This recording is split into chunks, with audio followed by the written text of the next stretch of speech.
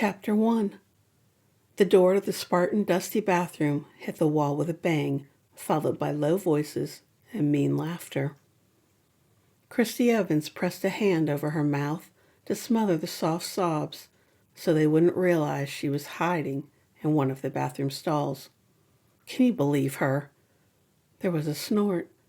It was mean Tyra with the fabulous corkscrew curls. The Ice Queen. It sounded like the model with the waterfall of silky black hair. She had the nerve to have her phone read the article about Sarah out loud, as if any of us want to hear the awful details again. Christy could hear the sneer in Tyra's voice. There was a low, ugly giggle. I know she's the face right now, but she's such a snob, thinks she's better than everyone else. One of the models laughed. It sounded like the redhead. Christy heard the girl saying she'd just turned 13. When you told her Sarah overdosed, she just looked at you, didn't shed a single tear. I thought they were best friends. Christy braced a hand on the cool tiled wall, heedless of the mildew staining the grout, and leaned forward to peer through the crack in the door at the other models. There were 4 of them, all there to shoot an ad for a new collection of shoes and handbags. There was a snort. She's not friends with anyone. Sarah was on her way out, too difficult to work with. Christy the Ice Queen probably made them get rid of her, then acted like she didn't have a clue what happened. Tyra smiled, a mean smile that didn't reach her big brown eyes. She might be on top for now, but she's getting older. Not like she can hold on to the top spot forever. Poor Sarah. The news broke her heart. They'd bonded over movies and how to deal with the fake and mean people in the industry. Christy knew her friend had been drinking more, but she'd had no idea about the pills. Why hadn't Sarah confided in her? The pressure in this industry was intense, not only to be young and thin, but to have a huge social media following and to make sure everyone only saw you in the best light. In the past year, there had been more diversity and even a few plus-size models, but overall, Christy and Sarah had clauses in their contracts regarding weight gain. The industry still had a long way to go. It was a business designed to chew you up and spit you out. Another tear fell, and she wiped it away. Her heartbreak was private, not for her enemies to sneak photos of her in tears and post them on social media. No way would she give them the satisfaction. After the door banged shut, her fellow models laughing and gossiping as they left, Christy waited several minutes, then unlocked the stall door and went to the sink. When it was full of icy cold water, she held her signature long, thick, blonde hair back and plunged her face in, holding her breath until she thought she'd pass out. When she dried her face, she risked a look in the mirror. A perfect face with big blue sad eyes stared back at her. A few minutes in the makeup chair, and no one would know how much Sarah's death affected her. Because the one thing Christy knew, never let those hyenas see you cry. They'd tear you apart in a second. No weakness, no matter what. With a smile plastered across her face, she opened the door and strode down the hallway, long legs eating up the bright corridor. Tyra and the others could call her whatever they wanted. Christy refused to play their ugly games. Later that night, after the shoot wrapped, Christy stretched out on the sofa in her apartment, the sounds of the city in the background, talking to her manager and close friend, Joe. You have the sunglasses ad for Chanel, and then, I can't believe it, but there's nothing on your schedule for the next 3 months. It's too bad that small car company went bankrupt. They had you booked for the time. You would have made a fortune. The sound of pages turning sounded in the background. Joe loved pretty planners. She also kept Christy's schedule on her phone and tablet, but said she liked the feel of paper, turning the pages and adding pretty stickers. Christy shuddered at the thought. We need to fill those months. Are you sure you don't want the perfume gig? Or how about the vodka gig? The sound of ice crunching filled her ear. Jo loved ice so much she'd had an ice machine installed in her apartment so she could have the same ice that Sonic made. She'd buy 30 pounds at a time, bringing it back in coolers. The woman crunched ice all day, said it was a replacement for giving up smoking 2 years ago. Lots of models and others in the business still smoked, but not Christy. Christy's mom, Amy, still smoked and drank. Christy vowed a long time ago she'd never touch cigarettes or drink to excess. She'd seen firsthand what it did to her mom. Christy, I need to book your time. Which jobs do you want? None. I'm doing the Chanel job, and then I'm taking a break. Her voice broke.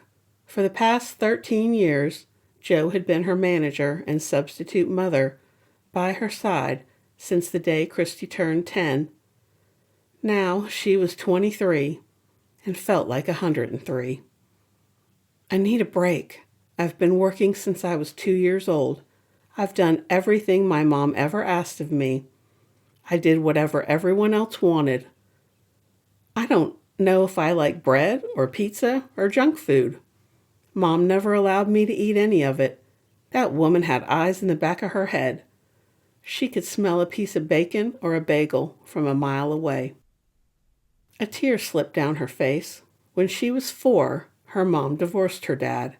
He was husband number 3 and husband number 6, since her mom married him twice. She was now on husband number 8. Sarah was kind to everyone. I knew she'd been down lately, but since I hadn't seen her in a couple of months, I didn't know how bad it had gotten.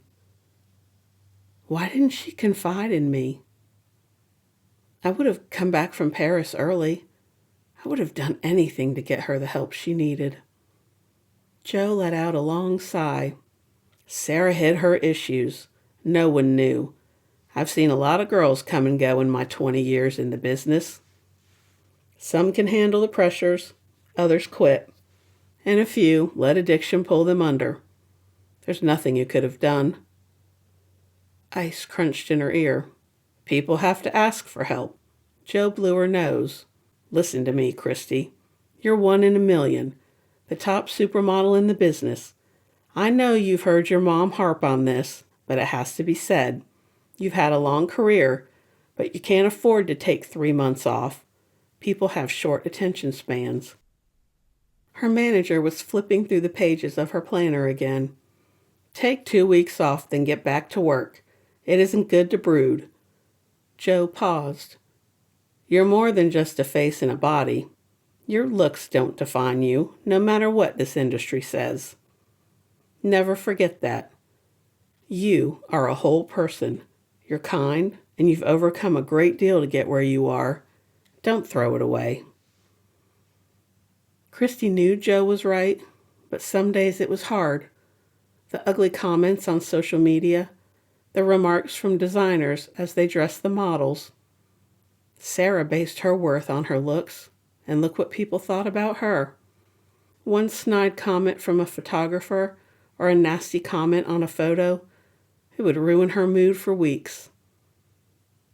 Don't book another job. I've never asked you for anything, Jo. I need to get away. Sarah taking her own life made me realize I have to figure out what's really important. There has to be more to life than work. Christy leaned against the floor-to-ceiling windows, looking down at the traffic. Would you find me a place? I want to go to Magnolia Beach and see Aunt Alice, if she'll talk to me. What happened between your mom and your aunt has nothing to do with you. She'll be delighted to see you. Jo hesitated.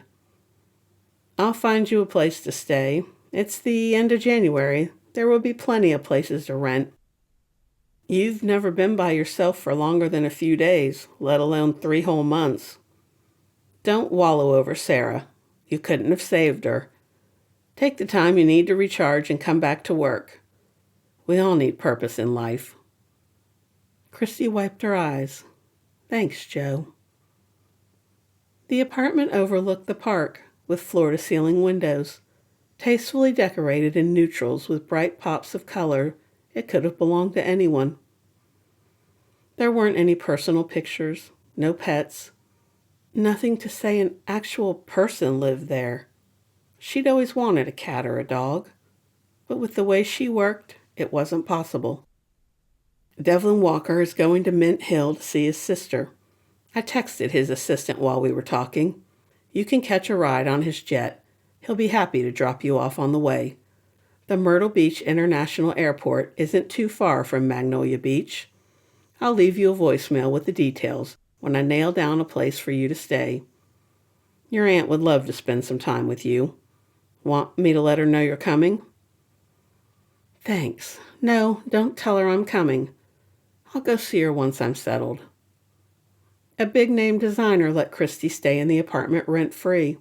Christy liked their clothes and had contacted the up-and-coming designer years ago, offering to model the collection. The fashion magazines couldn't get enough, and the designer rocketed to success. As a thank you, she let Christy use the apartment since she'd married some big hedge fund guy and moved into his place. She didn't want to let go of the apartment, so Christy stayed there. It worked out for both of them. When you worked all the time, you spent little money. Well, most of the time. Some models, like Tyra, spent money faster than they made it. Her wardrobe was free thanks to several designers. She ate less than most kids, and with no siblings, it wasn't like she had many presents to buy at Christmas. Her mom always wanted money. No matter how much Christy gave her, it was never enough. Her mom was somewhere in Italy. They talked once a week, but other than seeing each other on video calls, hadn't seen each other in person in years. Her mom preferred living in Europe, marrying up with each rich husband. Amy said she was tired of dealing with Christy, handed her over to Joe, and absolved herself of all work and parental responsibilities. Though she sure was happy to accept the money Christy sent each month. Since then, Christy got together with her mom whenever they were in the same country at the same time. Joe had been more of a mom to her than her own mom had ever been. The clock struck 12 when she slid into the cool cotton sheets. As she lay there, staring out at the city lights, Christy wandered down all those forks in the road that she'd never taken. Let's go. Christy pushed the Chanel sunglasses up on her head. Joe would post a few pictures of her wearing the sunglasses for social media. The sunnies were oversized and the blackest black, absolutely perfect for hiding behind. The jet lands in 10. Joe handed her a heavy tote bag. When she looked inside, she smiled. It was full of books. All the latest bestsellers. I've already loaded the audiobooks on your phone and tablet. Christy turned to Joe. What if I need? Joe pulled her in for a quick hug. You'll be fine. You can do this. Just like when you were in Paris by yourself. If you need me, I'm only a call or text away. Her manager and friend stepped back. I can't thank you enough for the cruise. You haven't seen your sisters in ages. I thought it would be fun for all of you to get away together. Christy pulled the knit hat down over her ears as the wind blew through her. I'm sorry you had to book your own trip. I wanted it to be a surprise. Joe blew on her hands. It's okay, I know. She hugged her once more. Rest, and come back to work soon. Christy watched the car until it turned out of the private airport. Then the jet was landing. By the time she'd settled into the luxurious seat and finished a glass of freshly squeezed orange juice and a bottle of water, Devlin Walker sauntered out of the bedroom. He was the hottest action star around, the darling of Hollywood, and a total jerk. But he'd offered her a lift, so she'd be polite. Hey, babe, looking good. He leaned down and kissed her full on the mouth before she could turn her face. "Thanks for the lift." When he turned away, she wiped her sleeve across her mouth. Yuck. Devlin sprawled on the leather sofa, cognac in hand, phone glued to his ear for most of the flight. In the rare moments he wasn't on the phone or stalking his social media accounts, he was staring at her. He sipped his drink, watching her as she listened to one of the books Joe packed. "We should be a couple. The studio thinks it would improve my image." Shocked, she blinked at him several times. Christy paused the audiobook. "You don't even know me." "Who cares? You're a supermodel. I'm the hottest actor in town. And apparently, an entitled ass. What's there to know?" There was no denying he was attractive. Well-muscled, easily 6'4", with a face carved from marble, sun-kissed brown hair and bright green eyes. Not to mention lashes any woman would kill for. But his teeth were too white, the veneers too perfect. And let's not forget, he was a womanizer and a jerk. She shuddered. "I'm sure you've heard that I'm difficult." She picked up her tablet. But Devlin just grinned. "All beautiful women are difficult. It's part of the appeal. Anyway, I want a perfect woman on my arm. Not like it would be anything serious. We do photos and events together. Then you do your thing, and I'll do mine." "No one is perfect." She scowled. "In other words, you want to date the face, not me." He took another swig of his cognac. "You know it, babe. Not like I expect to discuss world issues or anything. You're on top now, but who knows how long it will last. Models don't have a long shelf life." Devlin winked at her. "But me? I'll still be doing action movies when I'm 70. Christy narrowed her eyes at him. "Gosh, it's such a nice offer. But no thanks. I want time out of the spotlight, not paparazzi following me around 24/7. He cocked his head.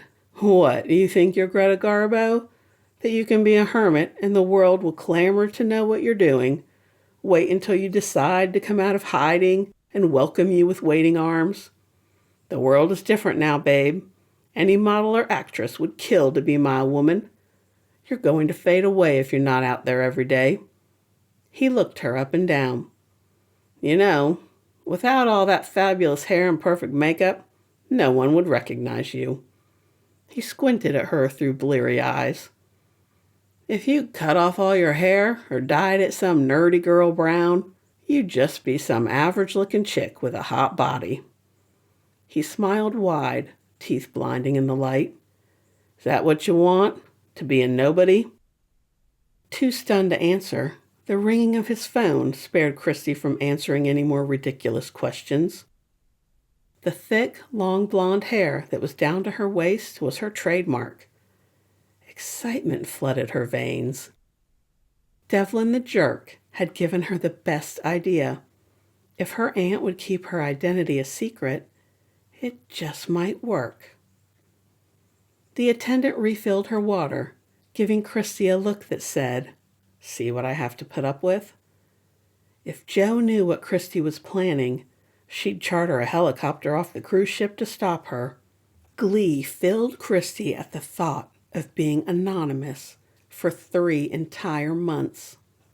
Once she dropped her bags off at the rental house, she'd go to the nearest store and buy what she needed: scissors and a box of brown hair dye. He said she'd be plain. Plain was good. It meant she'd be free to enjoy her time off. Not wanting Devlin to overhear her, Christy went into the bathroom and spoke into the phone, telling Alexa what she wanted to order. And yes, please, she wanted everything delivered tomorrow. Joe had already set up the rental house as her address on the site, so it was easy for her to order anything she wanted. It was the off-season in Magnolia Beach, so she planned to buy her groceries and most everything else locally to support small businesses during the time when they didn't see many tourists. Christy, would no longer be Christy Evans, the face. She would be plain old Christy Jones. Jones was her dad's last name, the one her mom had married, divorced, and married again, before leaving him for good, saying he didn't make enough money. It was too bad he didn't want the burden of a kid. Christy thought he would approve of her plan. He was always laughing in the few memories she had. Most memories of him were fuzzy. Building forts inside the house, going to the zoo and aquarium, before her mom put a stop to it, saying Christy needed to develop a brand. She rolled her eyes. Nope. Going forward, for the first time in her life, Christy was going to do exactly what she wanted, when she wanted. Thank you very much, Devlin Walker. Chapter 2. Dalton James watched the woman from behind the bar as she flirted with a man who looked like he was in town to golf. If he had to guess, Dalton would say the guy was recently divorced and hadn't figured out how difficult it was to date at his age. As for the woman, he'd seen her type too many times hanging out at the bar in his pub. For a while, Dalton thought he'd been in love with a good woman. Turned out, good old Mackenzie not only ran up all his credit cards, but stole all the money from the pub safe. And to top it all off, she lied about being married. When the husband showed up, looking for her, Dalton felt sorry for the guy. He was still in love with his cheating runaway wife. The woman flipped her hair on the way to the bathroom, hips swaying back and forth with what Dalton thought of as the runway strut. Not that he'd watched all those Victoria's Secrets holiday shows, but he might have snuck a few glances while his ex watched the program. Dalton refilled the man's drink. Might want to watch out for that one. He ran a hand over his cheek, filling the day-old stubble. The business executive looked up from his phone. What? Why? Did you get a look at her? She's hot. Anyway, I'm here to play golf and relax. Trust me, I see all kinds here. Sure, she's attractive, but she's lying about her age, and I'd bet at 20 she's hiding a husband and 3 kids a few towns over. The man looked at his drink as if it had all the answers, instead of Dalton. You think? He shook his head. I'm recently divorced. It's hard getting back into the dating game when you're 50. That woman will eat you for breakfast. The guy looked at Dalton, shoulders slumping. You look like that Captain America guy, so I'm guessing you would know all about women. The woman in question flounced over and curled a hand around the golf guy's arm. Hey, handsome, want to get out of here? The guy looked at her, then looked at Dalton and shrugged, his face red.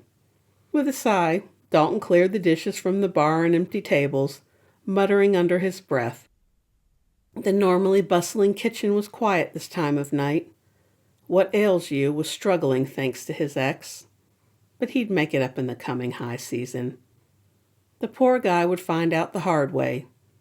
The woman might be pretty as a peach, but Dalton could tell, with one look, she was shallow and self-centered.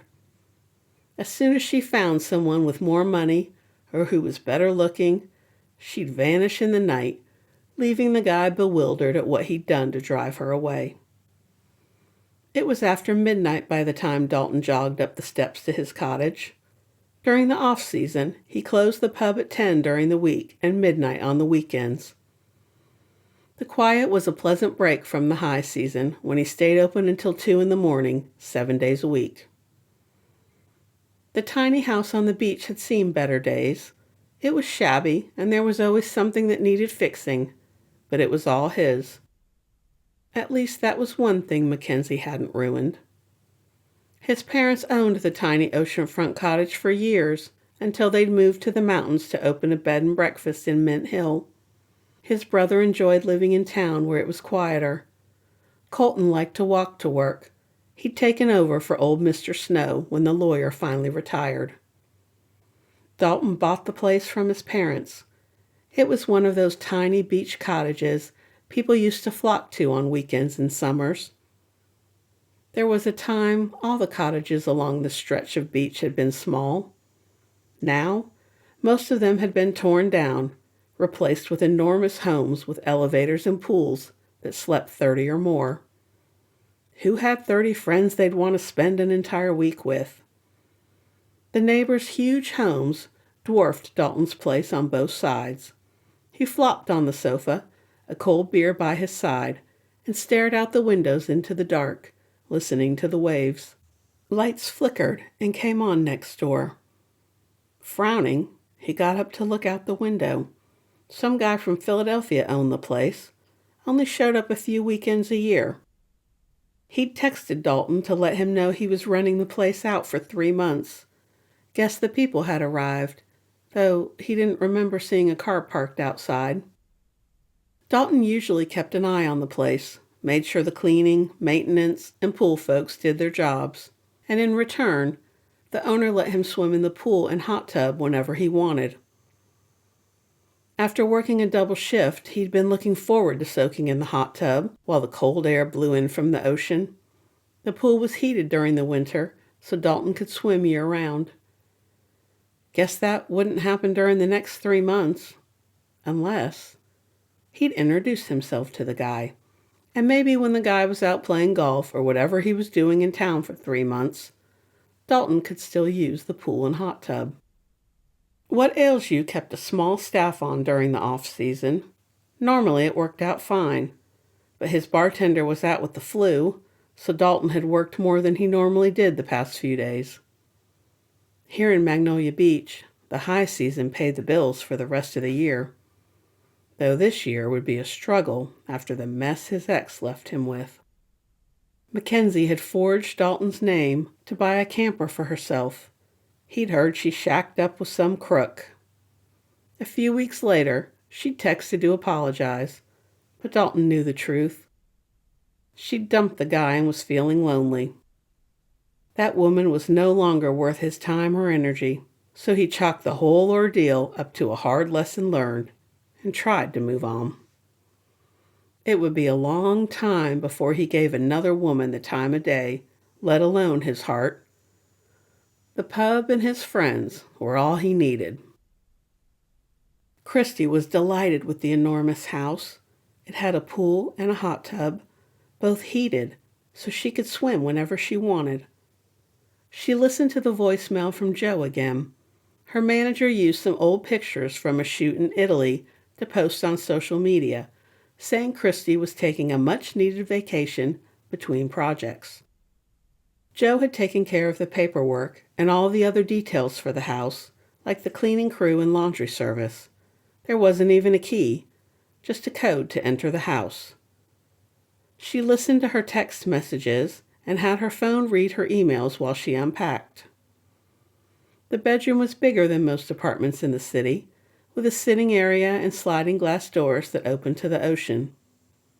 The balcony had a chaise lounge, a couple of tables, and another chair. The perfect place to sit and watch the waves. A gust of chilly wind sent her scurrying back inside where it was warm. The bathroom had a separate shower and a beautiful clawfoot tub. Her mom's voice filled the space, echoing off the marble walls. "Honestly, Christy, are you out of your mind?" She sighed as she put her hair products in the shower on the built-in shelf. Her mom was not happy. "Joe told me you're taking 3 months off, doing nothing. You're taking a tremendous risk. You know how it is. You have to stay in the public eye or they forget you." Shoulders tense, Christy finished putting her things on the long counter. There were 2 sinks with plenty of room for all her hair, skincare, and makeup products. With a grin, she swept all the makeup back into the rolling case. "Stay out of the sun. Wear a hat and sunscreen. It might be winter, but you cannot afford to get any sun, not one single tan line." Her mom went on and on about what she should and shouldn't do. By the time Christy unpacked her clothes, her mom was winding down. Do not, under any circumstance, deviate from your eating plan. No bread, Christy. She pressed the trash can icon and deleted the message, turning off the phone before crawling into bed, the sound of the waves lulling her to sleep. For the first time in a very long time, Christy woke up when her body told her to wake, not to the sound of an alarm or her phone ringing or to someone knocking on a hotel door. To wake up with no demands on her time, glorious. She did not spend 2 hours on her hair. She did not put on a full face of makeup. And she did not care what clothes she put on. A pair of yoga pants and a t-shirt, hair in a messy bun, and white sneakers. Perfect. According to the weather forecast, it would be in the 60s for the next few days and sunny. Maybe she'd be a rebel and sit outside in the sun without a hat or sunscreen, just long enough to get a bit of color. Then she'd put on sunscreen. Christy looked over at the cute cottage next door. It was a faded gray that matched the gray wooden walkway leading down to the beach. Not sure what to do with herself, Christy wandered around the house for a bit. Used to being up early and off to a job, she was anxious. Perhaps a run would help her figure out what to do with the rest of the day. The air was brisk. The smell of salt filled the air as she ran along the sand, listening to the waves, watching the sunrise. When she got back from her run, she took a long hot shower. Dressed in a pair of leggings and a long-sleeved tee, Christy pulled on a hat, stuffing her hair underneath. Then she grabbed a pair of oversized sunglasses before she took a bowl of fruit out onto the deck. What is that smell? She sniffed again. The amazing, delicious scent was coming from the house next door. It was bacon. The guy was sitting at a table on the deck with a plate full of bacon, eggs, and toast. Christy swore she could hear the crunch of the bacon. When the man got up to go inside, a seagull swooped down, snatched the last piece of bacon, and flew away. She couldn't help it. She burst out laughing. When he came back out and stared at his plate as if he couldn't figure out what happened to his bacon, Christy doubled over laughing. The guy looked up and over at her, scowling. It was a seagull. Another giggle escaped. You sure it wasn't Sam? He picked up his plate and after scanning the sky, sat down to eat his eggs. Is Sam a bird? Christy wondered how he could tell the seagulls apart to name them. He finished his eggs. No, a cat. The cat's name's Sam. Christy smiled at the guy. At 5'9", she appreciated a tall man, and when he'd stood, he looked about 6'3". She was good with height and ages, and could guess someone's weight within 5 or 10 pounds. The guy needed a shave and could use a haircut. He had that all-American look, with brown hair streaked from the sun and a powerful jaw. A classic, clean-cut look. She leaned over the rail. Is Sam a known thief?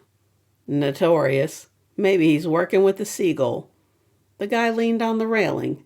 He was barefoot, dressed in a pair of faded jeans and a flannel shirt with the sleeves rolled up. Maybe you're right. Smart cat. He pointed at her bowl. You better watch your breakfast in case the seagull comes back. It's just fruit. I don't think he'd be interested. You can't blame the bird. Your breakfast smells amazing. She turned to go inside when he called out. Come on over. I made plenty. I'll fix you a plate. She shook her head. No thanks. I'm good. He shrugged. Are you a friend of Bill? Who? The guy narrowed his eyes. Bill, the guy who owns the house? She ate the last piece of pineapple, positive it didn't taste nearly as good as bacon. I don't know Bill. My work set up the rental. He leaned on the rail, watching her as if she were a thief, not the cute seagull. How long are you staying? 3 fabulous months. She smiled at him. But he scowled back at her. Why do you need such a big place if it's just you? Her smile faltered. It is huge. My schedule unexpectedly freed up. This place was available, so I took it. What was with this guy? Talk about waking up on the wrong side of the bed. You're staying 3 months? Don't you work? Yes, I do, Nosy McNosy. Don't you? She'd had just about enough of this jerk. Her phone chirped, then started reading her emails. She fumbled for the icon to stop the phone. I own What Ails You, the pub a few blocks over. She took a few steps back from the railing, done talking to him. It was late when I got in last night. I'll check it out sometime. So, what do you do for a living? He was still leaning on the railing. With a sigh, she turned. I'm between projects. He looked bored, as she'd hoped he would. A timer dinged. The smell of bread wafted over, making her drool. I made biscuits if you want one, he said, the smile not reaching his eyes. She shook her head and turned to go inside. Suit yourself. The man was beyond forward. He irritated her more than the press, and that was saying something. Her phone beeped and started reading her text messages, saving Christy from marching over there and giving him a piece of her mind. With a sigh, she went inside, closing the door softly behind her. Maybe this hadn't been such a good idea after all. She hoped her nosy neighbor would mind his own business and leave her alone. Chapter 3. The next day, Christy hid her hair under a hat and put on her favorite oversized sunglasses for the short walk to the cute store called the Sip-N Shop.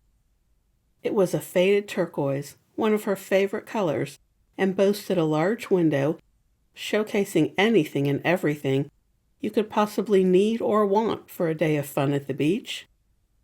The mannequin wore a bright red puffy coat over her bikini, making Christy laugh. A bell tinkled when she pushed through the door. The store was bright and airy, and as she looked around, Christy nodded to herself. The shop had a bit of everything. She even recognized the packaging for her favorite toothpaste. Can I help you find anything? A woman with kind brown eyes, dressed in bright red capris and a white and red striped shirt, smiled at her. I'm Hazel. This is my shop. Hi, I'm Christy. I love your place. It has such a welcoming, warm vibe. Hazel had brown hair cut to her shoulders and an air about her that instantly put Christy at ease. She took a breath, trusting in her instincts. Could you tell me where to find the hair color? When she'd opened the box from Amazon and held the package of hair color up, Christy knew the dark brown, almost black color wouldn't work. She'd told Alexa chestnut brown, but she must not have gotten the name of the color right, so here she was. The woman flicked a glance at her hat, which sat a bit lopsided with all her hair piled underneath the baseball cap. Did you have a hair disaster? Hazel pursed her lips. If you did, I'd recommend going to see Linda over at Curl Up and Dye. She's a genius with color. Christy shook her head, warmth crawling up her chest and face. This is something I need to do myself. You understand. Hazel looked at her for a long moment, then turned down a crowded aisle. This way. They came to an aisle with everything from makeup to hairbrushes to shampoo and hair dye. While she was looking at the colors, holding them up to the light, trying to decide what would work best, she didn't notice Hazel going over to the magazine rack, where she quickly moved several magazines to the back of the racks. After debating between what looked like mahogany or caramel, Christy finally decided on a color It looked more like a chestnut color. "Is this a semi-permanent color?" She brought the box to the counter, along with a couple of fun long-sleeved t-shirts and a sweatshirt that said Magnolia Beach on the front. Hazel held up the box. "Yes, it should last 4 to 6 weeks. Will that work?" She nodded. Hazel rang up her purchases while Christy looked at the shark tooth display. "Have you been by to see your aunt yet?" Christy froze. "Sorry," she choked out. Hazel met her horrified gaze. "Even with your hair hidden and no makeup on, I'd recognize you anywhere." She gestured to the magazine rack. "I've certainly seen you on enough covers over the years." Shock flooded through her. How could she have been so stupid to think she'd get away with hiding her identity? Hazel reached across the counter and patted her hand. "Don't worry, I put all the issues with you on the cover in the back. It's quiet round here this time of year, mostly locals. Your secret's safe with me." She took Christy's credit card and rang up the sale, bagging the purchases as she talked. Secret? Christy couldn't breathe. Had she given herself away? How did this woman figure out the secret she'd worked so hard for so long to hide? Hazel spoke, pulling her out of the spiral of thoughts swirling around in her head. "Don't worry, Alice will keep your secret. She misses you something fierce. You really should go see her." Hazel came around the counter, went to the door, and flipped the sign to closed. "Linda, she owns Curl Up and Die. She'll just flip that she couldn't change your hair." She picked up the box and made a face. "You sure about this color, honey?" Christy swallowed. "I'm not really sure about anything right now." She took a deep breath, pushed her shoulders back, and looked Hazel in the eye. "There's no way I can hide for the next 3 months, so I have to change how I look. I needed to get away, somewhere quiet." Hands shaking, she reached up and pulled the hat off, the weight of her hair tumbling down as the long golden locks fell down to her waist. "Gracious, your hair's even prettier in person. And you're breathtaking." Hazel took her hands in hers, rubbing them to warm them up. "Give folks around here a chance. I think you'll find we take care of our own." Christy shook her head. "I don't want anyone to treat me different or post pictures of me online. This is the first time. I haven't worked since I was 1. My very first vacation." Hazel let go of her hands and put a hand on her chest. "You were only 1? You were just a baby. Gracious, that's a long time to work." "My mom sent my picture to a baby company. They liked it, and here I am, 23 and exhausted." Her voice broke. I want to be normal. I'm so tired of being judged by my looks, of people thinking I'm stupid." She suppressed a yelp when Hazel pulled her into a hug. The woman smelled of the ocean and roses. It was so comforting. Christy wished she could stay here forever, safe in the cozy shop, talking to Hazel. "We all want to be seen for who we are." Hazel let go and stepped back with a smile. "If you'll let me, I'd like to help." She tapped a finger against her cheek. "That's a ton of hair to deal with. You're gonna need at least 3 more boxes of color." Even though they were alone, Christy looked around to be sure. She dropped her voice to a whisper. "I'm going to chop it all off." Hazel gasped. "Land sakes, can you do that? Don't you have some kind of contract that says what you can and can't do with your hair?" Christy made a face. "I don't care. I'm doing it." She ran her hands through her hair, watching the strands turn to gold as the sun caught it. Her stomach clenched. She loved her hair. In her mind, it was what made her beautiful. Therefore, it would have to go. "I'm going to put it in a ponytail, and then chop, chop." She let her hair fall. How would it feel when she cut it all off? "I wanted to donate my hair." Her throat closed up. "It would make a really pretty wig for someone." Christy looked to Hazel, hoping they might be friends. "Would you help me cut it all off?" Hazel's eyes were enormous. "I'm no stylist. It would look awful. I'd be the woman who ruined your hair." "I'll cut it off if you'll help me color it." She waited, hope flowing through her. Hazel took a deep breath. "You said you wanted big change. Who am I to stand in your way?" She picked up the paper bags. "No time like the present. Let's go." Christy was glad Hazel drove them back to the house. It was 62, but the wind off the water made it feel significantly colder. That morning, Christy had called Jo and asked her to have a rental car sent over for her to use while she was here at the beach. Jo assured Christy that her replacement could handle anything she needed while Jo was on her cruise. The car would arrive tomorrow.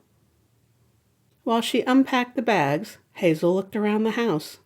"This place is beautiful." "It's so big that it's a little creepy at night when the wind blows. I can feel the house moving," Christy admitted. "It's because it's on stilts. It's an odd sensation, but it's what the house is supposed to do." Hazel went to the window and looked out at the waves. "I never tire of looking at the ocean." Her new friend moved to the windows on the side of the kitchen. There were no blinds, just beautiful linen curtains, which Christy opened to let in the light. "Have you met Dalton James yet? He owns What Ails You. Excellent food. He lives next door to you." She snorted. "Oh, I met him. At first he seemed nice, but then he was cranky." Christy turned on the electric kettle. A cup of hot tea would warm them up. "Don't be too hard on him. He went through a nasty breakup a while back. He's a good guy." Hazel leaned on the gray and white granite counter. "I'll have a word with him. Rudeness is unacceptable, no matter how much your heart still hurts." "He still loves her?" Hazel shook her head. "I don't think he ever really loved her. She was trouble from day one. I think he liked the excitement." She sighed. "It's more that he blames himself for not seeing through her deception." Christy swallowed and busied herself setting out various flavors of tea. Hazel rummaged through the cabinets until she found 2 oversized mugs. "I was thinking on the way over, your hair is your signature, so changing it'll go a long ways to disguising you." She squinted and tilted her head, staring at her. "Do you have makeup on?" "No," Christy grinned. "I'm not planning to wear a stitch of makeup the entire time I'm here." They sat on the sofas, drinking tea and getting to know each other. A while later, Hazel stood. "Are you ready?" Christy took the dishes to the kitchen and put the cups in the dishwasher. "Let's do this." She handed Hazel a box of color. "Since this is only semi-permanent color, it should last a month to 6 weeks. Then you'll need to reapply the color or your blonde will show through." Christy took the other boxes. "I'm going to put these in my bathroom for later. We can do the color there." Hazel followed her upstairs, commenting on how the owners had decorated the house. "It's like beach elegant with the shell prints on the furniture and the soft colors on the walls." "I like all the shells." Christy led the way. "Instead of putting the hair color in the bathroom cabinets, you might want to put it in your suitcase, just to be safe." Christy looked at her, the boxes of color in her hands. "You wouldn't want the housekeeper seeing the color and mentioning it to anyone. Not that they'd figure out who you are, but best to be safe." "You're right, thanks." She stowed the boxes in a zippered section inside one of her bags. 80s music filled the room. "I thought we needed music for this." Hazel held up her phone. "I love these old songs." "I do too." Christy pulled her hair into a low ponytail, took the scissors, and as Hazel covered her eyes, she sawed through the thick ponytail before she lost her nerve. The golden rope of hair fell to the floor. Christy put a hand on the counter to steady herself. She felt exposed, yet oh so light. She picked the long ponytail up off the floor and held it up, admiring the various colors. You can look now. Hazel uncovered her eyes and gasped as Christy wiped a tear from her cheek. I'm okay. It's just hair. It will grow back. Hazel enfolded her in a hug. You are not your hair. Christy nodded. You're right. I'm not. She shook her head from side to side. It's so light. I bet I lost 5 pounds. A while later, they stood side by side in the bathroom, looking in the mirror. Hazel walked around her. If you don't make up your face and look like people would expect you to look in the magazines, and you dress in casual clothes, I think you'll pull this off. She reached out and touched a brown strand. I can't get over what a difference the length and color makes. You look like a totally different person. Christy looked in the mirror again. Her hair was now a medium brown, with a few graduated layers around her face. She and Hazel watched several videos on how to cut your own hair before she tried the layers. For the first time since she'd been a child, her hair was above her shoulders. She ran her hands through her hair. I feel so light, her stomach growled. Hazel gathered up the used towels and carried them down to the laundry room. Can I at least take you to lunch to thank you? Christy couldn't stop touching her hair. I'd love to, but go see your aunt first. It might hurt her feelings if she heard we were at lunch before you even called her. She's off today. Christy took a deep breath. Would you mind coming with me? I haven't seen her in a long time. Aunt Alice and my mom had a big falling out. I don't know if she'll want to see me or not.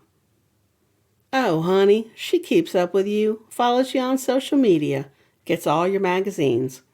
Alice will be over the moon to see you. Hazel picked up her phone. Want me to call her? Please? Christy shivered. While you talk to her, I'm going to put on my new sweatshirt and fix my hair. I won't be long. When she came back downstairs, Hazel was sitting at the kitchen table, looking at the ocean. She turned. Her mouth dropped open. Wow, you look amazing. Did you change your mind and put on makeup? A little, since I'm seeing my aunt for the first time since I was a kid. I love playing with makeup. I'm not so great with all the lotions and the potions. Hazel's eyes sparkled, tiny gold flecks visible in the bright daylight. Would you do my makeup? Christy rubbed her hands together. I'd love to. The natural light is perfect here in the kitchen. Make yourself comfortable. I'll be right back. When she came down the stairs, Hazel was ready. They'd decided to use the counter so they'd have plenty of room to spread everything out. Christy spread a towel over the granite to protect the surface. Then she heaved the small rolling suitcase up on the towel and opened it. I've never seen so many products in all my life. Hazel blinked at the array of products. I thought this would stay in the closet for the next 3 months, she grinned. Let's have some fun.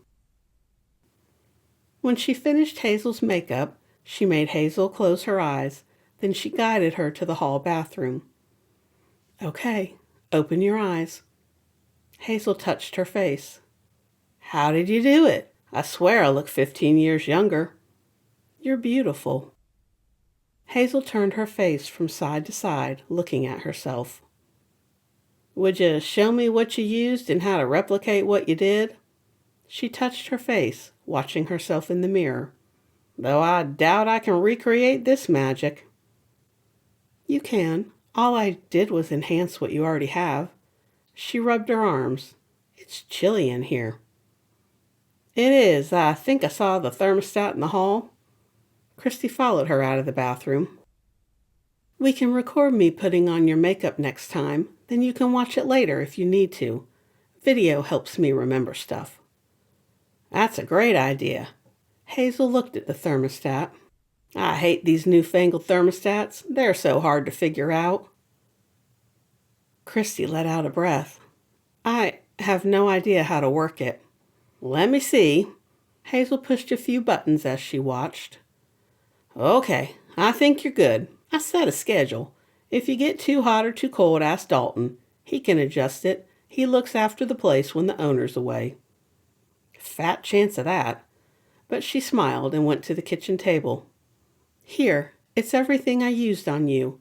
She handed Hazel a pretty floral tote bag. I couldn't take all that. Please, I get all of this for free and never use most of it. There's just too much. I'd be happy to see it put to good use. Hazel took the tote, a wide smile on her face. Thank you.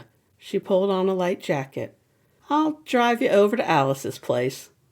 But I think you should talk to her alone. You have a lot to catch up on. If you say so. Hazel patted her arm. Don't worry. It'll be fine. Tension spooled through her, making her shoulders ache as she followed Hazel down the stairs to the car. Her mom said Alice wanted nothing to do with her, but Hazel said her aunt had kept up with Christy's career and was excited to see her. She hoped Hazel was right. Hope bloomed within as she looked at the ocean and made a wish. Chapter 4. Christy sat on the sofa in the beautifully decorated home and hoped this wasn't a mistake. She'd said goodbye to Hazel, then took a deep breath and knocked on the door. Hazel said you hadn't eaten yet, so I made salad. I'm starving, thanks. Christy followed her aunt to the kitchen. She'd decorated the room in white and bright apple green. The cabinets were white, the counters a muted gray, and the appliances were all apple green. The dishes were floral, with more of the cheerful green repeated. Please sit. She poured them both a glass of water from an antique white hobnail pitcher. The chairs were a cherry green and white gingham, the white table distressed and well-loved. What would it have been like to grow up in a home like this? It felt like a blanket, warm from the dryer. I'm so happy to see you. Her aunt placed the cloth napkin in her lap. Hazel told me about your hair. Her eyes twinkled. It's a great idea. I wouldn't have recognized you until I looked at you closely, and that's only because I'm your aunt. I'm sure you'll fool everyone. Christy took a bite of the spinach and kale salad. Her aunt was 10 years older than her mom. Her mom said she was a change-of-life baby. Christy had never met her grandparents. They'd both passed the year before she was born. Cancer. I wasn't sure if you'd want to see me. Amy, Mom, told me you didn't approve of how I make my living. She said you wanted nothing to do with me. Aunt Alice dropped her fork, her cheeks pink. Wait here a minute. Christy was hungry, so she finished her salad while she waited for her aunt to return. When she came back to the table, she held a gray leather album in her arms. Let's sit in the living room. Christy brought their water and her aunt's unfinished salad and set them on the table next to her aunt. She sat on the floral sofa, spine rigid. Her aunt had beautiful silver hair cut to her shoulders. In fact, her aunt's hair was about an inch or two longer than her own. I've saved every mention of you I could find. She slid the album over so it was between them on their laps. As she flipped through the pages, Christy wiped her cheeks. There you are when you were 3 and did that Christmas ad for Ralph Lauren. Her aunt turned pages, pointing out her favorites, all the way until Christy's most recent cover for Vogue. I don't know what to say. Why would my mom lie to me? Her aunt sat back, eating her salad. Christy waited, content to leaf through the album, remembering. There had been fun times mixed in with the awful times. She only realized she was crying when her aunt touched her cheek. "I am so proud of you, of everything you've accomplished. You're at the top of your field. You're kind and down to earth. I couldn't be prouder of you, sweetheart." Christy blew her nose. "My sister and I have a complicated relationship. Your mom isn't the easiest person in the world to get along with." Her aunt blew her nose, her cheeks pink. "Christy," she looked at her aunt, "you are always welcome here. I would never turn you away. You've made your own way in the world, in a very tough business for young women. Never forget that." She blew her nose again. "I'm sorry you feel like you need to hide, to cut off your beautiful hair." When she opened her mouth to speak, her aunt held up a hand. "I understand the need for a new beginning, a clean slate, to be seen for who you are and not an image of yourself." She sighed. "It was wrong for Amy to make you work so much. Everyone needs time away to recharge, or they burn out. I never went to school. I had tutors. My high school diploma came in the mail. I always wanted to go to a football game, to dance at prom, and to walk across the stage wearing a cap and gown." Christy closed the album and placed it on the table in front of them. "Most of all, I missed making friends, going on field trips, complaining about the teachers, and having boyfriends." She took a deep breath, squaring her shoulders. "I don't expect anyone to feel sorry for me. I know how lucky I am." Her aunt touched Christy's knee. "Don't listen to gossip. People who are jealous are typically mean as well. Ignore them." Her aunt tapped her chin, thinking. "The picture of you on my desk is from when you were 5. You were in a pink toy car, wearing huge pink sunglasses. I remember that car. It was my favorite. I rode it until I was too big to fit inside. That was from you?" Her aunt nodded. "It was the last time I saw you. You know, I never told anyone you were a model. People know I have a niece I don't see often. I simply said you were in fashion." She grinned. "I don't know why I didn't tell them. Probably because I didn't want them asking me 1,000 questions. But now I'm glad I didn't. If they ask, what should we tell people you do?" "I told the guy next door I was between projects, but I never said what I did." "Hazel said you met Dalton." She snorted. "Yes, he's good looking, and yes, he's snarly." "He has his moments," her aunt laughed. "Why don't we tell people you're a makeup artist? You can say you travel all the time and can't discuss your clients because of confidentiality agreements." "Do you think it would work?" "It will work, especially since you changed your hair. I have to say, without makeup, you could pass for a high school student, you look so young." They sat and talked through the afternoon. Christy hadn't decided what to say to her mom about visiting her aunt. She wanted to give her the benefit of the doubt, but she was angry her mom had denied her this part of her family for so many years. Alice hugged her goodbye. "Where's your car?" "I have a rental coming tomorrow." She stood on the porch swing swaying in the breeze. Her aunt lived 5 minutes from the beach in a bright yellow bungalow. Christy hoped she would see the place in the spring when all the flowers were in bloom. "I'm glad you have a car. It's going to turn cold again. Are you sure you don't want to stay here?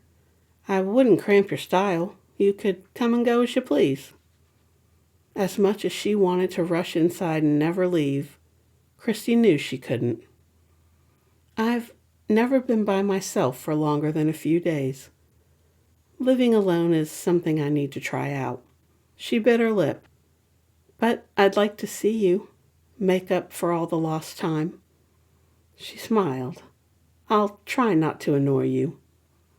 "Don't be silly. I'll be the talk of the town with my mysterious niece visiting Magnolia Beach." Her aunt hugged her tight. Don't worry. Hazel and I will make sure no one finds out who you are." Too choked up to answer, Christy nodded. Her aunt had offered to drive her home, but she wanted to walk, to explore the town her aunt called home, her home for the next few months, to wander about without worrying about anyone taking an unflattering picture of her, to be present in the moment. The sun was setting when she passed a fast food place. A group of girls huddled around a table, laughing and talking.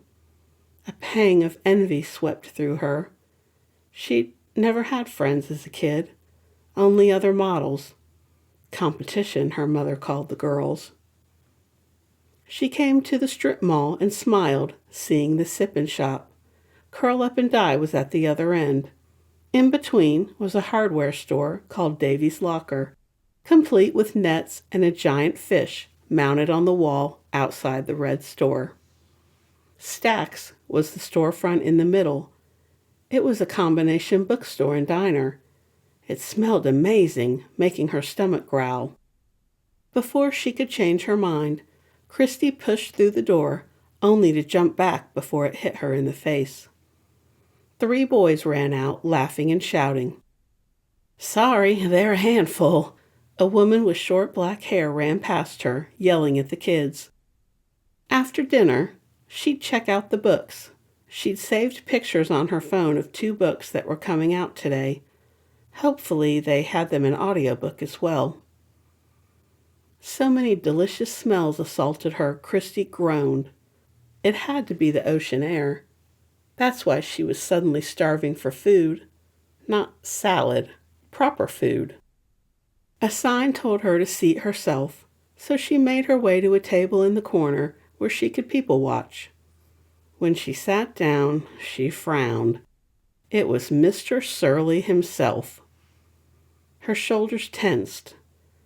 No, she wasn't leaving. It wasn't like she could hide in the house for the next 3 months.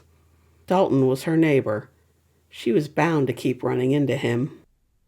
He was with another man. They looked alike, enough that she decided they had to be brothers. It was clear by how they interacted that they cared for each other. She would have liked siblings. Sarah's face flashed before her. A light snuffed out way too soon. "I promise, Sarah, I'll enjoy life, just like you wanted me to," she whispered. He caught her eye, and before she could raise a hand to wave, he frowned and turned his head away from her. Oh well, guess she couldn't expect everyone to be friendly. She held the menu in front of her face. Okay, maybe she was hiding, but this time didn't count. "You ready to order?" A guy stood in front of her, a pen and pad in his hand.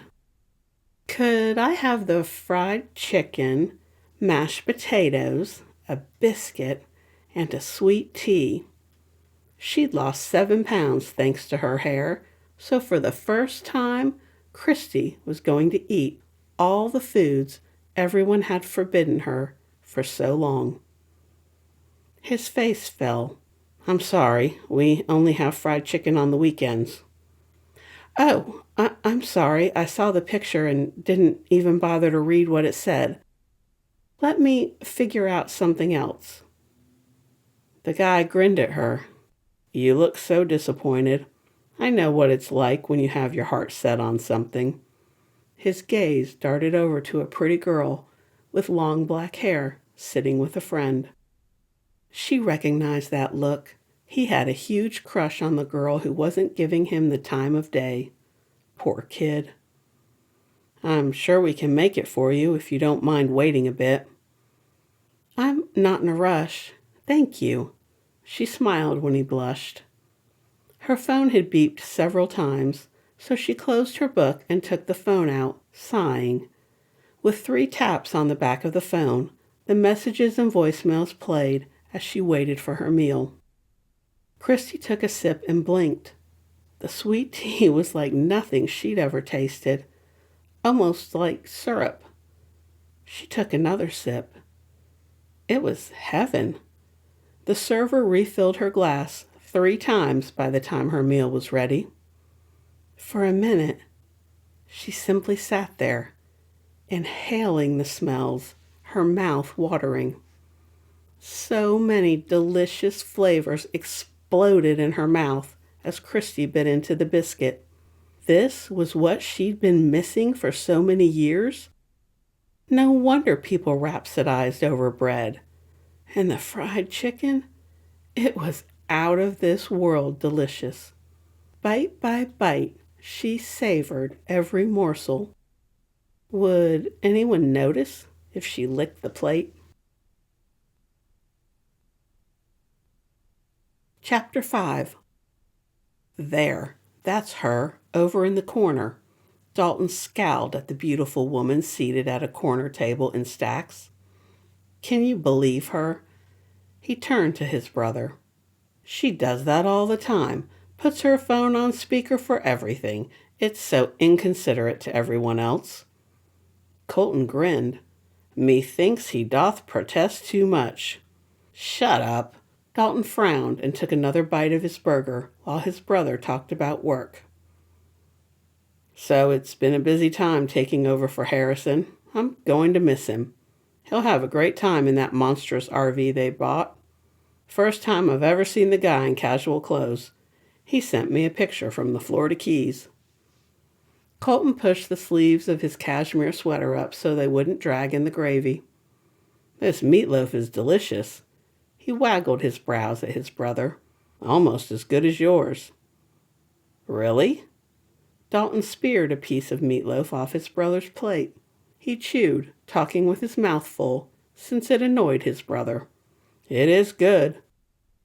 He looked down at his own plate.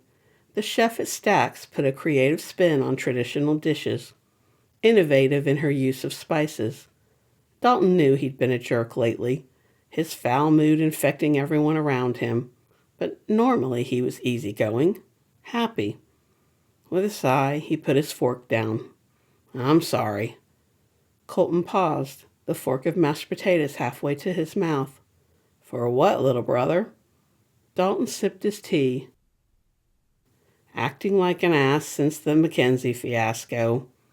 He scrubbed a hand over his cheek, feeling the day-old stubble. I owe her an apology. Colton blinked several times, a sign Dalton had surprised him. You don't owe that thief a thing. I can't believe you wouldn't let me take her to court. If that woman ever sets foot in Magnolia Beach again, I'll see her in jail. His brother looked like a lawyer, even on his day off, with his pressed navy slacks, gray cashmere sweater, and freshly shaved face. He squinted. Yep, Dalton swore he saw a couple of gray hairs. Looked like Colton was taking after their mom, who'd gone gray in her 20s. Now she had long silver hair she wore with pride. Not Mackenzie. Dalton pointed with his fork, well aware of how rude it was to do so. Her. Christy, my next-door neighbor. His mom would smack his elbow with her knife if she caught him putting his elbows on the table. The thought made the corner of his mouth pull up. Colton looked over to where Christy sat, reading a book while she ate. Ah, yes, her. Was her book upside down? Dalton squinted. Yep, it was upside down. Was it some kind of trend now to have the book jacket on upside down? He'd seen 2 women at the library last week, sitting on sofas, reading with the book jackets upside down. When he walked behind them to look, the text was not upside down. Women were strange and mysterious creatures. Dalton looked at his brother. What do you mean, ah, yes? Normally on my day off, we meet for lunch, when we talk about work, our parents, our sister, and who we're dating or not dating. Colton finished his mashed potatoes, perfectly aware of how much it annoyed his brother when he didn't finish his thought. Nope, he was not taking the bait. Dalton forced himself to lean back in the chair and wait. 5 agonizing minutes later, Colton placed his silverware at 10 and 2 on his plate and continued talking as if he'd never made him wait. But this time, Colton stopped speaking as their server cleared the plates and refilled their drinks. "Thank you," he smiled at the server. "As I was saying, this time you haven't taken your eyes off the newest resident of Magnolia Beach." "That isn't true." Dalton wiped his palms on his faded jeans. "She isn't a resident. That woman is only here for 3 months. Colton arched a brow. "I know. Everyone has been talking about her." He glanced over at the table as the woman they were discussing shut her book and left the table. "She's breathtaking, even with the hack job on the hair and the awful dye job." Dalton frowned. "That's not her natural color? How do you know?" "I can tell." Colton patted his mouth with a napkin. Dalton watched her walk into the bookstore part of Stack's. "She's too pretty, the type of beautiful that eats a man alive." He turned to his brother. "She might live next door to me for the next 3 months, but it doesn't mean I have to talk to her." It was Colton's turn to pay for lunch. He handed his credit card to the server, then turned his attention back to his brother. "It isn't fair to pass judgment on all womankind because of what that woman did to you." Dalton couldn't resist. "You never say her name. Mackenzie, Mackenzie, Mackenzie." "Stop. You'll conjure her." Colton looked horrified, making Dalton laugh, the sound rusty from disuse. "Anyway, you have to be civil to our new temporary resident." Dalton pulled his gaze away from a certain someone as she wandered through the stacks. "What? Why?" The infamous grin that had won his brother so many court cases flashed. "Because that woman, as you call her, is Christy Jones, Alice's niece." Dalton spit out an ice cube, choking on his tea. "She's Alice's niece. I thought her niece was a little kid." This day just kept getting better and better. Colton punched him in the shoulder as they made their way from the cafe to the bookstore section of Stack's. "Alice told me yesterday. I offered to show her niece around. Actually, I said we'd show her around." His infuriating brother picked up the latest James Patterson bestseller, ignoring the steam coming from Dalton's ears. "You don't speak for me." Colton ignored him as he read the first and last page. Why even read a book if you were going to read the last page before you read the entire thing? "She's hiding something." Colton put the book in his Stack's tote. "So, most people have secrets. Not all secrets are criminal or terrible." Dalton scowled. "I don't trust her. Pretty women lie and deceive." His brother put another book in his tote and sighed. "You're my brother, and I love you." Colton placed a hand on his shoulder. "Mom and Dad worry about you. So do I." Dalton's shoulders slumped. His brother kept his voice low. "Lots of people lie. Usually it's innocuous. If you're not careful, you're going to turn into a bitter old man." Dalton let out a huff. "Look who's talking. You haven't dated in forever." "Not since she ran you over, hightailing it out of town." "We're talking about you, not me." His brother stiffened. "Right. Whatever." They turned a corner. "Oh, I'm sorry. I wasn't looking where I'm going." Of course, it had to be her. Fate was under the ocean, laughing at him. Dalton caught her phone before it hit the wood floor. "It was my fault." Dalton handed her the phone. At least it wasn't talking out loud for once. "Thank you." She smiled at him, a wide, generous smile. "We met at the house, remember? I live next door." She held out a hand. "I'm Christy Jones." Her eyes twinkled, and he sucked in a breath. "You're Nosy McNosy, right?" Colton snorted. "That is a perfect name for my brother. I'm Colton James, And this is my baby brother, Dalton." She shook his hand. "My aunt works for you. You're a lawyer." She stood there in knee-high black boots, black leggings, and a thick sweater, looking like she'd stepped out of a TV show. There was something about her. Dalton couldn't quite put his finger on it. Not yet. Colton nodded. "I am. Have you murdered anyone?" She put a hand to her mouth, giggling. "You're funny. Aunt Alice said you were as nice as you were good-looking." Dalton scowled at the two of them. "Colton is not nice. He's a shark of a lawyer. He's just pretending to be nice, so Alice doesn't rearrange all his color-coded files while he's out of the office." Christy laughed again, making the books in her arms wobble precariously. Before they could fall, Dalton caught them. Up close, her big blue eyes had tiny flecks of dark blue and light blue mixed together. Her skin was so perfect, she had to have a truckload of makeup on. He knew how long it took his ex to put on a face like that. She'd complained about it every time they'd gone out. "Here, let me hold them for you." Dalton took the books from her. She shook her hands to get the feeling back in them.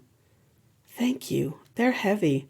I really should get an e-reader, but I love the feel of paper."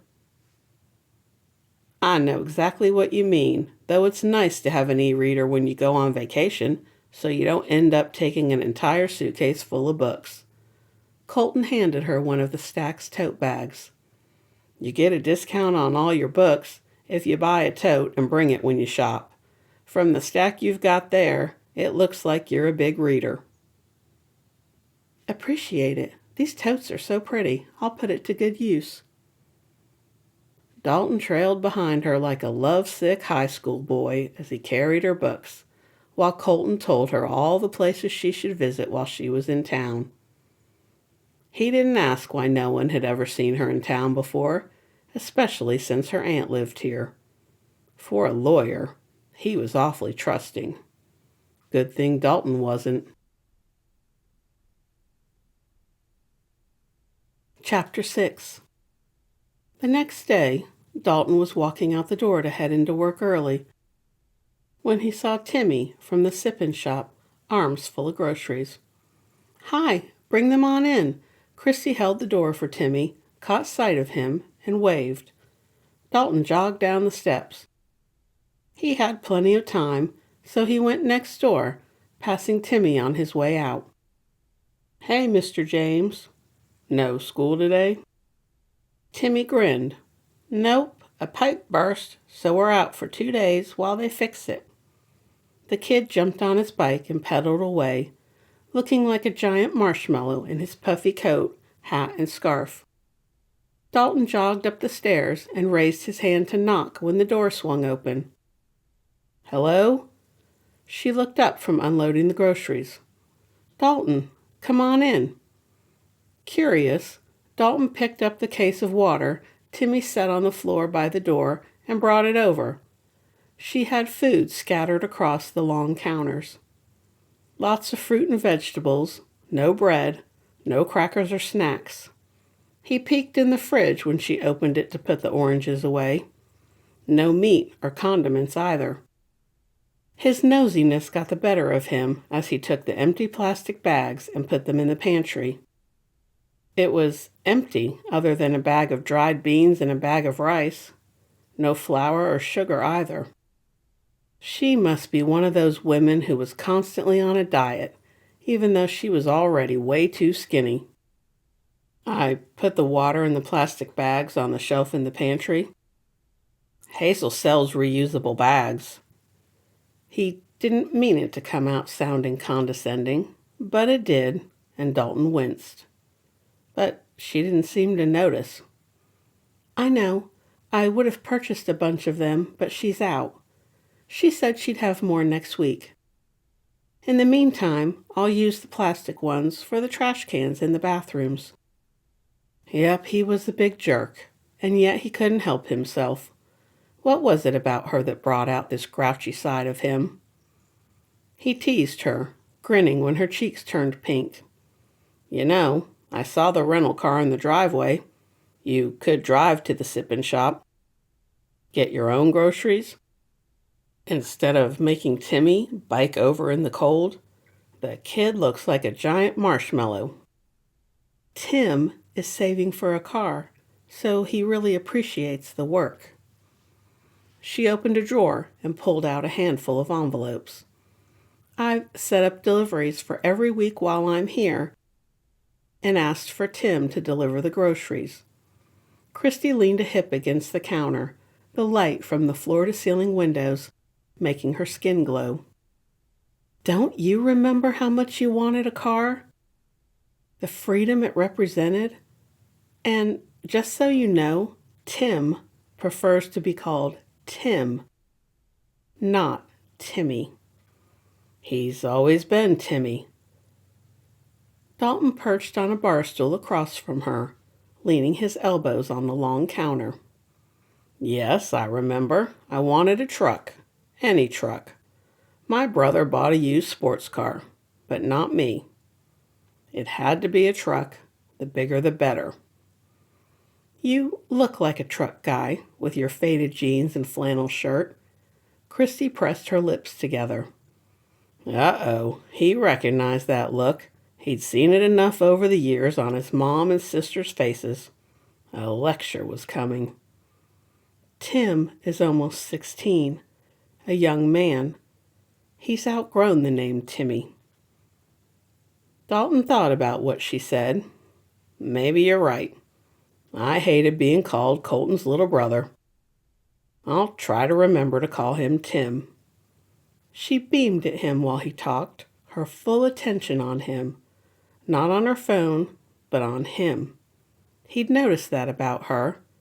When anyone talked to her, no matter if they were 5 or 90, she looked at them, listening as if every word was critical, as if they were the only person in the world. No wonder everyone was talking about how sweet she was.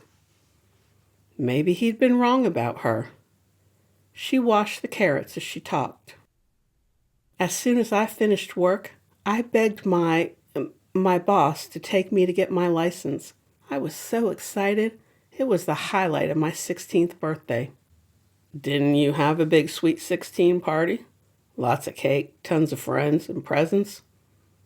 Dalton leaned forward, wanting to know how she'd spent her birthday all those years ago. Christy finished cutting up the vegetables. She put them in glass containers so they'd be ready to cook or snack on later. I didn't have a party or cake, she whispered. What? Why not? I would have thought you'd have everyone at school begging to come to your party. You must have been the popular girl, the cheerleader, the prom queen, and the homecoming queen. The look on her face made Dalton wish he'd kept his big mouth shut. I would have liked to go to a regular school. She let out a long sigh. I never went to a high school football game, never walked across the stage to graduate, and never went to a dance, let alone prom. She put the vegetables and fruit in the refrigerator, her back to him, so she couldn't see his expression. Shock rippled through him. What are you talking about? You didn't graduate high school? Christy busied herself pulling 2 mugs out of the cabinet. She turned on the kettle before coming to sit across from him. We moved around a lot, and my mom worked odd hours, so I had a tutor. I got my diploma in the mail. She ran a finger across the granite, not meeting his eyes. Since I didn't attend a regular school, I never went to a game or a dance. She looked up at him, her big blue eyes seeing right through him. Was it fun? Football games in the fall, wrapped in blankets with cups of hot apple cider or hot chocolate? She looked so wistful, he'd reached halfway across the island to take her hand before snatching his hand back. Luckily, she was looking out at the gray sky and waves and didn't see what he'd almost done. He cleared his throat. I played baseball, hot dogs and sodas. my family and friends cheering. The memories filled his mind. He could smell the leather of the glove, hear the crack of the bat. I used to sneak beer in the stands to drink with my buddies while we watched my brother play, until my sister caught us and ratted me out to our parents. The kettle whistled, and Dalton jumped up before she could. You're shivering. There's a blanket on the sofa if you want to wrap up. I'll fix the tea. She stood, rubbing her arms. Hazel, set the thermostat for me. Maybe you could look at it. I'm not sure it's set high enough. Christy wrapped a big blue knitted afghan around her and curled up on one end of the sofa so she could look out at the ocean. No one was out walking on the beach. It was too cold today. Dalton brought the tea over, handing her a blue mug with shells printed on it. I put a little honey in it. She held the cup up in front of her like he'd just told her that he put poison in her tea. Something wrong? Dalton set his tea on a coaster and went to look at the thermostat. I've never had honey in my tea. I usually drink it plain. Really? Try it, it's good. My mom says local honey keeps you from getting allergies. I've never had allergies, so I'm guessing it works. That's what I want to believe. Maybe it just tastes good. He adjusted the temperature and came back over to sit in one of the oversized chairs. I bumped the temperature up 2 degrees. Thank you. Those new thermostats are so complicated. Her stomach growled. How was it possible? The woman intrigued and annoyed him at the same time. She was so nice, and yet she expected everyone to do everything for her. In his experience, all beautiful women were like that, expecting life would be handed to them on a silver platter. Dalton shook his head. He'd promised his brother he'd try. Mackenzie really had soured him on women.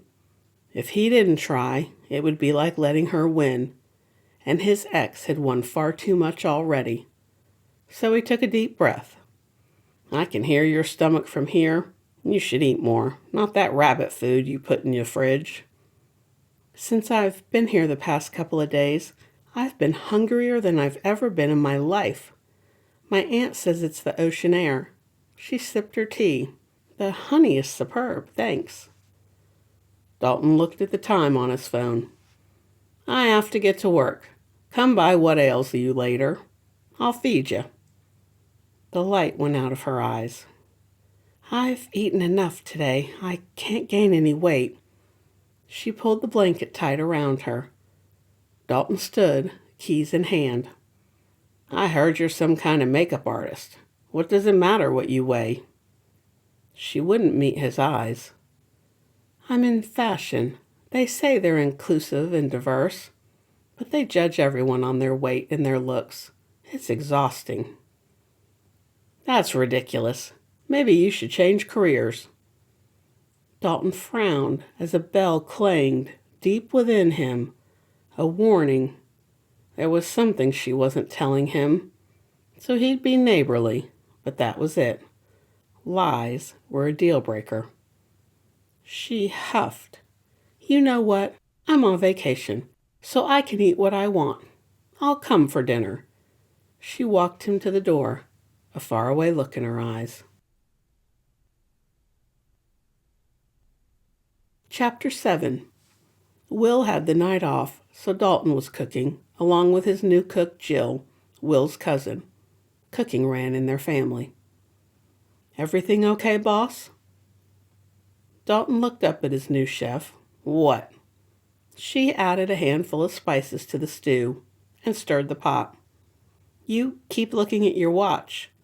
Jill put a hand on her hip. It wouldn't have anything to do with that pretty brunette I've been seeing around town, would it? What brunette? Jill pointed the wooden spoon at him, scowling. You know who I mean. The one who lives next door to you. Everyone's been talking about her. I ran into her at Stack's. She's really sweet. Dalton scowled. Times like this, I despise living in a small town. Isn't there anything interesting going on in the world? He grumbled under his breath about nosy Nellies. A sparkle in her eye, Jill shrugged. Whatever you say, but I heard Jackson down at the marina asking about her, wondering if she was single. The lid to the pot clattered to the floor. She is not available. Oh, really? That's not what I heard. Jill tied a scarf around her hair. He couldn't help himself. What did you hear? Jill looked out the round window set into the wooden swinging doors. You better get out there and find out yourself. Looks like Jackson's talking to her right now. Dalton pushed past her, calling over his shoulder, The kitchen's all yours. He smoothed his hands on his jeans as he strode through the pub to the table in the corner by the fireplace, scowling at Jackson as he passed him. Jackson grinned. Where's the fire, Dalton? He frowned, ignoring Jackson as he made his way to her, nodding to the few folks grabbing a late dinner. You made it. Christy smiled at him, her eyes as blue as a summer sky. She'd tied a floral scarf around her head, the ends trailing over her shoulder. Dressed in black leggings and a thick sweater, she looked like she belonged here in Magnolia Beach, a local out for a relaxing evening. No one's ever cooked for me before. She wrapped her hands around the stoneware mugs he had commissioned from a potter in Seagrove. This tea hits the spot. The wind off the water chills me right through to the bone. Dalton rested a hand on the back of the wooden chair. It'll warm up a bit in the next few days. Maybe he'd been too hasty in his judgment of her. Do you want a menu? Surprise me. It was the best thing she could have said to him. His face brightened. Relax and enjoy the fire while I cook us dinner. Dalton paused. That is, if you want me to join you? He nodded to her book. Or maybe you'd prefer to be alone? Christy put the book in the Stack's tote bag she'd purchased. I was hoping you'd join me. I don't like eating alone. Dalton ignored Jill as he pushed through the doors to the kitchen, deciding what to make her for dinner. He ignored the pointed throat clearing. He ignored the humming and the silly songs, until finally he'd had enough. He finished plating their dinners and turned. What? He growled at his chef. Jill blinked innocently at him. Nothing. You've been humming. Wedding songs. Kissing songs. Mushy stuff. He spooned homemade strawberry jam from the past summer into small ceramic bowls. Seagrove potters made all the dishes. It was more expensive than buying plain white dishes in bulk, but so worth it. Have I? Jill grinned at him. Dalton ignored her and finished putting the finishing touches on the plates. He wanted everything to be perfect. Guests always asked about the dishes, so much so that Dalton added the website of the potter to the bottom of the menu and offered the signature What Ails You mug for sale by the register. They were oversized, glazed in shades of blues and greens and grays, like the ocean. The potter stamped the name of the pub into the clay. Dalton sold tons of them every season. With that thought, he turned to Jill, plates in his hands. Would you mind wrapping up one of the blue mugs for Christy? I'd be happy to. Jill checked the stew. She's a good person, Dalton. Give her a chance. He thought about what Jill said as he brought the plates to the table. When he set them down and sat next to her, Christy had a funny look on her face. What's wrong? Nothing. It smells absolutely amazing. She stared at the plate of bacon, eggs, biscuits, and the homemade jam. Breakfast for dinner is one of my favorite meals.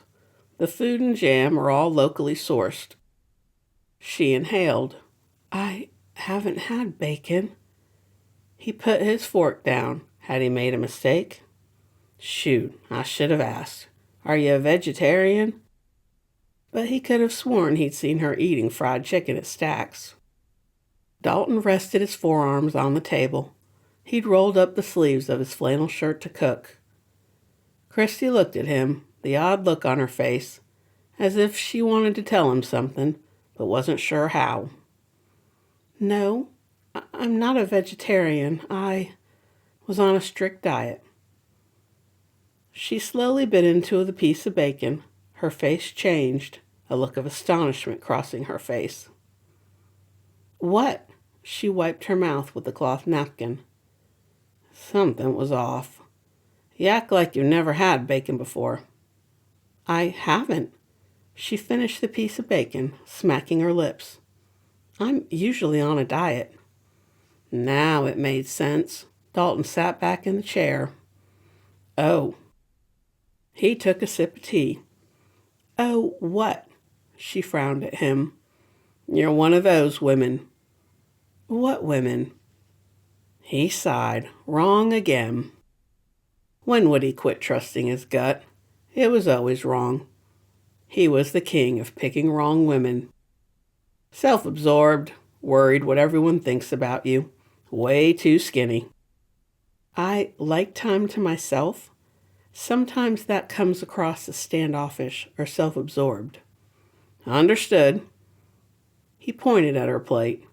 "You're at the beach. Relax. Be yourself. Live a little." She looked at her plate as she scooped up a small forkful of eggs. "I'm trying." "It looks like you hacked at your hair with a knife." Great. Did he just say that out loud? By the frown on her face, Dalton guessed he had. He wanted to take it back, but it was too late. Once you let go of words, they were free to fly, skewering everyone in sight. Instead of yelling at him or telling him what a jerk he was, Christy pressed her lips together. She cut her biscuit in half, put the egg and bacon on it, then spread jam on the other biscuit.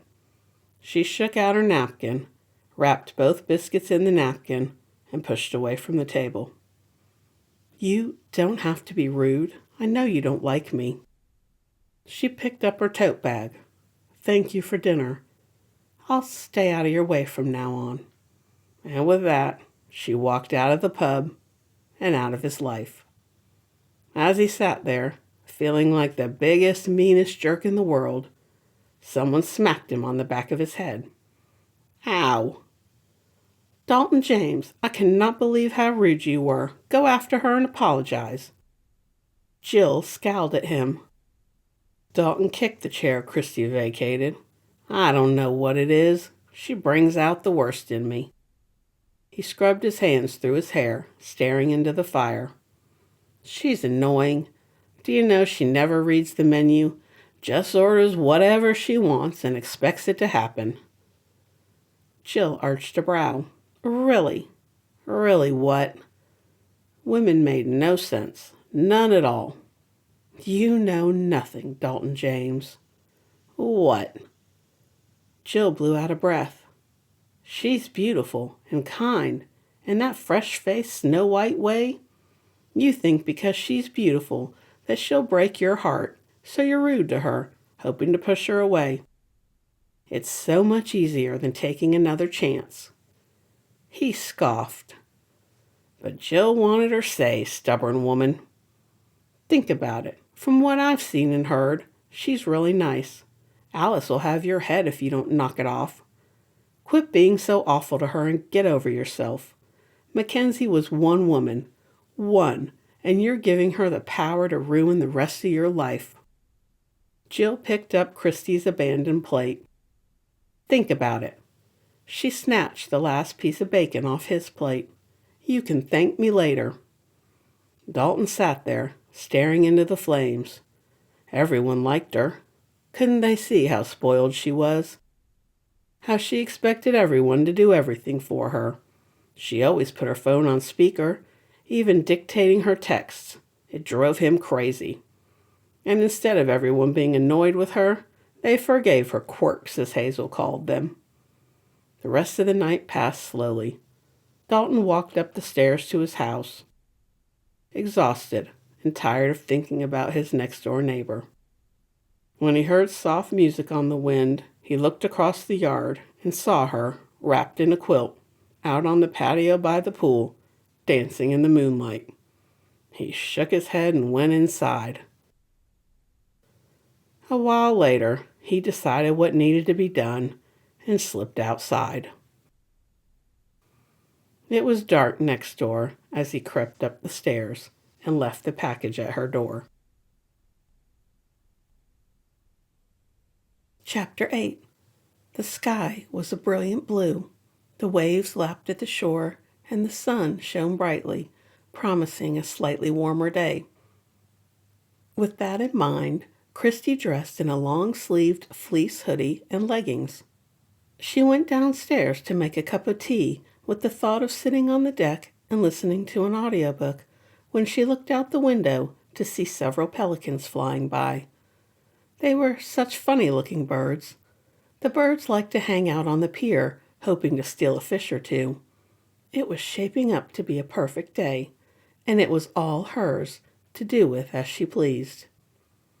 It wasn't windy today, but to be safe, she tossed a blanket over her shoulder to take outside with her. When she opened the door, Christy almost tripped over something.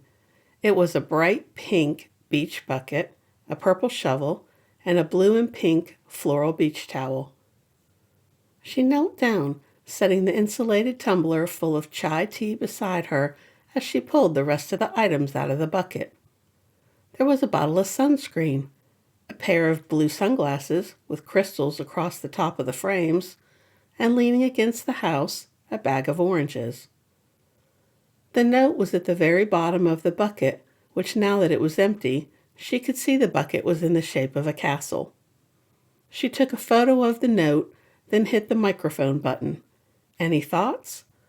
When a response showed up a few minutes later, she played the message, listening to the note. Brief and to the point, just like him. I'm sorry, I've been an insufferable jerk. Please accept my apology. Go to breakfast with me. Mabel makes the best homemade waffles and pancakes in Magnolia Beach. Signed, the guy who wants a second chance to make a first impression. Dalton. The note made her smile. He was one of the few men who hadn't hit on her. Was her hair really what made her pretty? Most of the models she knew would be furious Dalton hadn't hit on them, but not her. When he wasn't being a jerk, Dalton James, Mr. Unaffected, delighted and intrigued Christy, especially when he'd told her she wasn't his type. No offense. The funny thing about people saying no offense, they always meant what they were saying to be offensive. She'd never been told she wasn't someone's type. According to most guys, models were everyone's type. Just ask Leo.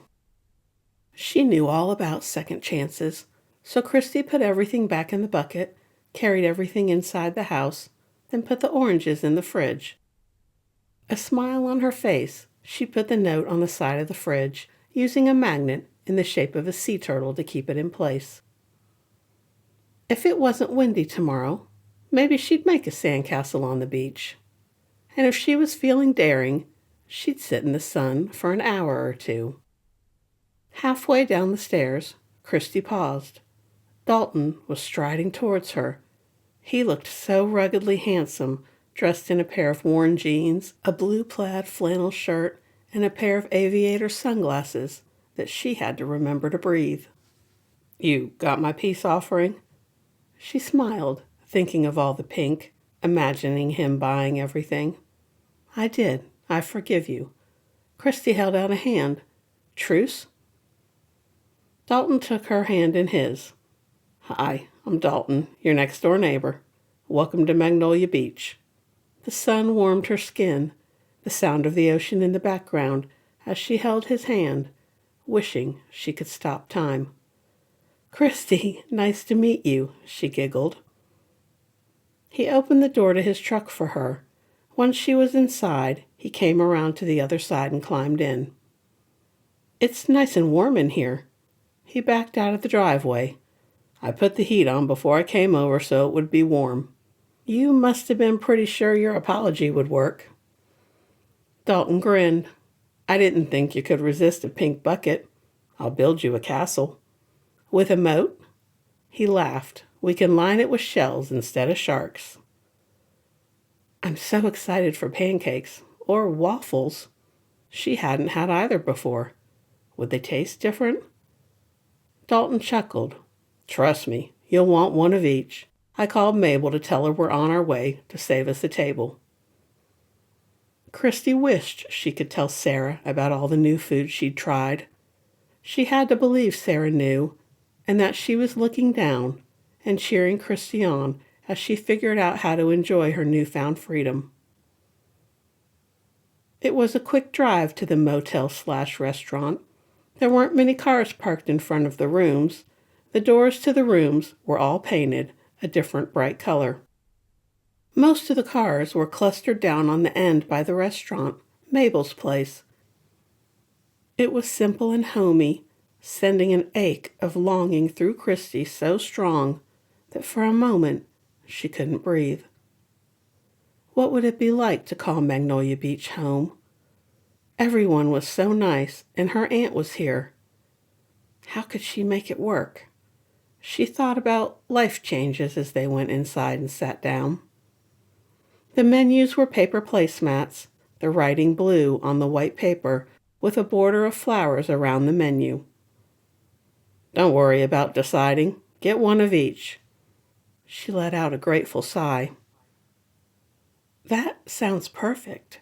This will be another first. Dalton snapped his head to her, and she braced, waiting for another snarky comment. But this time he surprised her. I'm glad I'm the one to introduce you to Mabel's famous pancakes and waffles. Would you let me order for us? I'm in your hands. She stretched her long legs under the table on the other side of Dalton. Oh my, when he smiled, he was devastating. Self-absorbed movie star Devlin Walker had nothing on Dalton James. After he ordered, they chatted, sipping freshly squeezed orange juice while they waited for their food. Dalton introduced her to several people in town. Her aunt stopped by their table, her eyes twinkling when she saw Christy with Dalton. The smell made her turn, sniffing the air. You look like Bandit when you sniff the air, Dalton grinned. I think I've died and gone to heaven. Christy inhaled again as Dalton laughed, his eyes crinkling at the corners. The smell is amazing, but just you wait until the first bite. The server set a plate in front of each of them. There was a waffle with maple syrup and a pat of butter in the shape of a shell. A second plate held the pancakes. Are those blueberries in the waffles? Dalton nodded. They are. He leaned across the small table, whispering, The secret is a splash of amaretto. Flavor exploded in her mouth with the first bite. The blueberries, the syrup, the touch of amaretto, all coming together with the light and fluffy waffle. It was enough to make her groan in pleasure. Try the pancakes. Dalton took a bite, a look of pure delight on his face, and Christy did the same. They're delicious. The pancakes had the same pat of butter in the shape of a shell. Instead of blueberries, they drizzled the pancakes with maple syrup and a mixed berry syrup and sprinkled raspberries over the top. She took another bite, alternating between the waffle and pancakes. I can't decide which is my favorite. Dalton wiped his mouth. We wouldn't want to hurt the waffle's feelings if we picked the pancakes, so let's call it a tie. She grinned, liking this easygoing version of him. A tie it is. They'd almost finished breakfast when a man stood, clearing his throat. He stopped Mabel, a pitcher of orange juice in her hand. Gently, he took the pitcher, handing it to a passing server. The room went quiet, everyone waiting, enormous smiles on several faces. What's happening? She whispered. Dalton leaned back in his chair. Earl's going to propose. He grinned at the couple. They've been dating since Thanksgiving. though he's had a thing for her forever. Earl cleared his throat again. Mabel, I fell for your cooking the day you opened this place. You've been coming here every day since, someone called out. The man with the kind brown eyes smiled at everyone. I have. I came for the food and found my heart. Several women sighed as Mabel's hand went to her throat. Every day I feel harder and harder for you. You're my sun, moon, and stars, constant as the waves. He went down on one knee as tears streamed down Mabel's face. Christy wiped her cheeks, sniffling. We go together like the sand in the ocean. Make me the happiest man in the world and say you'll be my wife, my partner. Let's grow old together, my angel. He opened a blue ring box, holding it out to her. Christy blew her nose, not caring she was crying along with the other women in the restaurant. A few of the men discreetly wiped their cheeks. Mabel let Earl slide the ring on her finger. She threw her arms around him, laughing and crying at the same time. I love you, Earl. Then she smacked his shoulder. A huge grin plastered across her face. What on earth took you so long? He pulled her into his arms, kissing her as everyone clapped. This is the best breakfast ever. Christy wiped her eyes. When she looked over at Dalton, his eyes were bright. Yes, it is, he said, looking not at Earl and Mabel, but at her. Warmth filled her. Dalton cleared his throat. I don't know how to top this, but how about a walk on the pier? We'll see if anyone's catching anything today. Other than a spouse? She laughed. I'd love to walk. I'm so full that if I don't move, I think I'll sleep until spring. He paid for their breakfast, stopping to congratulate Earl and Mabel on the way out. Dalton drove them to the pier, saying it would be windy later, and he didn't want her to catch a chill. I'm really sorry for how awful I've been to you. She looked over at him, his hands gripping the steering wheel. It's okay. It's not, but I feel even worse you've let me off the hook so easy. The breakfast, the proposal, it was a perfect day, and Christy wouldn't let Dalton feel bad, not today. Life's too short to be in a foul mood. I'd rather be happy. He parked, then jumped out and came around to open her door. You have such a positive outlook all the time. I don't get it. She pulled on the blue sunglasses he'd given her. They weren't her usual black, but she liked how they tinted the world in a wash of blue, almost like being underwater. I'm not a Pollyanna. Don't think that I am. My career can be difficult. I recently lost a friend. She couldn't take the pressure. Sarah was a model. She took her own life after she was relentlessly bullied and trolled online. I didn't know how much she was hurting. I miss her terribly. Christy looked up at the sky, knowing deep in her bones her friend had found peace. It's easier than people think to fall. One day you're down, and a month from now, you're at the bottom of a deep black well. So I choose to be happy. I try to let go of things I can't control and focus on what I can. Sometimes it works, other times it's hard. She shrugged. I'm a work in progress. Christy touched his arm. Today is perfect. Let's enjoy the day. You got it. Dalton took her hand in his as they walked along the pier. As they meandered along, stopping to see what the couple of hardy souls out fishing this morning had caught, Christy noticed 2 dogs running towards them, tongues lolling. Hey, Bandit. Hey, Smokey. Dalton bent down to pet the wriggling dogs. The brown and white dog leaned against her, tail wagging as she petted his fur and stroked his ears. I see you've met the monsters. A couple came up to them, smiles on their faces. Alex, Rose. Meet Christy. The dogs belong to them. The man laughed. I think we belong to them." As the men talked about an upcoming fishing tournament, Rose looked at her, cocking her head. The intensity of her stare made Christy want to dive over the railing and into the ocean. "Please, no." "Let's walk." Rose looked back at her fiancé, and it was then Christy knew. How had Rose found out? "You're even more beautiful in person." Christy's heart beat in time to the waves. "What are you talking about?" Rose kept her voice low. "Don't worry, no one knows."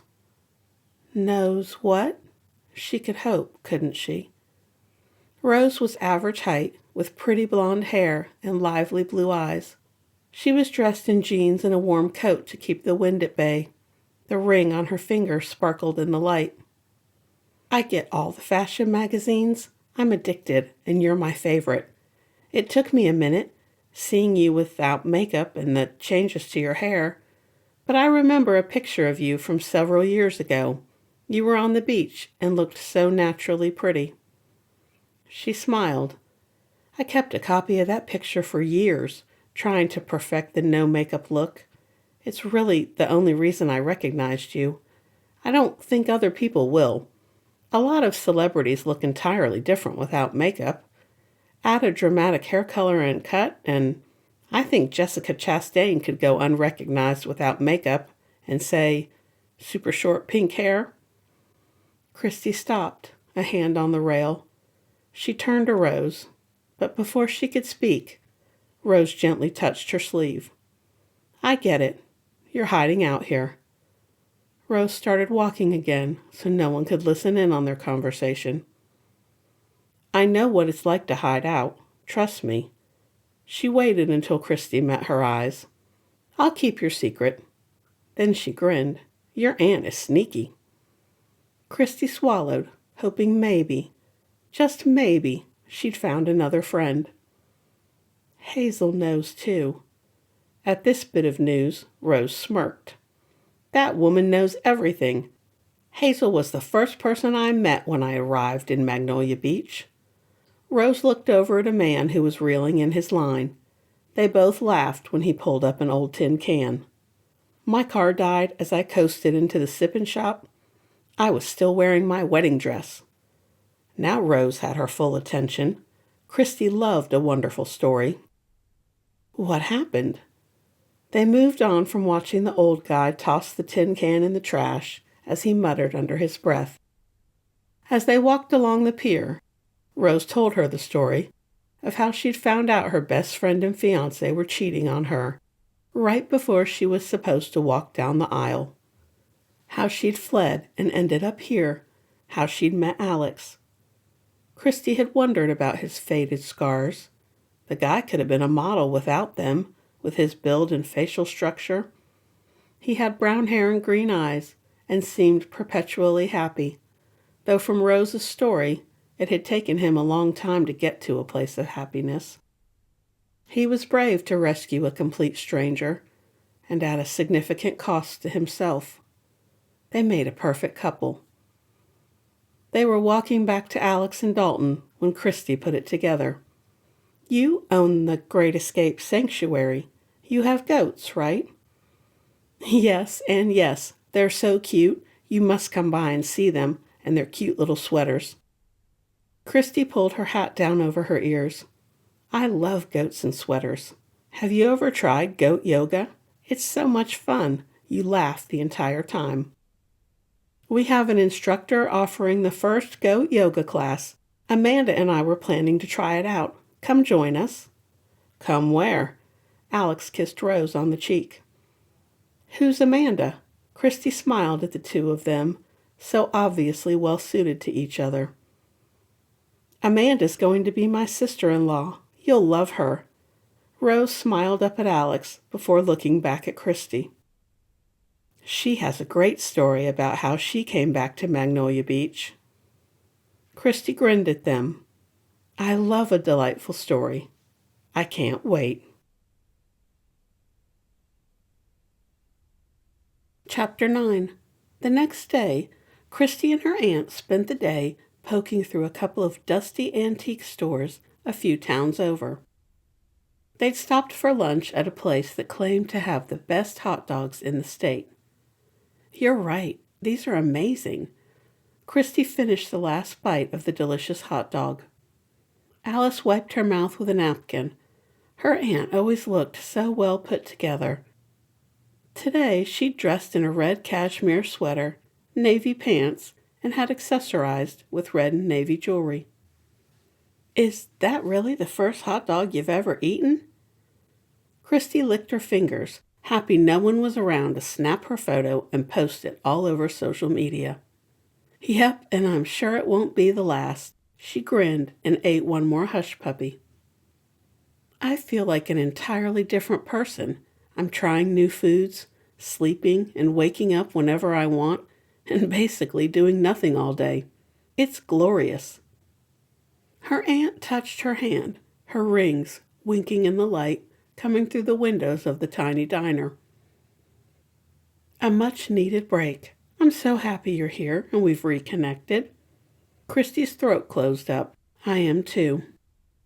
She took a breath. "I love it here. I've been thinking about buying a house." "I think that's a lovely idea, though you're always welcome to stay with me whenever you visit." Christy smoothed her hands on her jeans. "I know, and I appreciate it, but I'd like to have a place of my own that I can decorate the way I want. Whenever you're ready to look, let me know, and I'll introduce you to a great realtor. She always finds jewels." They finished lunch, then wandered through the final antique store. Her aunt found a couple of pieces she'd been looking for, including an old stoneware crock and a folding bench wringer. "I cannot imagine having to wash clothes with this. What are you going to do with it?" Her aunt touched one of the galvanized tubs. "I thought it would look pretty, filled with quilts." She told Christy the trick was to keep a running list of what you wanted, but then never expect to find what you were looking for. Eventually, you always found what you were looking for. It made sense in a trust the universe kind of way. The huge wood cabinet stopped Christy in her tracks. It was an old apothecary cabinet made of pine with lots of cubbies and drawers. As she ran her hands over the scarred wood, she felt a longing to own not only this piece, but to put down roots. Somewhere she could belong, a place to spend her life. She might be young, but she'd moved around more in her 23 years than most people did in 5 lifetimes. "Look at these sugar cookies." Her aunt came around the corner, holding up her phone. Christy took the phone, looking at the post. There were hearts, love letters, envelopes, and a few other designs, all Valentine's themed and beautifully decorated. "I'd love to try making and icing cookies." "You must meet Miss Trudy." Christy handed back the phone. "Who's Miss Trudy?" "Only the best cook in town. She's 85 and a bit feisty, but I think you'd like her. I could call her and ask if she'd give you a few lessons." Christy pulled her attention away from the beautiful cabinet. "I'd love that, thank you." Her aunt looked over the cabinet. "They'll deliver." "What? Where on earth would I put it? I don't have a place of my own." "Yet." Alice patted her arm. "Don't worry about that. There are plenty of folks who would store it for you till you find a place." She winked. "This is how it starts. You find a piece that speaks to you, and it's all downhill from there." Christy laughed. "Let's do it, and come see the antique linen press I found." "Come on in, dear." Miss Trudy opened the door to the cottage, an embroidered dish towel in her hands. The house was less than 10 minutes from the beach. She'd gone with her aunt the first time to meet the best cookie maker in 3 counties. This time, Christy came alone for the lesson. The cottage had a bright purple door. The ceiling of the porch was light blue. There was a porch swing piled with pillows that looked like the same swing her aunt had. Christy could imagine whiling the day away with a book on that swing. Maybe she could have a porch swing with plants and comfortable chairs of her own one day. It would mean retirement or finding something else to do, and honestly, she'd done nothing else. Was she even good at anything other than modeling? Miss Trudy had painted the trim of the house lavender and the house itself a dark purple. It looked straight out of a fairy tale, except instead of the witch that cooked the children, she was meeting the fairy godmother. "Thank you again for giving me baking lessons." The first time they'd met, Miss Trudy had gone over the basics. Christy had quickly pulled out her phone and recorded what she'd told her so she wouldn't forget anything. "I'm so happy for young people to take an interest in baking." Miss Trudy's gray eyes twinkled behind glasses with purple frames. "After cookies, we'll work on cooking basics." Then she chuckled. "A good meal is the best way to win a good man, and I hear there's one in town with his eye on you." She blushed. "Dalton is an excellent chef. There's no way I'd impress him with a bowl of soup." Miss Trudy pursed her lips. "Men are simple creatures, dear. A bit of food, a smile, and a kind word, and they'll follow you to the ends of the earth." She tapped her wooden spoon on the edge of a glass bowl. "Did I tell you how I met my dear Harold?" "I love a wonderful story." Christy could listen to Miss Trudy all day. The woman traveled all over the world with her husband. He'd been a doctor for Doctors Without Borders. He'd passed away 10 years ago, and she'd never remarried. They talked about their favorite countries and sights as the day passed. Miss Trudy was exactly the person Christy would have loved to have for a grandmother. She was yet another friend, and someone Christy hoped would be a part of her life. Didn't we all want to connect, to belong? Miss Trudy didn't care what she did for a living or how she looked. All she cared about was passing on her knowledge. She and her husband never had children.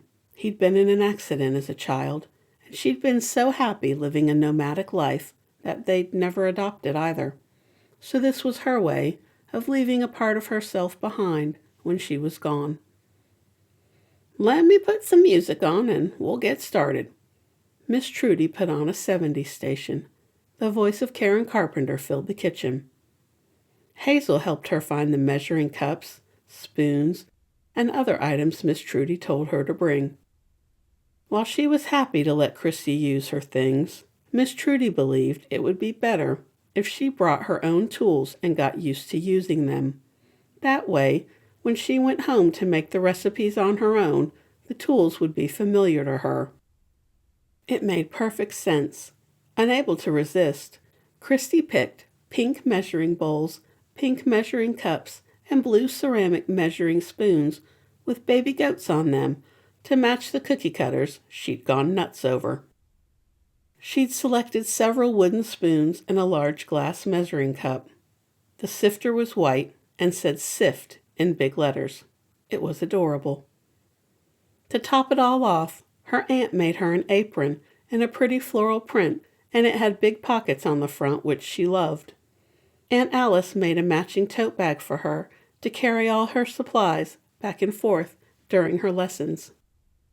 Miss Trudy finished setting out everything they'd need. The kitchen was the largest room in the cottage. "Do you want to make notes as we go, dear?" Christy swallowed. "Would you mind if I made a video of us so I can watch it later? It's easier for me to see what I did and to remember for next time." "An excellent idea. I always wanted to be in film." Miss Trudy giggled.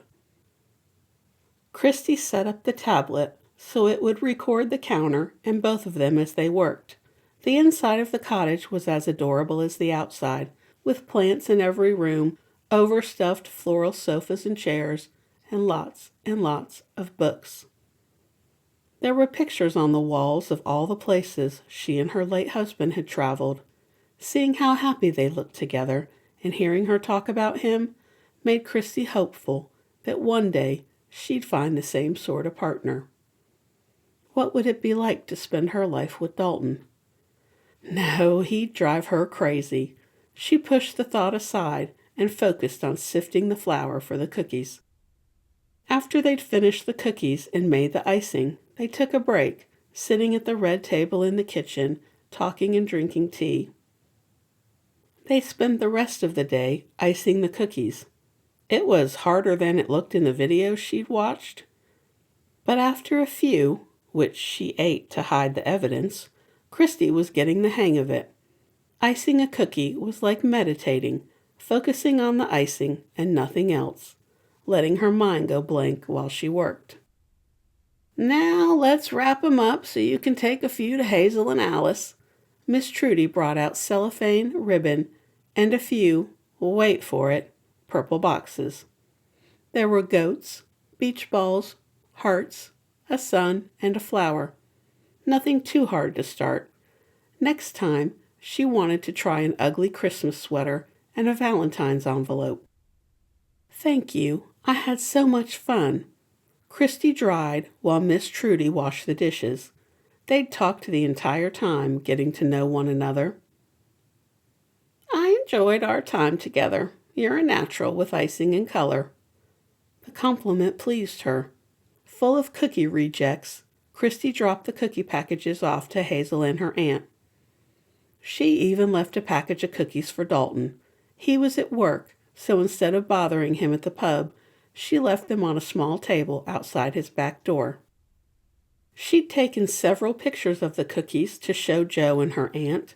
When the text came in from her mom, Christy frowned, then groaned as the phone rang. Christy Evans, what on earth have you done? Hey, Mom. Don't hey Mom me, young lady. The fury rolled through the phone. Are you trying to give me wrinkles? You look horrible. What have you done to your beautiful hair? Did you hack it all off with a chainsaw? Before giving her a chance to ask how she knew about her hair, her mom continued, ranting and raving. I know you ate those horrid cookies. How many did you eat? You look fat in the picture, and you don't have any makeup on your face. What has gotten into you? Oh no. Somehow she'd sent the photos to her mom and not Aunt Alice. They were next to each other in her contacts, but she'd hit the wrong one. Great, just great. You listen to me. It's time for you to go get that awful color changed and get a decent haircut. You need regular treatments, lasers, injectables, fillers, anything to hold back time. I know models are working longer nowadays, but you have to be perfect. And this vacation nonsense? Well, they're going to forget you, and then you'll have nothing. She put the phone down and went to look out the windows at the ocean until she heard her mom wind down. You call me when you've come to your senses. Yes, Mom. Christy hung up the phone. When she looked next door, she saw Dalton was home, and not only that, but he was lying on his stomach in the sand behind his house. What on earth? What are you doing? Dalton jumped. Ow! He sat up, rubbing his head where the branch scratched his forehead. Sam's under there. I think a car hit him. I heard tires screeching, and then heard a cry. Christy kneeled down next to him. What can I do to help? Would you get the chicken out of the fridge? It's his favorite. Of course. She reached out, wiping his forehead. I'll bring paper towels as well. You're bleeding. He rubbed his forehead on his shirt, glad she didn't see him do it. While Dalton waited for her to come back outside, he took a few minutes to call the vet and let them know he was coming. The sound of a door closing had Dalton looking up. She was beautiful, even with the bad dye job. When he'd asked Colton what else he knew about her, his brother had been surprisingly evasive. Here, she handed him a paper towel. While he cleaned off the side of his face, she shredded the chicken. Do we make a trail of chicken? He shoved the bloody paper towel in the pocket of his jeans. "Yep, hopefully it will work. If you'll lay down a trail, I'll grab the cat carrier and see if we can get him to come out." Without a second thought to getting her white jeans dirty, Dalton watched as Christy kneeled in the sand, then laid on her stomach, talking softly to the cat so she wouldn't scare him. He ran to the truck, grabbed the carrier he'd purchased last week, and came back, holding it over his head, hoping the cat wouldn't see it. Dalton paused, his mouth hanging open. Christy was holding the cat close to her neck, talking softly while she rubbed Sam's ears. He was jealous of a cat. "Here you go, big boy." She gently set him in front of the carrier. To Dalton's shock, the cat limped into the carrier, one paw held in the air and curled up. "There you go. We'll get you fixed up." She closed the door to the carrier. "Could I come with you? I don't want him to be scared." In that moment, Dalton knew she was a good person, someone he could trust. If she was keeping something from him, it wasn't anything important. Christy was beautiful and guileless, someone he could care for a great deal. The news from the vet was positive. Sam had a fractured leg and would be fine, though his partying days were over.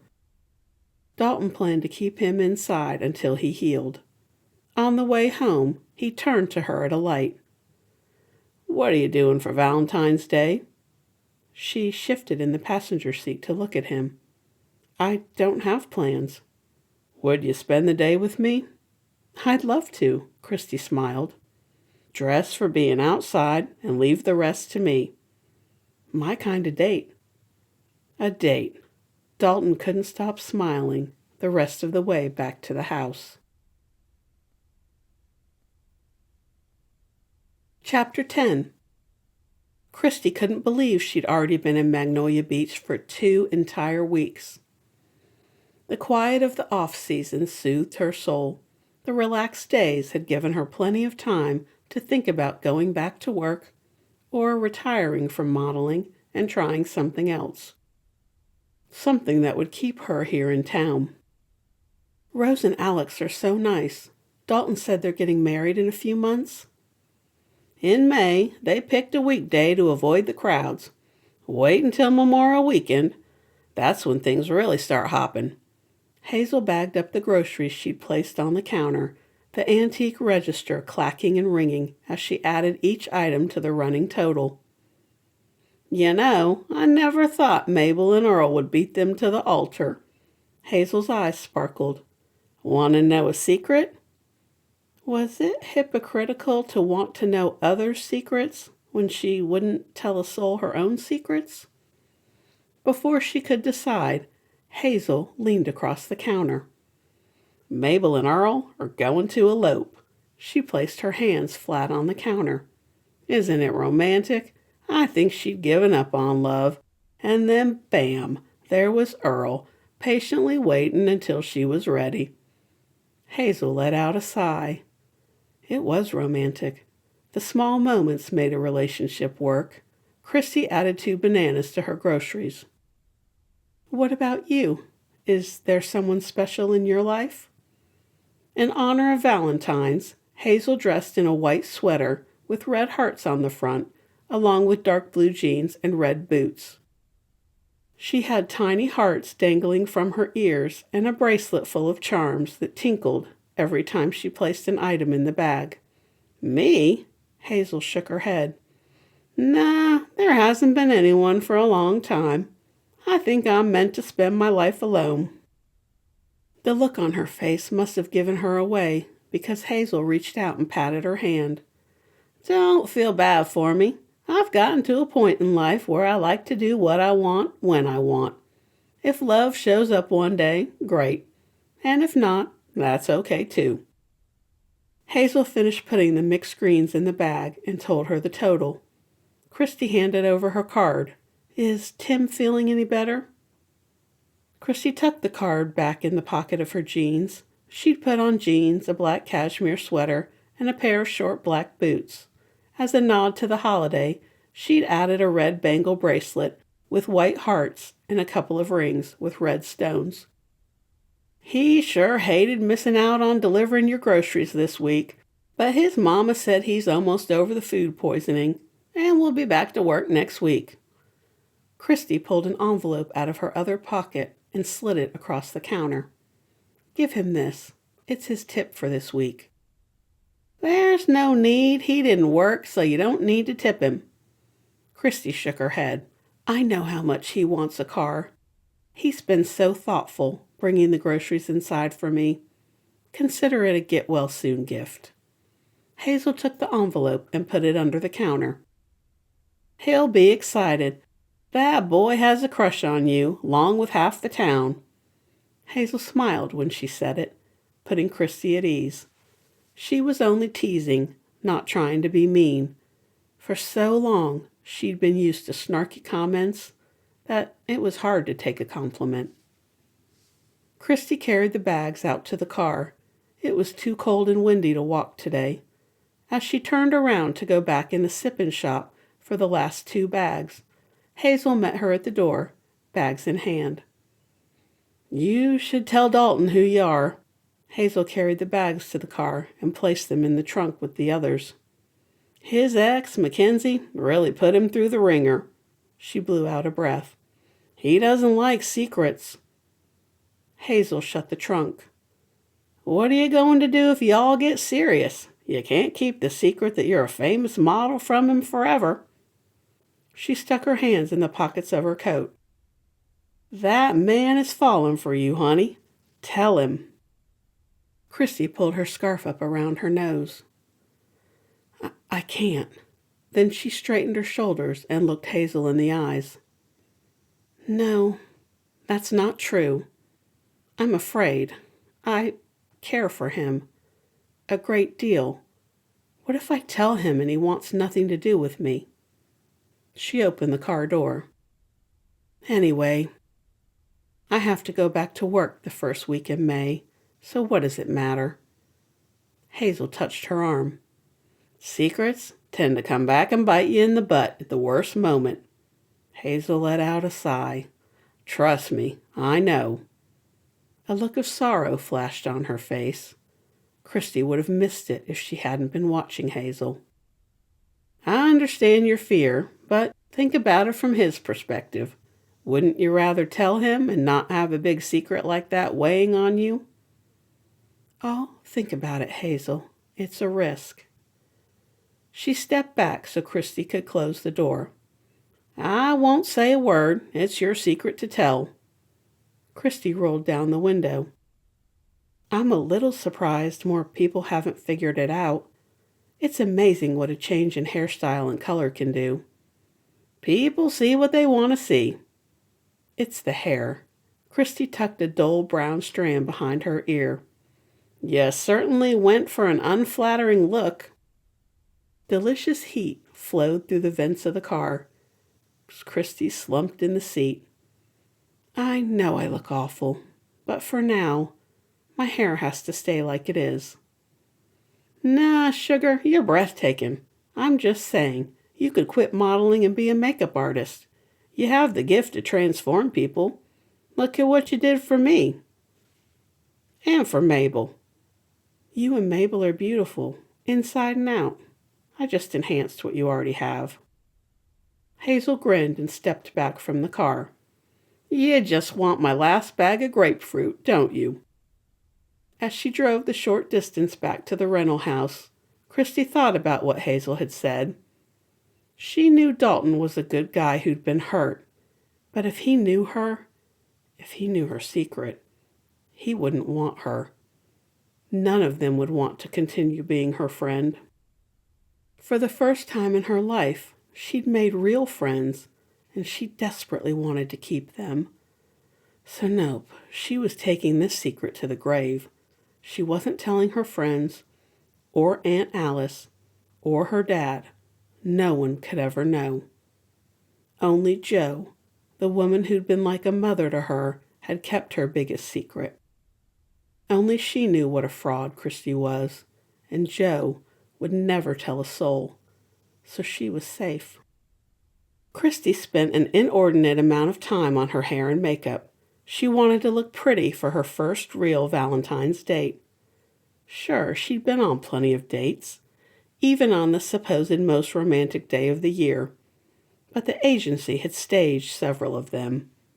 Between other models, actors, rock stars, sports figures, she'd been linked to an astonishing number of men over the years, and the funny thing was, only a handful had been real. No wonder she was nervous. The eyeliner she'd applied looked more ghoul than cat's eye. With a deep breath, she closed her eyes and listened to all the makeup artists over the years as she'd sat in countless chairs, picking up tidbits here and there. When she opened her eyes, her hand was steady. The no-makeup look took forever to apply. She'd sworn she wouldn't wear a stitch of makeup the entire time she was here in Magnolia Beach. But, well, she could admit it. She wanted Dalton to look at her with that look. The one that said, "You're the only one in the world for me." A couple of days ago, she'd been wandering along one of the neighboring beaches, looking for a change in scenery, when she saw them. They looked like the grandparents she wished she'd had, both bundled up against the cold, wisps of gray hair peeking out from the woman's purple knitted hat. She had matching purple gloves and a purple, pink, and white scarf to bring color to her navy wool coat. Her husband wore a black coat with tan slacks and tan gloves, scarf, and a matching hat. She linked her arm through his as they strolled along the beach. Every so often, one of them would stop and point out a shell or something else that caught their interest. Unable to resist, she'd followed along behind them, filled with a longing so strong she was shocked she didn't melt into the waves. They looked at each other as if no one else in the world existed or mattered. It was a look full of history, of shared heartbreak and joy, of love. She wanted a man to love her like that. A knock at the door made her jump. Dalton was here. With a last look in the mirror, she took a deep breath and jogged down the stairs. Chapter 11. Jill wasn't currently dating anyone, so she'd agreed to work the pub tonight, leaving Dalton free to take Christy on a date. Who would have thought he'd end up crazy about her? At first, she annoyed him, probably because she was movie star beautiful, and second, because she was so kind to everyone, pretty and nice. He'd had a hard time believing she was authentic, until he realized that's just who she was, and as his brother pointed out, judging her for being pretty wasn't fair. He snorted. How had she done it? Every day he looked forward to seeing her, talking to her. What's so funny? Tim sat on the hard plastic chair, knee bouncing up and down, rubbing his palms on his jeans. His mother had to work, and the kid couldn't wait another minute to get his driver's license, so Dalton had agreed to take the kid to motor vehicles. He remembered the feeling of getting his license, and then his first car. "Nothing, I was just thinking about women." Tim made a face. "Miss Christy is awesome, but most girls only want to date the popular rich guys." The kid frowned. "I want to be like you when I grow up." Dalton cocked his head. "What do you mean?" "You don't need anyone." Tim rubbed a hand over his chest, as if he could feel the pain from whatever high school girl had stabbed him in the heart. Dalton could relate. The kid sighed, the weight of the world on his shoulders. "Girls break your heart, and they don't even care." Ah, that explained the slumped shoulders. He turned to face the kid. "Don't be like me. My ex was awful. She broke my heart, and I closed myself off from everyone. Don't let her make you cold. If you do, she wins." He clapped the kid on the shoulder. "We don't let our exes win." Tim allowed himself a small smile. Nope, we don't. A stern woman walked into the waiting area, clipboard in hand, calling Tim's name. Dalton squeezed Tim's shoulder. You've got this. Put everything else out of your mind and go get your license. The kid loped over to the woman as Dalton crossed his fingers. The kid's mom worked 2 jobs, so Dalton and a few others had been riding with the kid so he'd get the required hours he needed. Even Christy had gone with the kids several times. She'd said Tim wanted to drive by the fast food place where all the kids hung out. Tim told Dalton she was patient and never gasped like his mom or Colton. Dalton was going to give his brother a hard time when he saw him next for letting the kids scare him. Back in the day, Colton had ridden his motorcycle down the hallways of school when they were teenagers. His brother was a legend. Dalton couldn't stop grinning as he sauntered next door to pick Christy up for their Valentine's date. He hoped she'd like what he had planned. He knocked and heard her coming down the stairs. When she opened the door, his mouth dropped open. Hi, she beamed at him. You look amazing. He swallowed. She'd done something with her hair. It almost looked like she'd gotten those highlight things women liked. There was a bit of blonde here and there, almost like it was showing through. Could she be a blonde? No, Dalton shook his head. Why would she dye blonde hair brown? You said dress for outside, so I didn't dress up. She shut the door behind her. You're perfect. And he didn't mean what she was wearing. Suddenly it hit him. He wanted to spend every day with her. He'd been an idiot to push her away. That ended now. She blushed. Thank you. You look pretty handsome yourself. Dalton looked down. He'd worn dark jeans, a heavy cabled cream sweater, and a black peacoat. He held out a hand. Shall we? She smiled, a smile that lit up the dark. Dalton took a breath, finding it hard to breathe. She dressed simply in white jeans, a bright red sweater, and red boots. He and his friends called them fishing boots, but he remembered the brand was Hunter, and they were very popular. Dalton had never seen her with makeup on. Whatever she'd done had enhanced her beauty.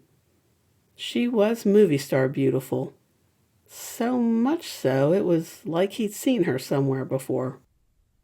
Sorry, what? He opened the door to the truck for her. I asked what you had planned for today? As she leaned over to fasten her seatbelt, he caught a whiff of citrus and gardenia. Dalton swallowed. We're going ice skating. Her entire face lit up. I haven't been in ages. How fun. When he got inside the truck, it was already warm. He'd started the vehicle before walking over to get her, so the heat would be on when she got inside. For a woman who'd lived up north, she sure was cold all the time. Oh, I almost forgot. She handed him a red bag with hearts printed on it. Cat treats for Sam. How's his leg? He pulled out of the driveway. He's doing great. Lazing about in a patch of sunlight. Eating and sleeping. That cat lives like a king. He deserves a good life after being a stray. She pulled her red gloves off and stuffed them in the pocket of her black coat. Dalton looked at her from the corner of his eye. I have to confess, I bring him leftovers from the pub. He loves hamburgers and salmon. She laughed. He's living his best life. They talked about their days as he drove across town to the ice rink. There were only a few cars in the parking lot, so not too many people to laugh at him when he fell and made a fool of himself. Dalton offered her his arm as they walked inside the rink. I'm so excited, she grinned, bouncing on her toes. She was almost as tall as him, and the déjà vu returned for a moment, but he shook it away and focused on their date. Dalton tried not to let the fact that she was a much better skater than him injure his male pride. There were several kids whizzing past them along with a few adults.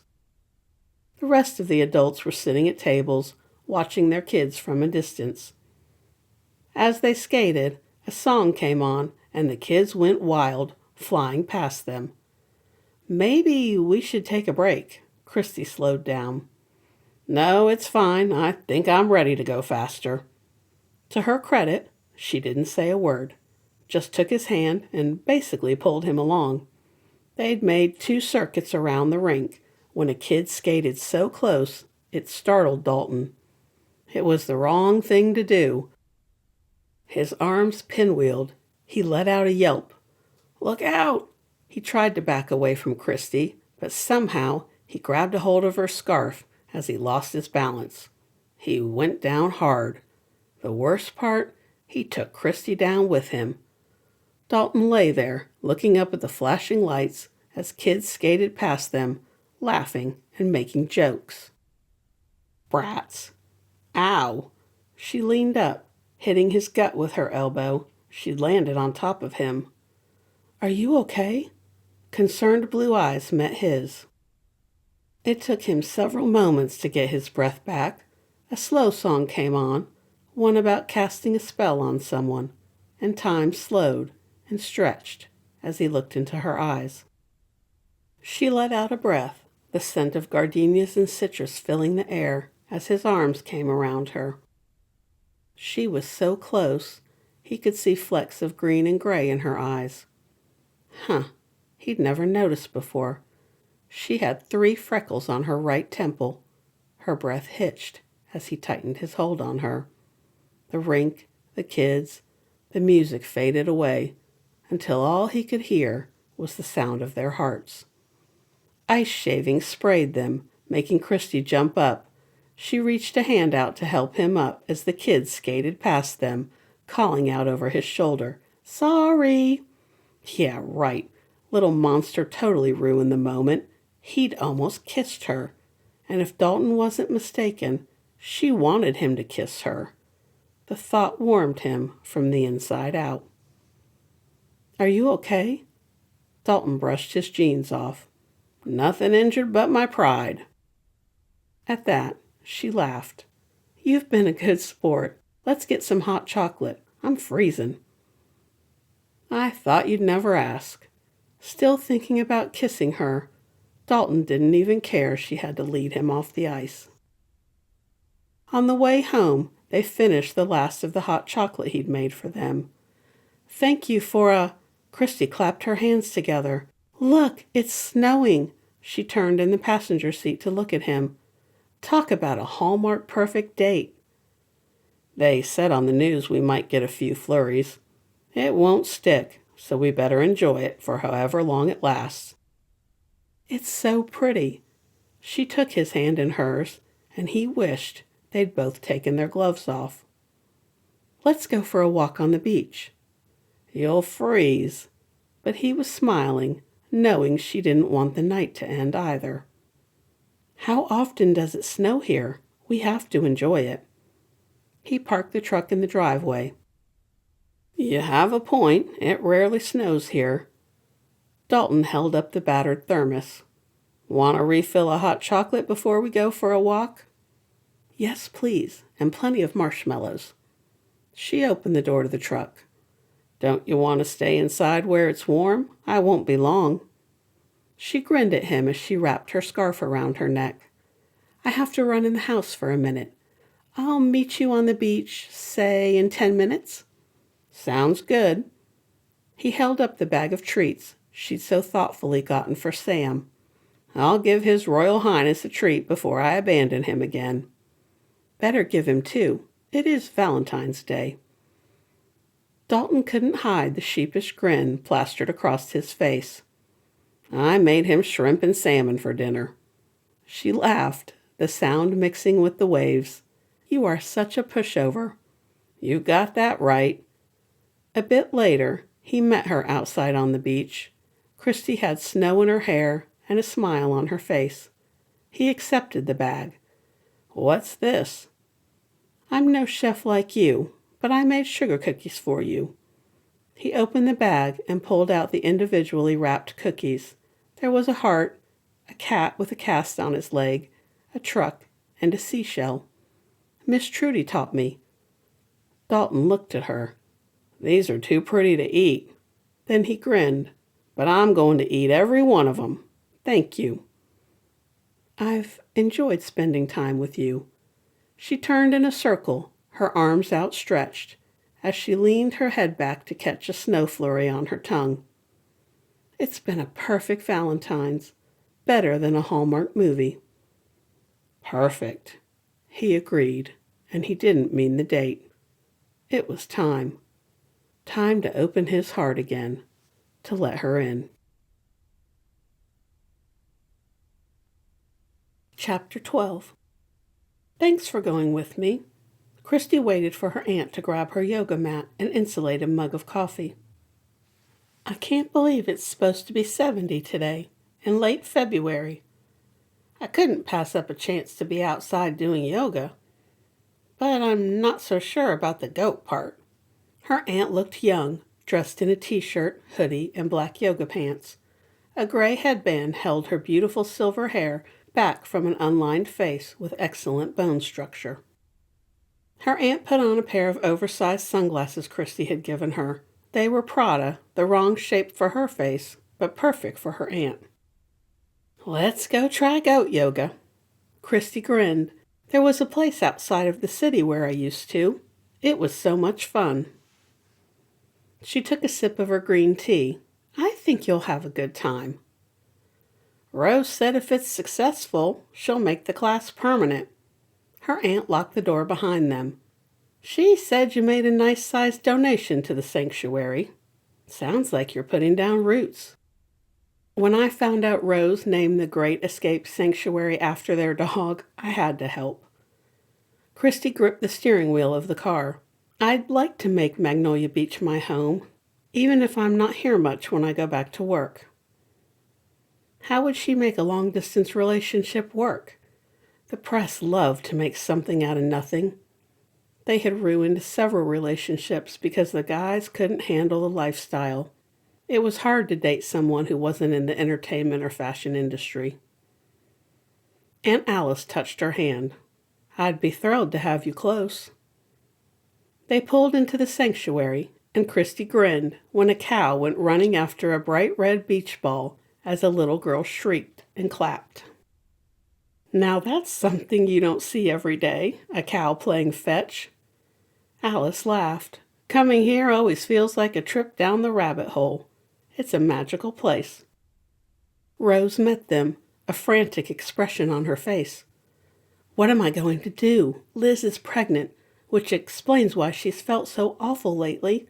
But with her home barfing, I don't have anyone to teach class today." With a deep breath, Christy stepped forward. "It was my idea. I'm not a certified instructor, but I've attended enough classes that I could teach today if you want me to." Rose turned, her blonde hair looking gold when the sun hit it. Blue eyes searched hers. "Would you? I'd be so grateful." "It will be fun." Seeing the panic on Rose's face, Christy impulsively hugged her new friend. "I promise. People love these little mini goats. It makes them feel like they're part of a simpler time." She grinned. "I guarantee every single person will tell you their face hurts from smiling so much when we're done today." Rose let out a sigh. "Let's do goat yoga." The class was full. Mostly women, with a few men. People laughed and took pictures as the goats jumped on their backs, wove through their legs and under them. It happened as the class was ending. Alex jumped up with a yelp. He yanked his shirt off, making a few women sigh in appreciation. "That goat peed on me." He was so indignant, and the tiny black and white goat so adorable, that Christy couldn't help it.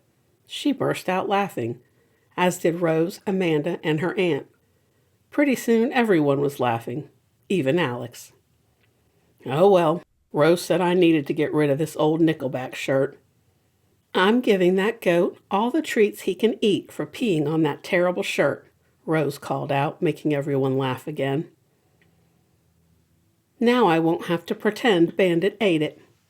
While they gave the goats treats and packed up their things, Christy told her aunt all about the date with Dalton. "Did I hear Dalton took you ice skating?" Amanda waggled her eyebrows, her red hair pulled up into a ponytail. "Tell us everything." Rose nodded. "One of the little kids that comes here to ride said he saw the two of you." She grinned. "He said he'd never seen such an awesome wipeout." Christy cringed, remembering how Dalton had gone sailing into the boards at the rink when a tiny girl on skates went flying by him. "Don't make fun of him, or I might never get him on the ice again." Not only had Christy never been to a drive-in movie, she didn't know they still existed. Dalton told her to dress warmly and bring a blanket. He'd take care of the rest. They were a week into March, and it had been cold for days. No more walks on the beach. She shivered, thinking about the icy wind coming off the ocean. Christy pulled on leggings, then took them off. Too cold. She tried jeans, but wanted to be comfy, so she yanked them off too.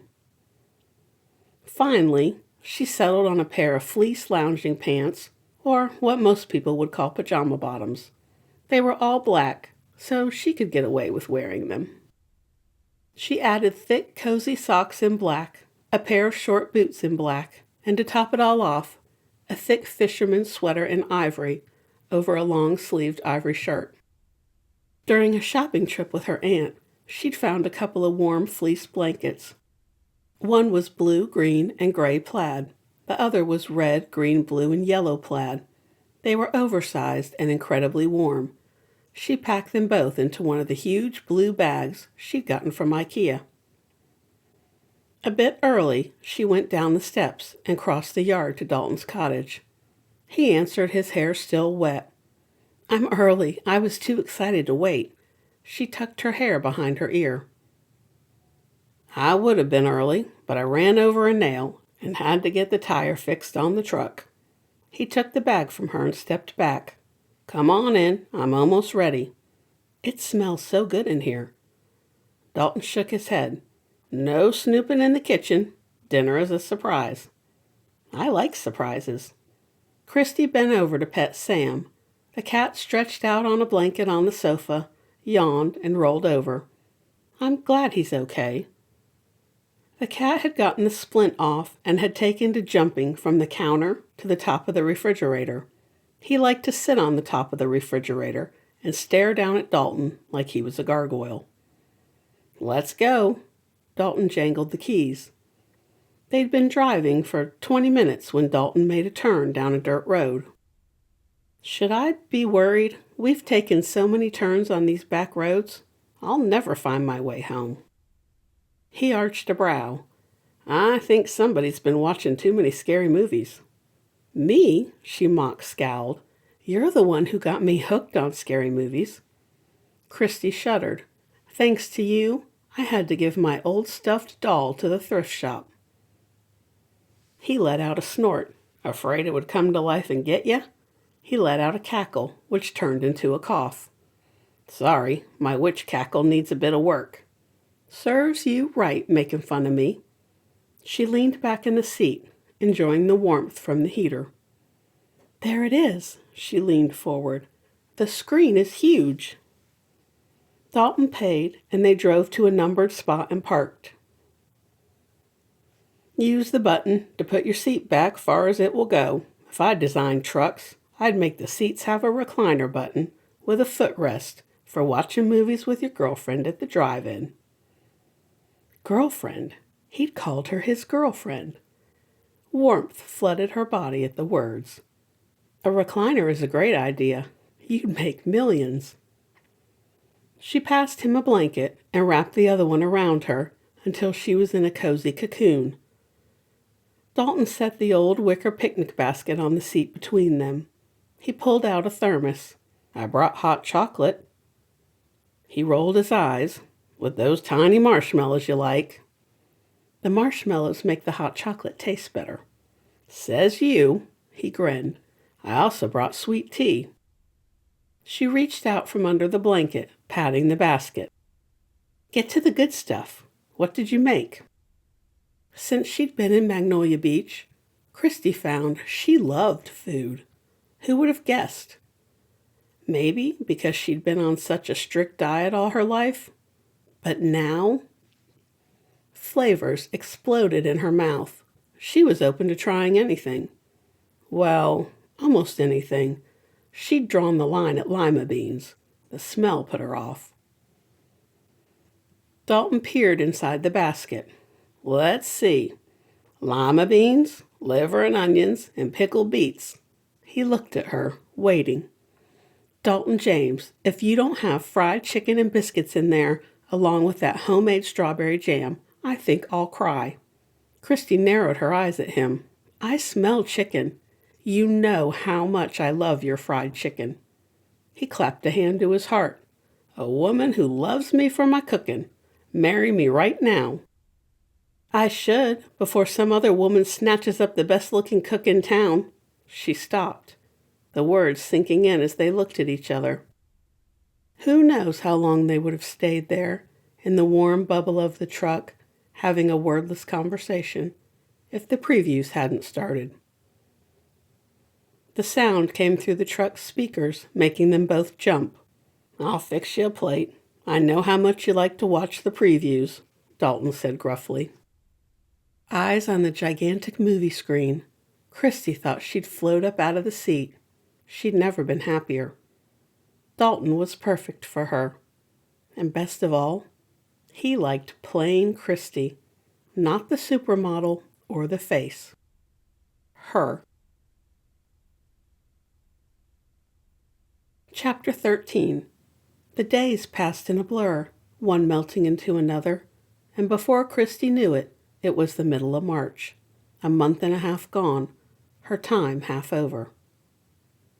She'd gone from not having a clue how to fill her days to wondering why she hadn't taken more time off over the years. From talking to Miss Trudy, Christy understood the importance of self-care, of having time to do nothing, to daydream. The ocean, the lonely sounds of the gulls calling out, refilled the well inside her, a place she didn't know was empty until she'd spent time simply being present in the moment. Soon she'd have to decide about her future. But not today. Today, Christy was going to see her dad, the man her mom said had never wanted her. Deep breaths. You can do this. She checked her appearance in the visor mirror one last time before getting out of the car. At least Aunt Alice warned her that her dad would be at the house today, had given her plenty of time to back out. But this time here at the beach was a time for new habits, alternative ways of looking at life, and Christy was trying to embrace it all. The door opened before she could knock. Aunt Alice pulled her in for a hug, the scent of lilac and roses filling her nose as she wrapped her arms around her aunt. I'm so glad you came. Her aunt took Christy's coat and hung it on a hook on the wall in the entryway. I'm nervous. She rubbed her palms down her jeans as she followed her into the living area. He stood, and a memory hit so hard, Christy reached out, gripping the back of a chair to steady herself. It was from when she was little, maybe 5 or 6, and hadn't wanted to go to a modeling job for children's clothes. She'd wanted to go to an Easter egg hunt, but her mom said no. She remembered her dad arguing with her mom, saying she needed time to be a kid. Another memory came, the one when he left, but she pushed it away, determined to listen to his version of what happened. By now, she knew how much her mom embellished events, or simply altered family history to suit herself. I'm glad you came. I wasn't sure you would. Her dad looked as nervous as she felt. He was a handsome man with kind blue eyes and hair the same color as hers. Well, before she covered it up with dye. He flicked a glance to her hair, but said nothing about the color. I thought we might all want something stronger than hot chocolate, so I fixed warm spiced wine. Her aunt brought out a tray with 3 heavy stoneware mugs. Mugs Christy now knew came from Seagrove. I'm mostly a beer guy, but I'll give it a go. Her dad looked dubious as he sniffed the wine. She sat on the sofa across from her father, who had nodded to her, but said little. He struck her as the type of man who thought before he spoke, so when he had something to say, you listened. Christy and her aunt were planning to take a day trip to visit a bunch of the Seagrove potters. There was a map listing each potter. Currently, there were over 100. Her aunt put a check mark by the ones she'd visited, explaining she wanted to visit them all. There were stars by her favorites and a circle around the ones that weren't her style. Christy had already printed out a copy of her own and planned to do the same. She wanted an entire set of dishes in pretty blues or purples to remind her of Magnolia Beach. Her aunt was the bridge between Christy and her dad, making small talk, drawing them together as they sipped their wine. The mug was warm in her hand, the scent of spices filling her nose as Christy sipped, grateful to have something to do with her hands. When her aunt cleared her throat, Christy went rigid. "There's something I need to say." She looked at Christy, her eyes full of love, and Christy instantly relaxed. Everything would turn out the way it was supposed to. "My sister, your mom, and I, we had different ideas about you keeping in touch with your dad." She looked to Chris, who nodded for her to go on. "Amy didn't want me to keep in touch with Chris after they split up."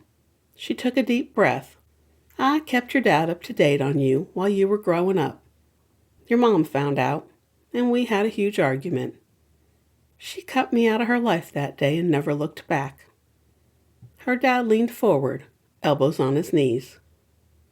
"By then, you were on so many magazine covers that it was easy for me to follow along with your career.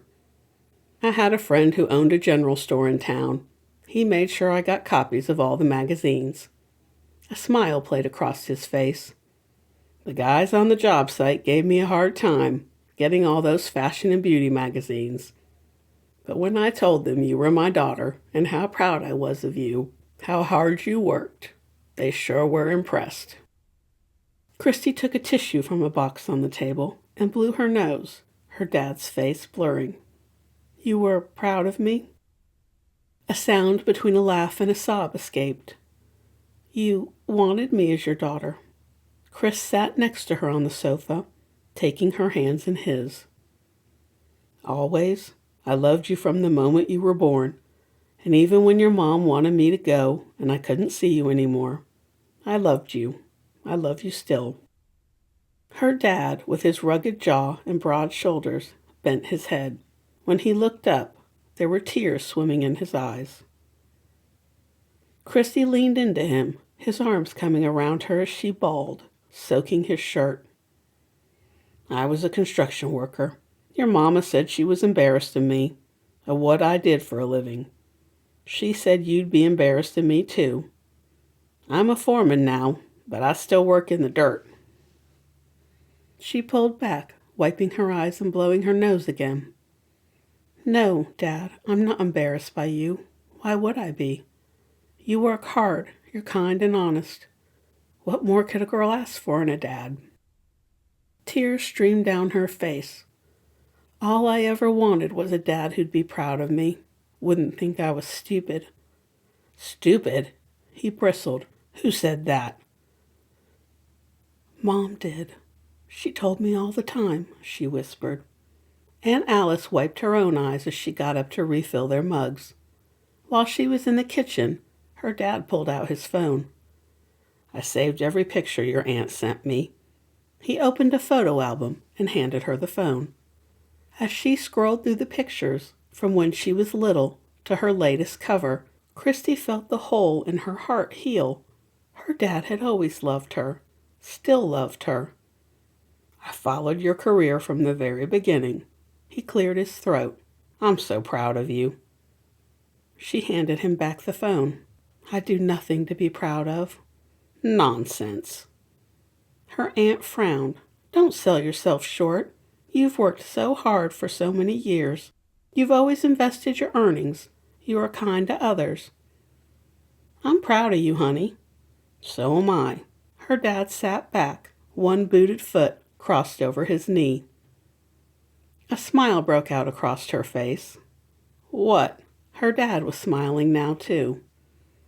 I'm just, a small laugh escaped, picturing you, a big burly construction guy, flipping through Vogue. Her aunt laughed. And the beauty magazines. Hey, don't knock those. Her dad grinned. Look how nice my skin looks. I've learned a lot from those magazines. He threw his head back and laughed, the rich sound filling her, smoothing over the edges of the hole his love filled until the wound faded away, healed. I got a new job with a big company out of Myrtle Beach, so maybe we could spend some time together while you're here in Magnolia Beach. I'd love that. Christy couldn't stop smiling. Her dad hadn't abandoned her. He loved her and wanted to spend time with her. He never thought she was dumb like her mom had said. Aunt Alice had tried to tell her that her mom was jealous of her youth and beauty, but she hadn't wanted to believe a mom could be like that to her own flesh and blood. Instead of being angry with her mom, Christy was sad. She pitied her mom, because there would always be someone out there with more money, someone prettier and younger. Her mom would never be comfortable in her own skin, and that was on her, not on Christy. Aunt Alice is helping me look for a place here.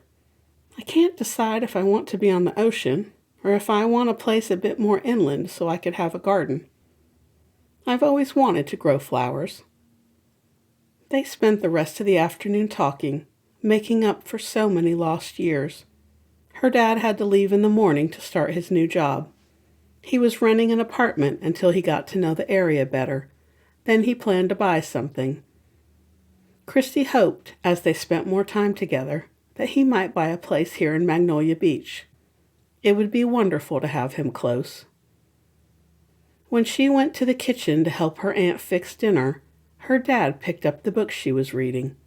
She missed the frown as he opened the book, then looked at her before putting it back on the table. Chapter 14. The next week, Christy talked to her dad on the phone twice. She found him easy to talk to. He listened, and when asked, gave her thoughtful, common-sense answers. During dinner at her aunt's, she'd explained why she changed her hair and had been going out and about without her usual face of makeup. He hadn't asked, but she wanted to tell him, though she still hadn't told him or her aunt about her big fat secret. He wouldn't be so proud of her then. And after having just found and reconnected with her dad, Christy couldn't bear to lose him. The next week, Dalton took her to the local high school for a Friday night football game. It had been warm the last few days, so it thrilled her the weather turned cold for the game. She'd packed hot chocolate and sandwiches. Jill from the pub showed her how to make Dalton's favorite, a Reuben. She'd also packed cheese and crackers, along with an assortment of olives and pickles. Her aunt showed her how to make the spiced wine, so she'd filled a thermos and brought it as well. The metal bleachers were cold, so Dalton brought cushions for them to sit on. He'd also brought thick wool blankets to keep them warm. It was the most fun she'd had in a long time. Everyone was there, cheering the team on and chatting with each other.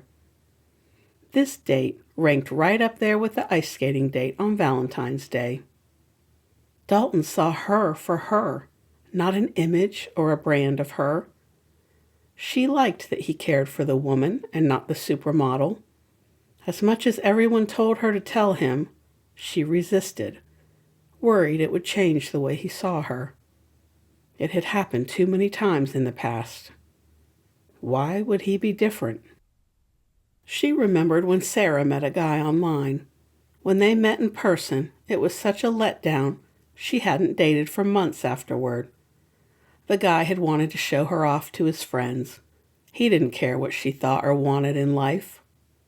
As much as Christy worked, she dated little other than the scripted dates Joe or the agencies set her up for. She could never be sure if men wanted to date her because of who she was, or if they liked the person inside. Her looks intimidated some guys, as did the amount of money she made. Others were jerks. She'd met a couple of good guys, but they hadn't wanted to deal with the press and nasty online comments.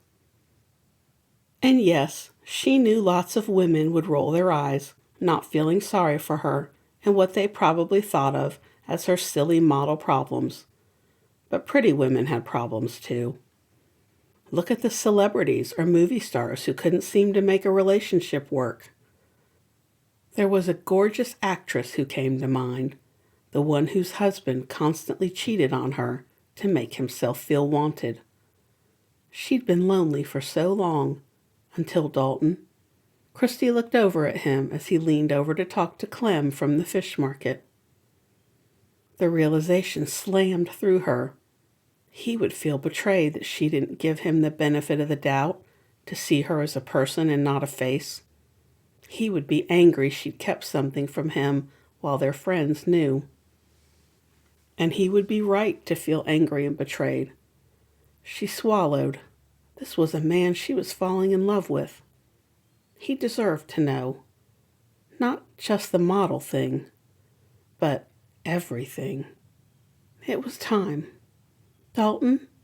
He tucked the end of her scarf into her coat and adjusted the blanket around them. Zip it all the way up or the cold air will blow down your shirt. Thank you. I hadn't noticed between the spiced wine and hot chocolate. It was halftime, so as they watched the marching band, she looked around. People were getting up and going to buy food from the concession stand or talking with each other. No one was paying attention to them. He took her hand. She had to do it before she lost her nerve. I wanted to tell you, but before she could finish, he cut in. Did Amanda already tell you? She cannot keep a secret. If they ever have kids, she'll give them presents before Christmas because she can't stand the suspense. No? Christy shook her head. What was he talking about? Good. He grinned at her. Look at the sign. The board on the field lit up as the marching band played a song from the 80s. Christy, will you go to prom with me? Dalton. She gasped. People around them whooped and hollered and clapped. I know you never went to your own prom, so I offered to chaperone. Would you go with me as my date? The smile on his face made her heart swell. I'd love to. People around them clapped and cheered. How did you do this? One of Chase's friends works the sign for the games. He did me a favor. Dalton pushed her glove back and kissed the back of her hand. His lips were firm and smooth. The sounds of everyone around them, the band, and the game faded as they looked at each other. She leaned closer. Oops, sorry. Someone bumped into Dalton as they walked behind them carrying hot dogs and beer, breaking the moment. I'll even wear a tux. Let me know what color dress you pick, and I'll make sure I match. She was going to prom. I don't know what to say. She leaned into him, whispering to herself, I'm going to prom.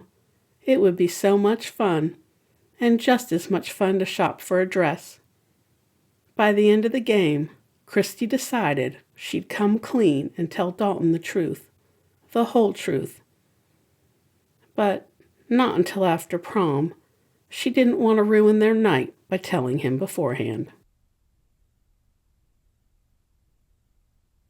Chapter 15. Where are we going? Christy was thrilled her aunt wanted to go shopping with her to find a prom dress. It's a thrift shop called Used is the New Black. Miss Madison and Miss April own the shop.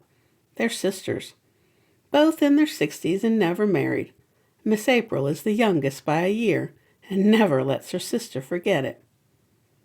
I think I drove by it one day.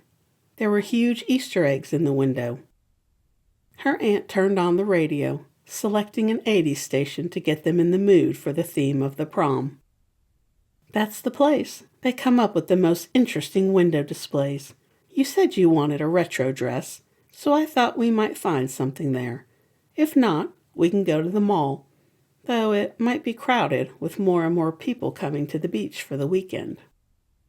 "I'm so excited. I never went to prom or any school dance." Christy had spent the morning looking up hairstyles and old prom dresses. She'd noticed the influx of people on the weekends. The weather had been all over the place lately. Warm one day, chilly the next, then cold, then hot again. It was like Mother Nature was going through menopause. What would it be like during the high season? She wrinkled her nose. It would be crowded and noisy. While the beach in front of the rental houses wasn't as crowded as the hotel beaches were, it was still something to think about as far as buying a place. Her frown turned to a grin as she realized she sounded just like a local. "You're going to have so much fun at prom."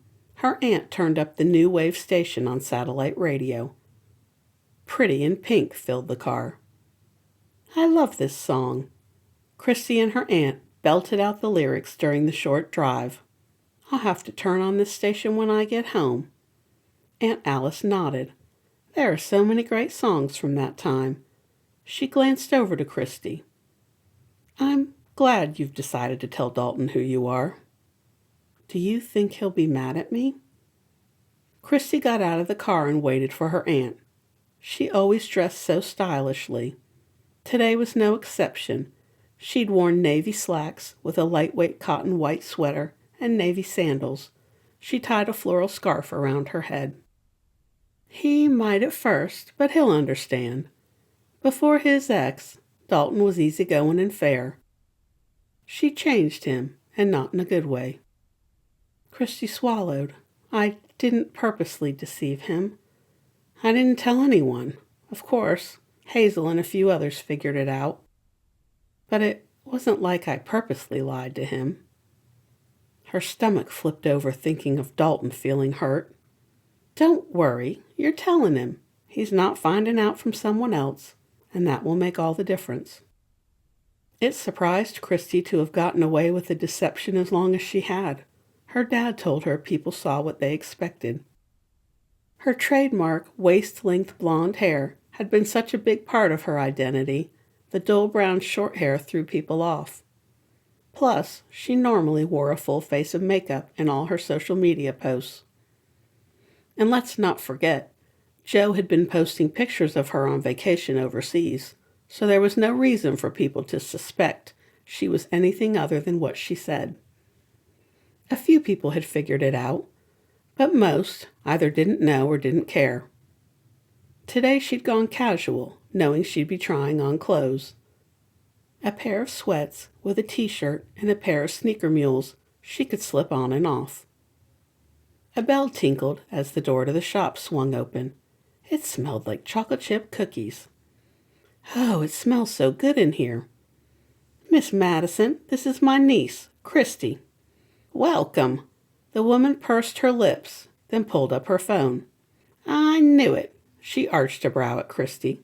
"Clever girl." "Sorry?" Christy's attention was on a rack of frothy pastel prom dresses. "You're Christy Evans, and you're not in Australia." She grinned. "I think you figured it out the quickest. I've been going by Christy Jones." "Your aunt showed me a picture a few years ago, the one where you modeled with the lions." Her aunt frowned. "I'd forgotten about that." "It doesn't matter." Christy was telling Dalton after prom. Once he knew, she didn't care if everyone knew. The people that mattered, their opinions were the only ones she cared about.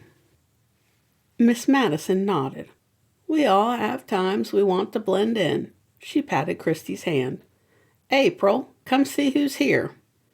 "I'm fixing my tea." The voice came from somewhere in the back of the deep store. "We have a bona fide supermodel in the shop." There was a squeal, and then Miss April appeared, a pretty blue and white teacup in one hand, a plate of chocolate chip cookies in the other. "Oh my, you weren't kidding, Madison." Miss April held out the plate. "Do you eat cookies, or do you subsist on cigarettes, air, and lettuce?" Christy grinned. What happens in Magnolia Beach stays in Magnolia Beach. She took 2 cookies. Miss Madison cackled. Well said. What are you looking for today? Her aunt swallowed the last of her cookie. Dalton asked Christy to the prom. These cookies are heaven, she licked her fingers. I never went to my prom. Miss April squinted at her. Are you going to change your hair back or leave it brown? She sighed. I'd like to go back to my natural blonde, but it will have to wait until after prom. At the questioning looks, she added, Dalton doesn't know I'm Christy Evans. He thinks I'm plain Christy Jones, a makeup artist on a break between jobs. She fingered the satin on a halter top. I'm going to tell him after prom. The sisters nodded. You could go with jewel tones or some of the pastels. Miss April went to the rack Christy had been eyeing and held up a blue satin dress with white ruffles. Not that one. Miss Madison made a face. Thank goodness, it was like something out of one of those over-the-top Southern Belle weddings. She left her aunt talking with Miss Madison as she and Miss April sorted through the dresses. Before she knew it, she was in a pink and white dressing room, trying on dress after dress. Christy brought her own heels. She had a pair of crystal-encrusted heels she wanted to wear. When the designer gave them to her, she'd immediately thought they'd be perfect with a prom dress. Thank goodness she'd brought them with her to the beach. She looked at her toes and decided she'd get a pedicure and have them painted to match the dress. The same with her nails. The dress was vintage. It was tea-length, satin, with a tulle overlay that had butterflies embroidered all over it. It had wide satin straps, and best of all, pockets.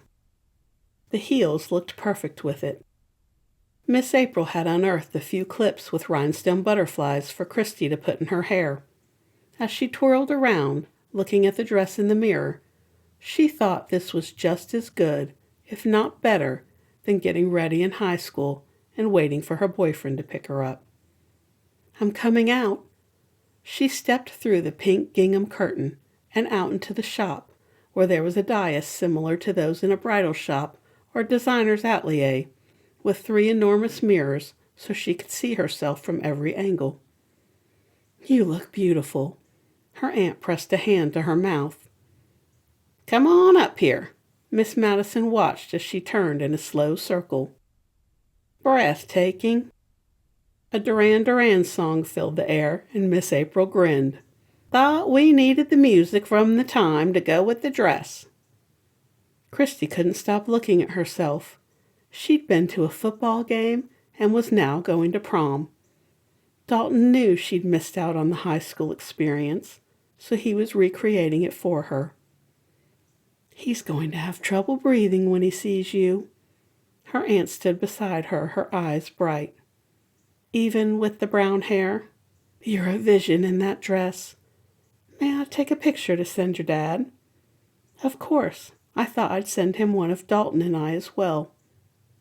The school has a balloon arch they're setting up for pictures. It's going to be so much fun, even if I am only there as a chaperone.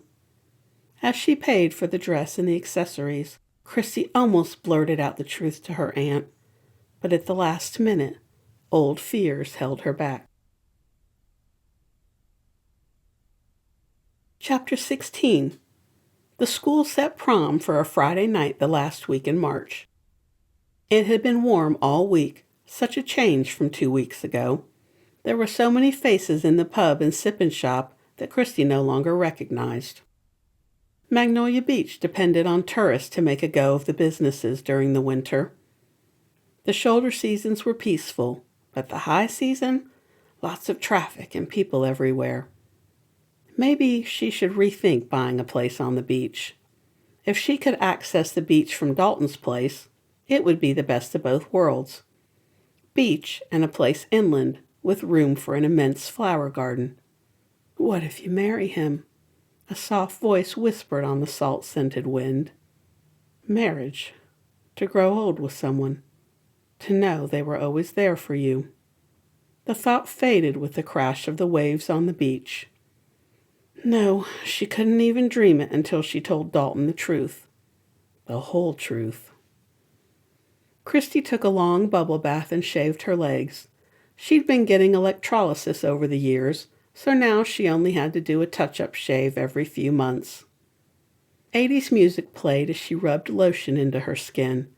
This was the first time she'd had a real tan, and while she knew it wasn't healthy, it sure looked good. She had a touch of color, kissed by the sun. Any time she was on the beach or lying by the pool, Christy applied sunscreen. Photo shoots were scheduled so far in advance that she wasn't allowed to get a tan. It would look odd on a shoot for winter clothes. With her bright pink toes and pale pink nails, Christy felt like a princess in the pretty prom dress. She twirled around the room, looking in the mirror, watching the dress and heels as they caught the light. She'd pulled her hair back into a half-up, half-down style, using the crystal butterfly clips she'd purchased at the thrift shop to secure the braid. The house had a keypad, so she didn't have to worry about bringing keys. She tucked shiny pink lip gloss in her pocket, along with a couple of breath mints and her phone. With one last look in the mirror, she smiled. It was going to be the most perfect night ever. With that thought, there was a knock at the door. Dalton called out, "Are you ready to dance the night away?" He'd been more cheerful lately, as if the ghost of his ex had finally been banished. "Coming." She walked down the stairs, grateful for all the years she'd spent walking runways as she strode towards him, eyes locked on his. His eyes widened, his mouth dropped open, and a look of pure male appreciation filled his face. "Wow, you look like a movie star. Where were you when I went to prom?" Heat hit her cheeks as he stalked over to her, a clear plastic box in his hands. "You look pretty amazing yourself. I love a man in a tux." At that slip of the word love, she held her breath, but he didn't seem to notice as he opened the box and took out a beautiful wrist corsage. He tied the pink roses on her wrist and offered his arm. "Your carriage awaits, m'lady." "I'm so excited I'm about to float away." At the bottom of the stairs to the carport, she gasped. "It's beautiful." There was a vintage midnight blue Jaguar parked in the driveway. "I borrowed it from Miss Madison in exchange for bringing them dinner next week." He opened the door for her. "I didn't think you'd want a big flashy limo." Dalton came around and got in the car. "No, leave the limos to the kids. This car is elegant and perfect." By the time they'd walked into the gymnasium of the high school and had their picture taken under the blue and white balloon arch, Christy's face ached from smiling so much. They monitored the kids, though they were all well behaved. Of course, she'd heard enough to know there would be plenty of after parties. Tonight was their night to dance and have fun. They danced and talked to a few others who were also serving as chaperones, giving the teachers a much-needed break. A Fleetwood Mac song about dreams came on, and all the kids filled the dance floor. "Shall we join them?" Dalton held out a hand. Christy followed him onto the dance floor, his powerful arms holding her as they sang along, the kids around them singing at the top of their lungs. It was better than any ball she'd ever attended. Not because it was prom or in an old high school gym that still held the faint smell of gym clothes and sweat under the scent of flowers, but because of who she was with. The right person made everything fun. Chapter 17. "If you'll excuse me, I have to powder my nose." She touched Dalton's arm. He was talking to Clem about going fishing with Chase next week. Christy made her way to the girls' bathroom and found an all-too-familiar scene. A lovely dark-haired girl in a pretty pale yellow dress sagged against the wall, crying, mascara running down her face, tissues littering the floor around her feet. It was a scene Christy had experienced too many times. What's wrong? Can I help? The girl looked up, utter dejection filling her face as she smoothed her palms down the yellow dress. They said, they're so mean. They said my dress was cheap and ugly. The girl swiped at the tears running down her cheeks. I stocked shelves for months, worked extra hours. Also, I could afford this dress. A sob escaped. It was on clearance. Even then it was expensive. The girl hunched her shoulders, ducking her head, the embarrassment flooding her skin. Christy leaned against the wall next to her. I've been there, but instead of making fun of my dress, they called me ugly names. The girl's head snapped up. You're the prettiest woman I've ever seen. Christy pulled a handful of paper towels from the dispenser and handed them to the girl. She looked around the gray bathroom, devoid of any cheer. The space would fit in at many of the shoot locations she'd been on. Mean girls have to tear others down to feel better about themselves. Christy waited until the girl looked up at her. I wish I could tell you they'll disappear when you go off to college or when you grow up and make your way in the world. She let out a sigh. But they're always there, lurking, looking for weakness. The girl blew her nose. Then it's hopeless. No, Christy shook her head. They're small and petty. And while we can't change them, we can change how we react to them. She held up a damp paper towel and pointed to the girl's cheeks. When the girl nodded, Christy went to work, cleaning up the makeup. Do you have any makeup with you? The girl handed her a small, faded yellow evening bag. Christy opened it and set the products on the sink. As she worked to repair the girl's makeup, she kept her voice low, grateful they were alone. Did you come with a date? The girl shook her head. I came with my 2 best friends. They were dancing with boys they like, so I didn't want to text them and interrupt their good time. Best friends will always be there for you. The next time you run into a mean girl, stand tall, chin up, and don't let her know she's hurt you. They're confused when their knives don't hit the target. Christy motioned for the girl to look up as she fixed her eye makeup. Then, call your friends and vent. Or better yet, get together with them. Mean girls turn into mean women. They're like dog poop on the sidewalk. You know it's there, so you go around it. Or you aren't paying attention, and the next thing you know, you've stepped in poo.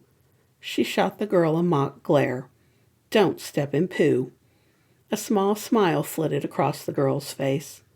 Christy gently turned her around. Look how pretty you are. She touched the yellow dress. It was pretty, but the color was wrong for the girl. It washed her out instead of enhancing her natural beauty. You know, I think we're the same size.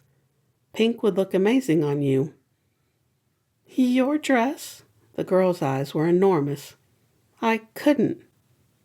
You can either go back out there, head held high in your own dress, ignore the haters, and rock it with your friends, or you can go out in my dress. Christy waited. She'd given the girl an out, but the mean girls would know. If I change dresses with you, those awful girls will know they hurt my feelings about my dress. She touched the neckline as she looked in the mirror. You made me look beautiful. Christy shook her head.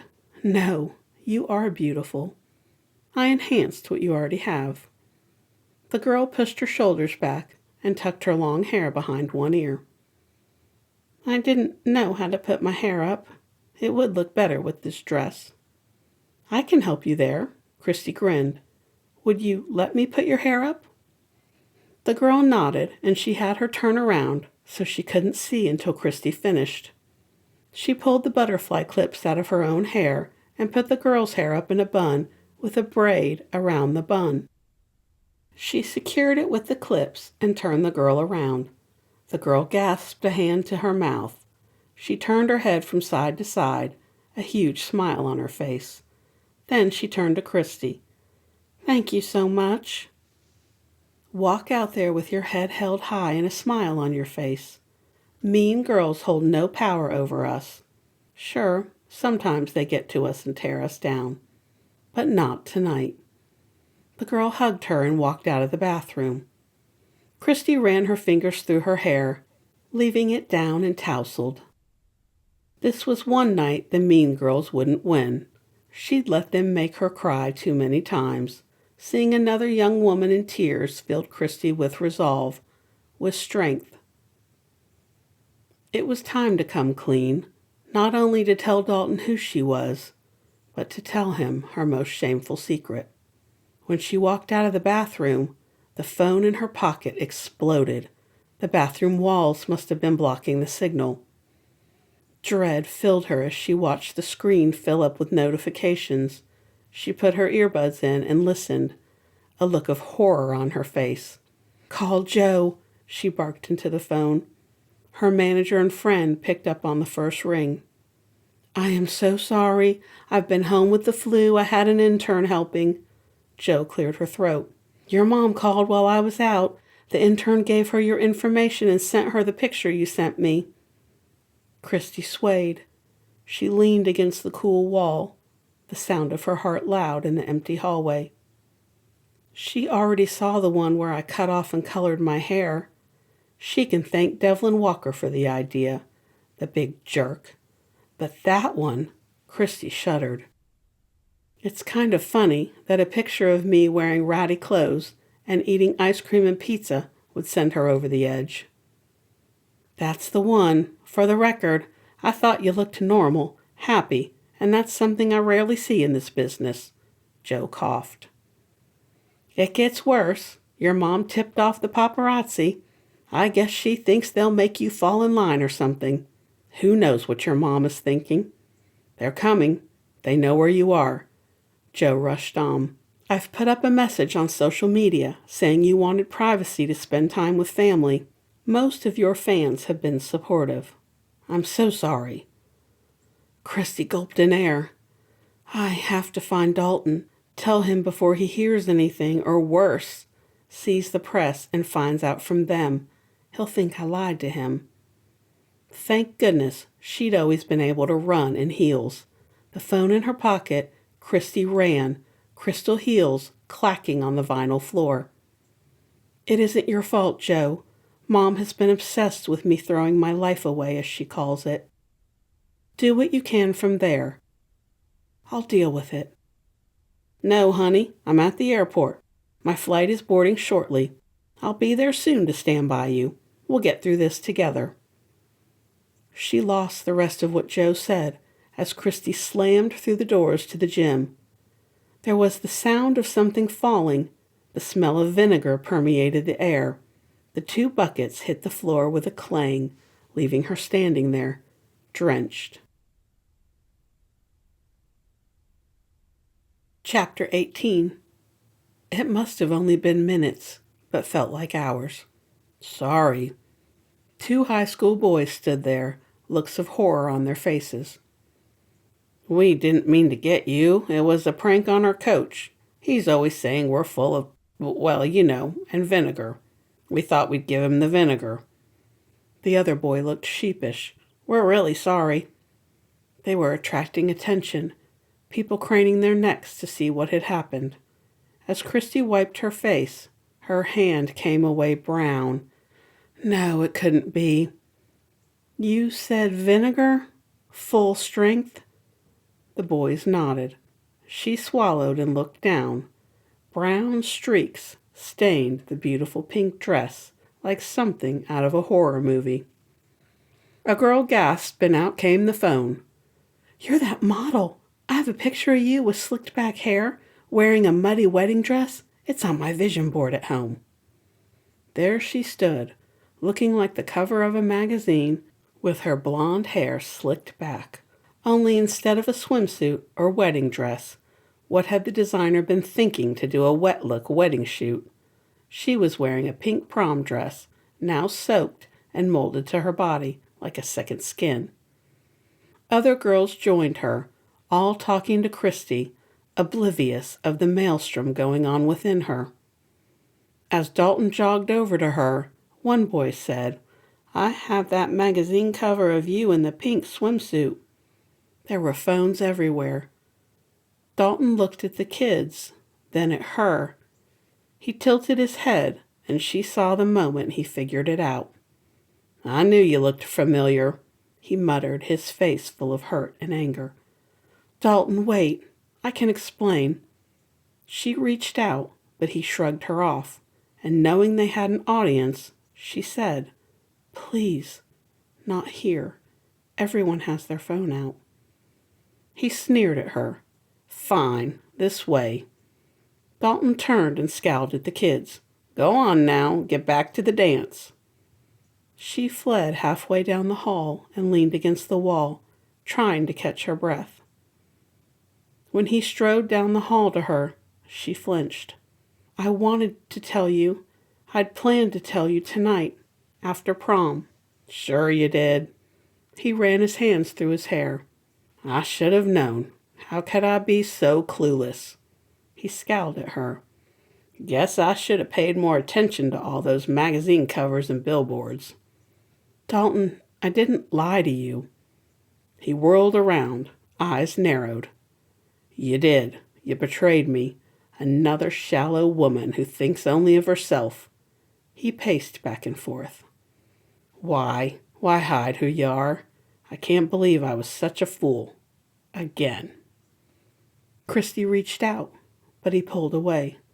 "Dalton, let me explain, please." "You know I cannot abide a liar, not after what Mackenzie did to me." He let out a breath. "What did I expect? You're nothing but a pretty face, a stupid, shallow, vacuous model who only cares about herself." She reared back as if he'd slapped her. Eyes narrowed, Christy fisted her hands in the material of the wet dress so she wouldn't slap him. Those are awful things to say. Dalton stopped pacing. "We live in different worlds. Beautiful women always lie." He pulled out his phone and shook his head. "You told my friends, but you couldn't tell me." "Rose and Amanda figured it out. Hazel, too. I wanted to tell you." "You sure didn't try very hard." Christy pressed her lips together. "All women are beautiful. Beautiful women don't lie. People lie. I had reasons, good ones, but you won't even listen. You'd rather get up on your high horse and judge me for being beautiful, something I have no control over. How is that fair?" A noise made her turn. The hallway had filled with kids, all with their phones out, her picture and their argument now posted online for the world to see, to comment on and judge. There was a flash of yellow as the girl from the bathroom pushed through the crowd, followed by both of her friends. The girls turned, blocking Christy from view. The girl in yellow put her hands on her hips. "Leave her alone," she yelled. "I thought we took care of our own. She's been here for months. She's one of us." The girl looked over her shoulder, and somehow Christy knew the girl had figured out she'd been in town for a while. "Delete the pictures and videos. Take down your posts." The two boys who'd pulled the prank and unwittingly outed her stood with the girls. Between the 5 of them, they moved the crowd of kids back to the gym. It took courage to stand up to your peers. Christy would find out the names of the kids and thank them. The smell of vinegar filled her nose as she walked down the hall and out into the warm night. Aunt Alice was there, waiting. "I heard what happened. Are you okay?" Her aunt held a bundle of clothes. Christy took them and changed in the empty lot. Everyone had parked in the front lot, and they were behind the school in the back lot, so no one would see her. The press wasn't here yet. She put her soiled clothes into the trash bag her aunt brought with her. "It's over with Dalton. He hates me." Her shoulders shook. Her aunt pulled her close, murmuring into her ear. When Christy stepped back and saw the mess she'd made of her aunt's shirt, she wanted to scream. Aunt Alice held up a hand. "Don't even worry about it. It's an old shirt and I don't care." She looked at Christy. "Come on, let's get you home." They rode in silence on the drive to the beach house, her aunt giving her time to replay the awful conversation over and over. Christy knew she lived in a glass house. It was the price she paid for fame and money. She knew she was lucky and hated to complain, but sometimes it was hard. She'd done nothing to earn her fame and fortune. It wasn't like she could help the way she'd been born, the way she looked. The pressure could be intense. In the end, it had beaten Sarah down until the only choice her friend could see was to take her own life. Christy knew she'd been fortunate to make money based on things she couldn't control, and yet people felt they knew her and were entitled to a piece of her, all from what they saw posted on social media. Christy sat up straight. The girl in yellow had found her courage. Christy would find hers too. If Dalton was going to let his past blind him to what was right in front of him, so be it. It was his loss, and she wasn't crying over him. Christy was done crying over men that didn't respect her, over mean girls, and over her mom. It was time to stop being afraid. Chapter 19. Amy calling. The phone announced the call over and over. It would stop and start right back up again. Obviously, her mom wasn't giving up anytime soon. With a sigh, Christy answered the call. "Mom, what on earth is going on down there? You're going to blow up like a balloon. The hair was bad enough, but this?" her mom screeched. "I should have known this fiasco would involve Alice, Little Miss Busybody." "Mom, stop." When her aunt pulled in the driveway, Christy couldn't go in. Couldn't rattle around in the big house all alone, especially knowing he was next door. So she ended up spending the night with her aunt. In the morning, Aunt Alice made blueberry waffles. She was pouring the batter in the waffle maker when Joe arrived. Joe and her aunt clicked immediately. As Christy and Joe were leaving, her dad called. He'd seen the clips online and told her he was on his way. He'd stay with Aunt Alice for the weekend, and they would all get through this. They were all coming together to stand for her, to be there.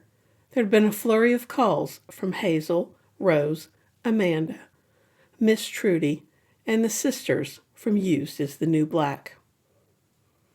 Everyone's supporting her, except her own mom. Christy took a deep breath.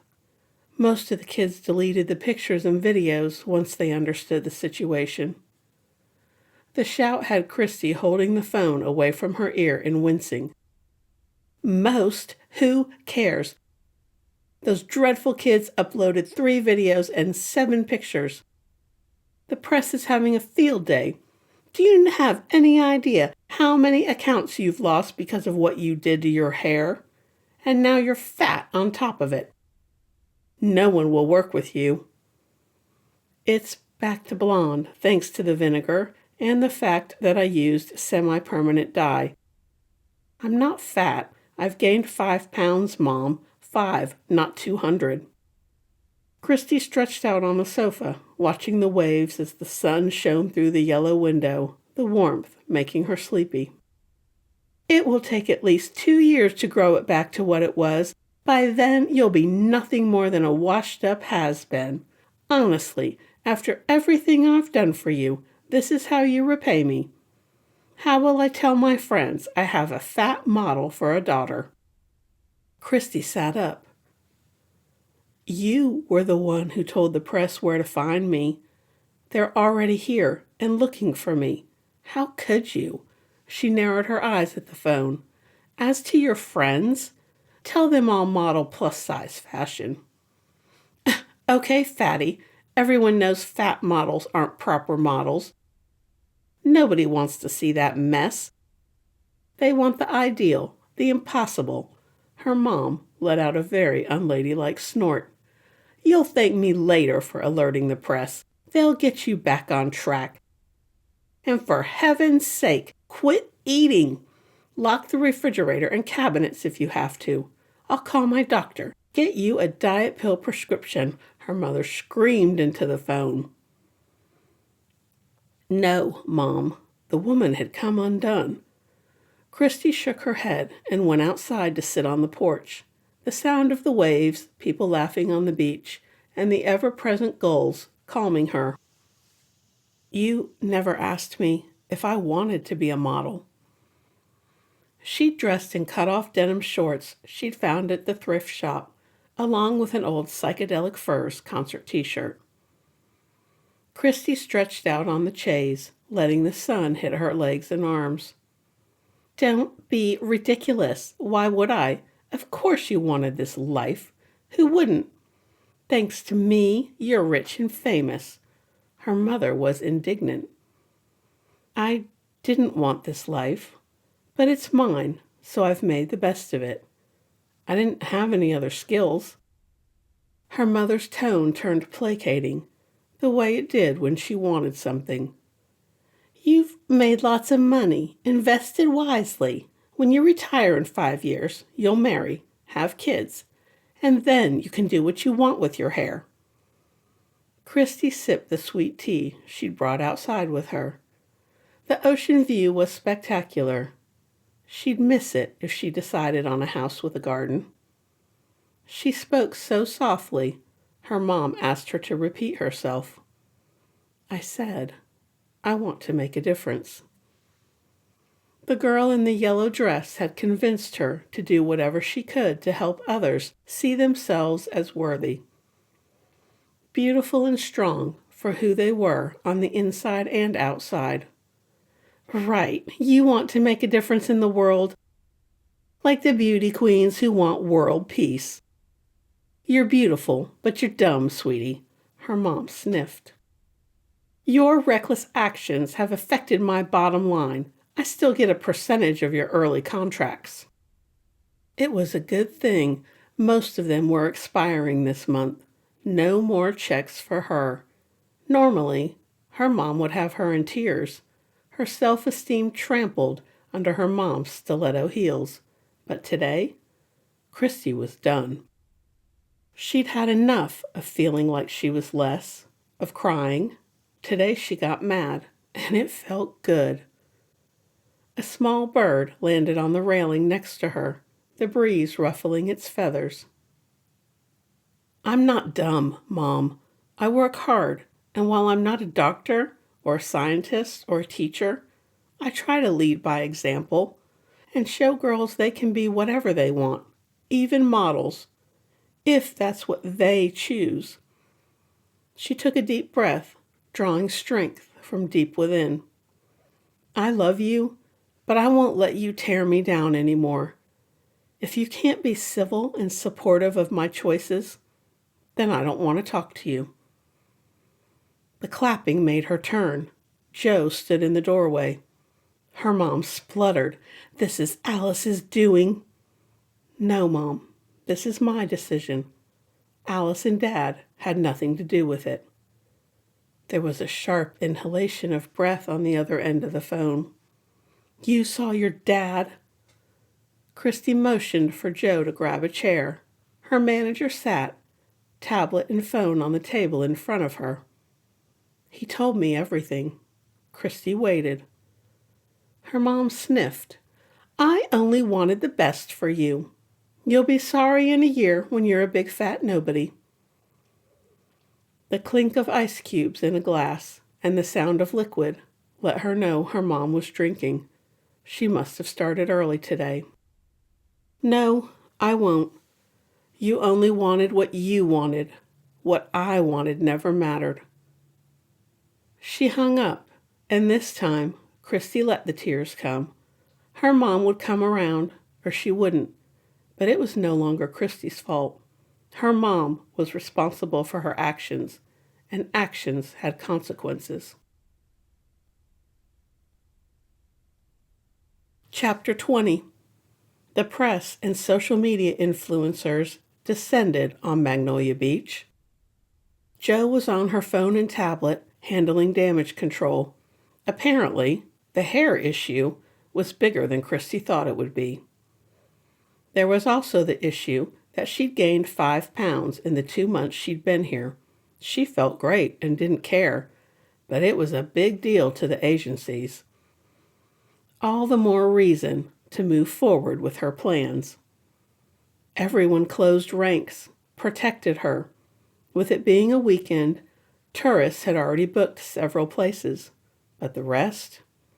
Suddenly, Mabel didn't have a vacancy or a free table at her restaurant.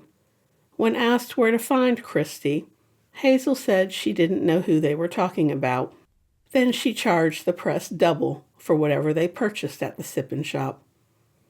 Earl said he knew motors, but didn't have a clue about models. 2 social media guys chartered a half-day fishing trip with Chasing the Big One, but Chase said he'd never heard of Christy Evans, which was true. He knew her as Christy Jones. Her aunt told a rude woman who shoved her phone in Alice's face that unless she left, she'd see to it the police ticketed her for being a public nuisance. Amanda and Rose sent 2 photographers on a wild goose chase over in Myrtle Beach, while Alex told another guy he had never seen a model wandering around Magnolia Beach. Then Smokey and Bandit peed on the guy's pants. Miss Trudy smacked a rude photographer with her broom, and the sisters threatened to throw a cast iron pan at the next photographer who took pictures without their permission. Her dad told the last group of tenacious photographers they were no longer welcome here. Even Dalton defended her. If she'd been on the fence about deciding, the town coming together to stand by her swayed the decision. She'd tell Jo tonight. "You are no longer my favorite brother." Dalton looked up from stacking liquor behind the bar. His brother looked even more annoyed than usual. "I'm your only brother." Colton snorted. "Says you. I could pick little Tim to be my brother. I heard he's been letting the air out of the paparazzi's tires." Dalton slid a beer across the bar. "Why is everyone defending her? She lied about who she was." He leaned on the bar, his head in his hands. "You defended her to that terrible girl with the green hair. Christy didn't lie to you on purpose. Alice told me the entire story. She wanted to be free to wander around without people watching her every move. She wanted to be normal, just for a few months." When Dalton didn't answer, his brother let out a sigh. "She is not Mackenzie. Think about it. She was going to tell you." Dalton snorted. "Sure she was." With a sigh, Colton took out his phone. "A boy who pulled the prank sent me this before he deleted it." Colton slid his phone across the bar. Dalton hit play. In the video, Christy was on her phone, seemingly alone in the school hallway. He heard her saying how the night had been perfect, how she hadn't wanted to ruin it by telling him beforehand. "It doesn't change the fact that she deceived me." For the first time, Colton slid money across the bar. Dalton never let him pay. What was he doing? "You don't deserve her. You've already convinced yourself she's like your ex. It's time to move on. People are individuals. We all have baggage, some more than others. Yours is so full it's about to fall over and crush you, and you can't even see it." Colton strode out of the pub, but before he pushed the door open, he turned. "You should have given her the chance to explain. I'm disappointed in you, Dalton." "Are you sure?" Jo put her phone away and turned in the passenger seat to face Christy. Knuckles white on the wheel, Christy nodded. No more secrets. They pulled into the driveway in silence. As they walked to the door, Jo pulled her in for a hug. "I'm so proud of you. I know how hard this is for you." Her throat closed up, so Christy nodded, hoping she could get through this without bawling. Her aunt opened the door. "It's so good to see you." She led the way into the cozy living room. It was warm today, so her aunt had thrown open all the windows. The scent of flowers and salt mixed, the scent easing Christy's nerves. She took a deep breath as she sat on the sofa next to Jo, facing her aunt and her dad. "I have something to tell you." She ran her hands over her shorts, willing herself not to lose courage. "I can't read." There was stunned silence. Her dad broke the hush. "I wondered." She blinked at him. "What?" "When we met, you were reading a book, and when you went into the kitchen to help Alice, I picked it up to see what you were reading. The dust jacket was on upside down." Her dad leaned forward, a kind smile on his face. "When you came back in and picked it up like you were reading, I knew." He smiled at her with love, not pity. "I didn't say anything, because I figured if you wanted me to know, you'd tell me." "How?" She was shocked. "The words on the pages were upside down. I could see you looking at them, pretending to read when I walked behind the chair." Christy's world tilted for a moment, then righted. She nodded. "I've been so ashamed for so many years." Her aunt looked stunned. "How have you managed all this time? It must have been incredibly difficult." Jo patted her hand. She had tutors. With such a busy schedule, they gave her oral exams, and she never learned how to read. Christy cleared her throat. Her aunt stood. "Let me get you some tea. Who else wants some?" Jo stood as well. "I'll help." Her dad was content to wait until everyone settled, glasses of tea in front of them. "I memorized so many things. Between Jo and everyone else doing so much for me, it was easier to let it go. When I was a kid, I didn't know how to ask for help. Mom had been telling me for years I was nothing more than a dumb model, and I didn't want everyone to think that I'm worthless because I'm illiterate." She blew her nose. "Jo worked with motor vehicles to give me an oral test to get my license. Time passed, and it was harder and harder to say anything. I've been so ashamed for so many years." Her aunt wiped a tear from her eye as Christy told them how she'd coped over the years. "To learn products by the packaging, to memorize so much, I can't imagine how lone you must have felt." Christy blinked the tears away. "I thought I was less because I couldn't read. I let Mom make me believe all I had was my looks." She met their eyes. She was wrong.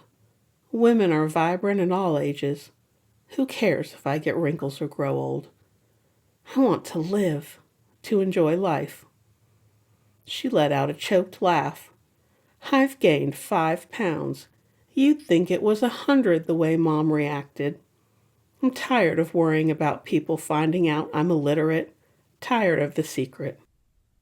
"We can help you, whatever you need." Her dad blew his nose. "You are a wonderful woman. You're kind and you work so hard.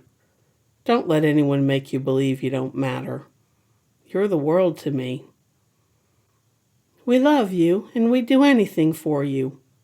Her aunt tapped her lip. "I know someone who can teach you to read." Christy let the tears flow. An enormous burden lifted off her shoulders. No more hiding, no more worrying about who might find out. On the way back to the beach house, Christy turned off the radio. I don't want other people like me, people who can't read. I don't want them to be ashamed to ask for help. I let it hold me back for so many years. Do you think I could do PSAs or something? I want to make a difference, to help people." Joe's smile said it all. "I'll make some calls. It's a great idea. I'm so proud of you." Telling them took courage. After they parked, they both went inside and changed into swimsuits. While they were relaxing by the heated pool, Christy made her final decision. "If no one wants to work with me because of what I did to my hair, or the weight I've gained, or because I can't read, I'll retire. I've saved plenty of money, thanks to you nagging me all those years." Joe shook her head.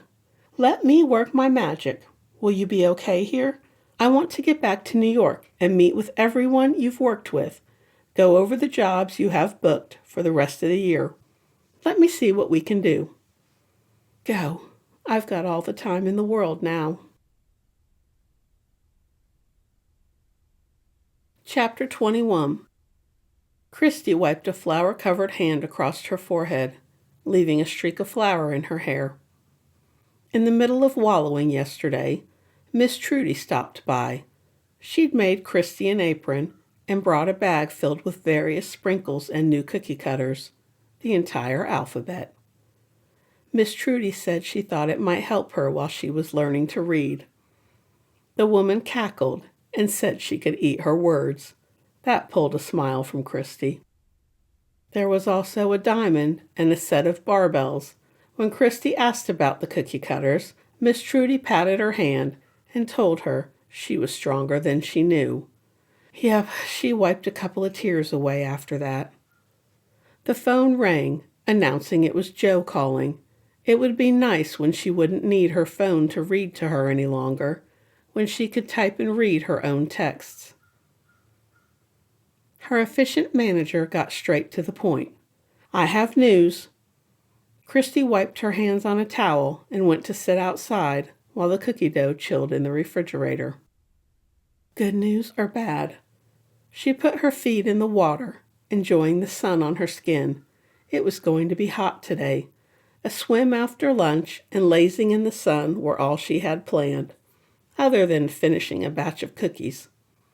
Making the iced sugar cookies kept her mind off what had happened with Dalton, and the uneasy feelings of her family knowing she couldn't read.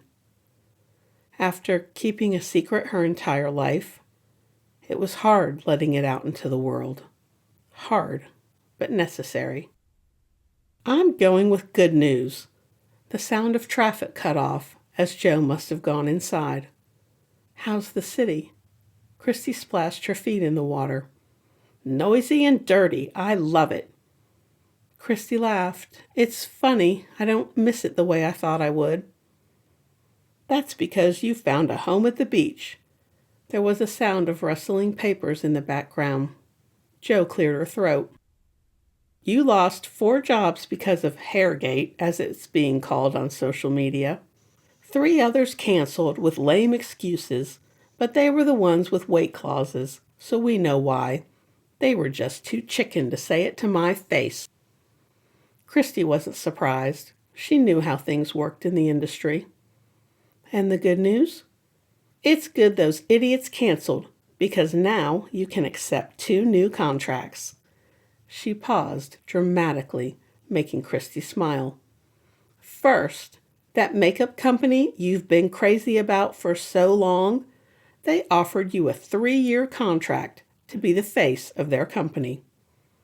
Christy jumped up and paced along the edge of the pool. "No way. Did they say why?" Joe snorted. "Hold that question for a moment. The other job is for a hair color company, the biggest one. You know who I mean. Same deal. You'll be the face for 3 years. Extremely lucrative contracts for both." She paused again. The sound of liquid pouring over ice came through the phone. "Here's the icing on those sugar cookies of yours. You can live wherever you want, Fly in to do the print and commercials for a week at a time, and both companies will even try to schedule the weeks back to back. You'll make a few appearances a year. It's huge mega money, millions, no more runway unless you want to. Christy danced around the pool, oblivious to a certain brooding neighbor. No, I'm done with runway. I can stay here in Magnolia Beach, full time. She sighed. Thank you, Joe. You are amazing. I love you. I know, and I love you too. Joe laughed. You could buy the house you've been renting. She touched the neckline as she looked in the mirror. Christy turned and looked up at the house looming over her. No, it's way too big. Could I rent for another month? I'm close to deciding on a place. I'll talk to him. I'm sure it will be fine. Joe paused. Have you talked to him yet? It's been 3 days.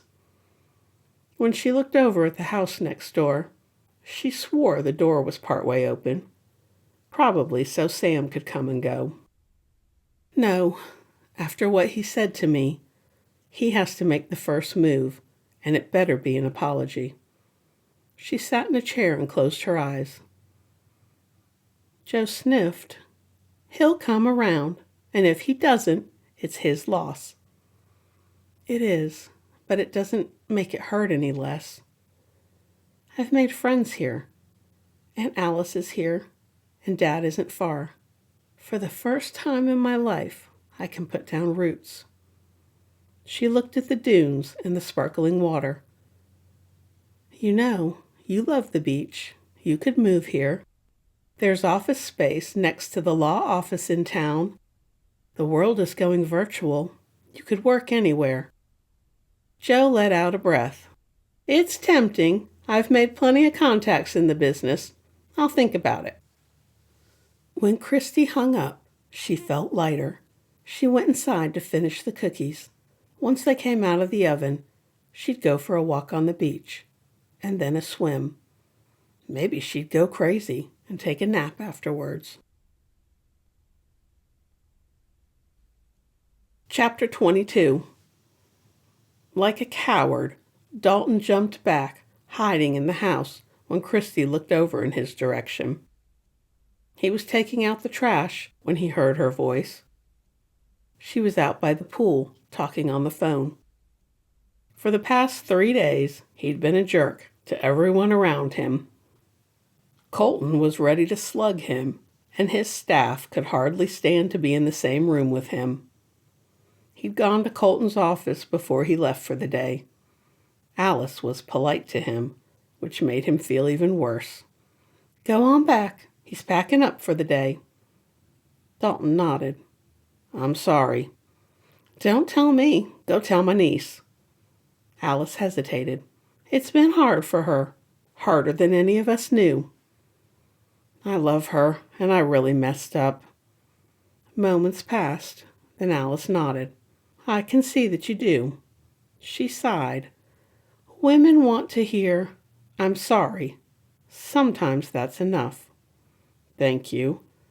Dalton walked down the plush hallway and knocked on the open door. Colton? His brother turned. You look like Chase dragged you behind his fishing boat for 2 days. A small smile tugged at his mouth. I know. Dalton slumped into one of the leather chairs as his brother leaned against the desk, impeccably dressed as always. It made Dalton want to mess up his brother's hair like when they were kids, but that usually ended in fists, and he didn't have the heart for it today. He leaned over, elbows on his knees. I don't know how to fix things, to take back what I said. Colton crossed his arms over his chest. You can't take words back. Once they're out there, it's too late. Go tell her you're sorry. Listen to whatever she wants to say and don't interrupt. Could it be that easy? I miss her like crazy.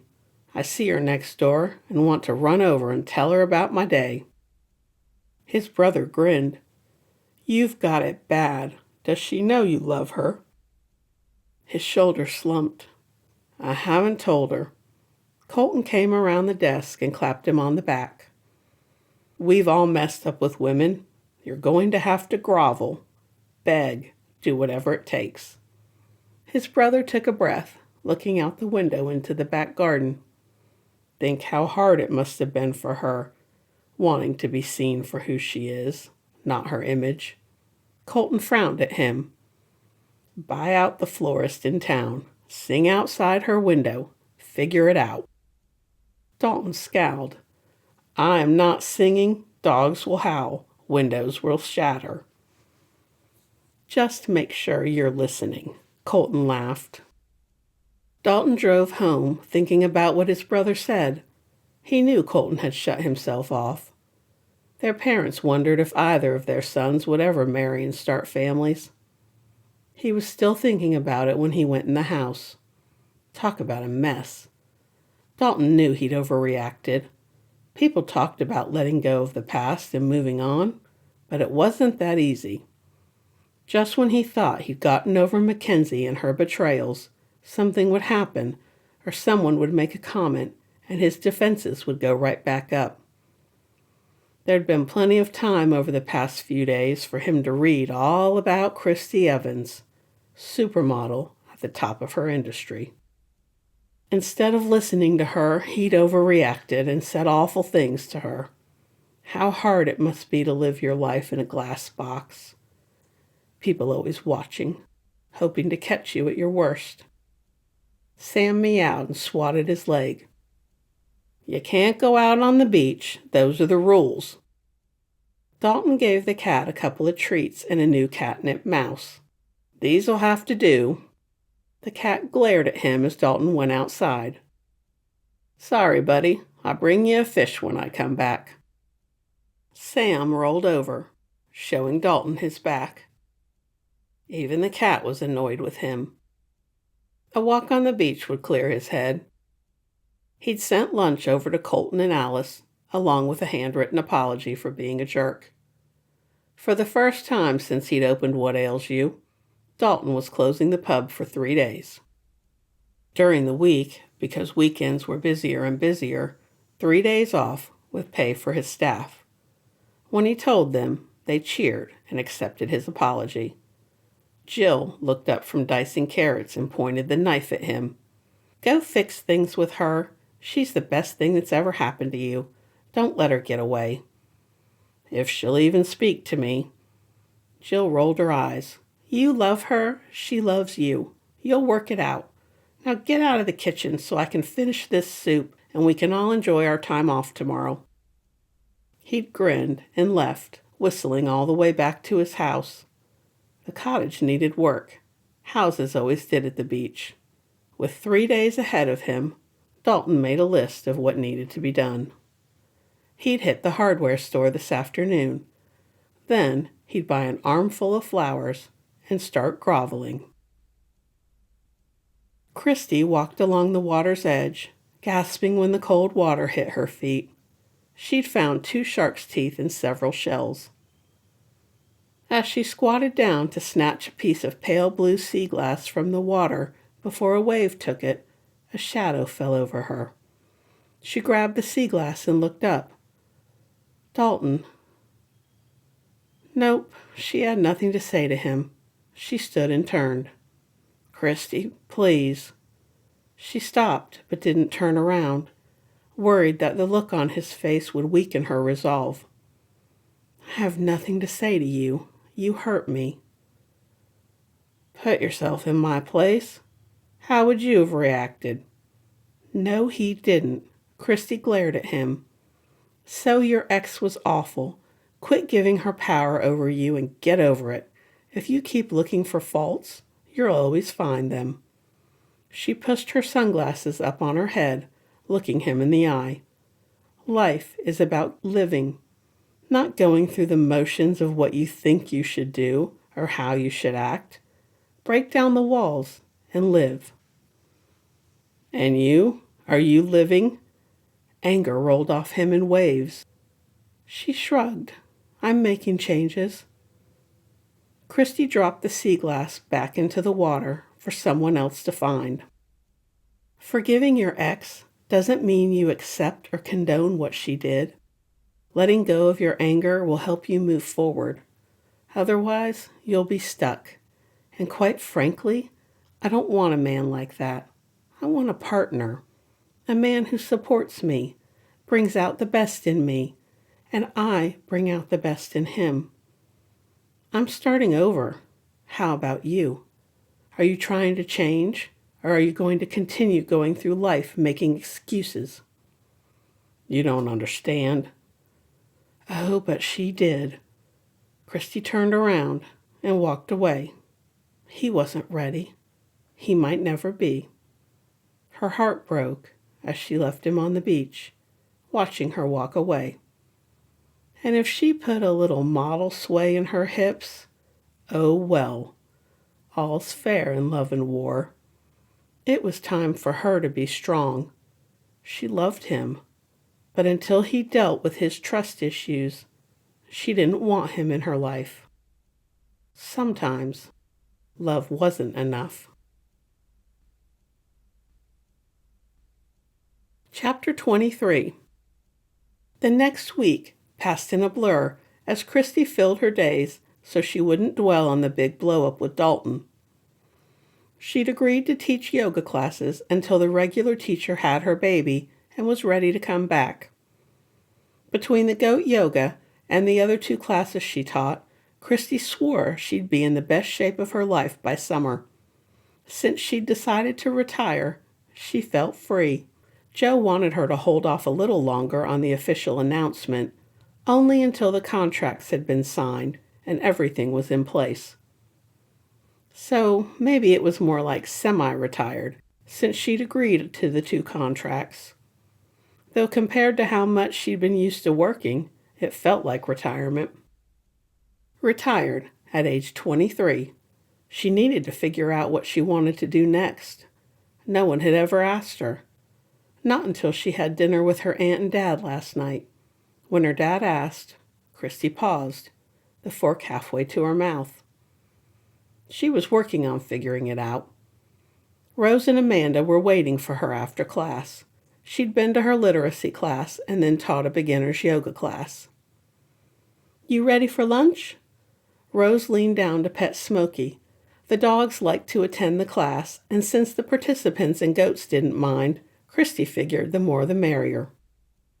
I'm starved. Amanda wiped her forehead, her red hair in a messy bun. How about that place on the beach? Christy slung her bag over her shoulder.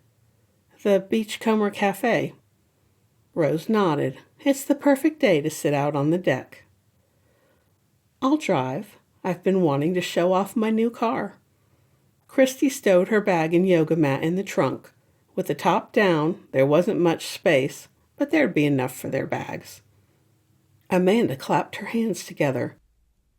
Tell me that sweet white convertible is yours. It is, isn't it pretty? Even with the top down, she could smell the new car smell. Rose climbed in. I fit in the back. You can have the front, Amanda.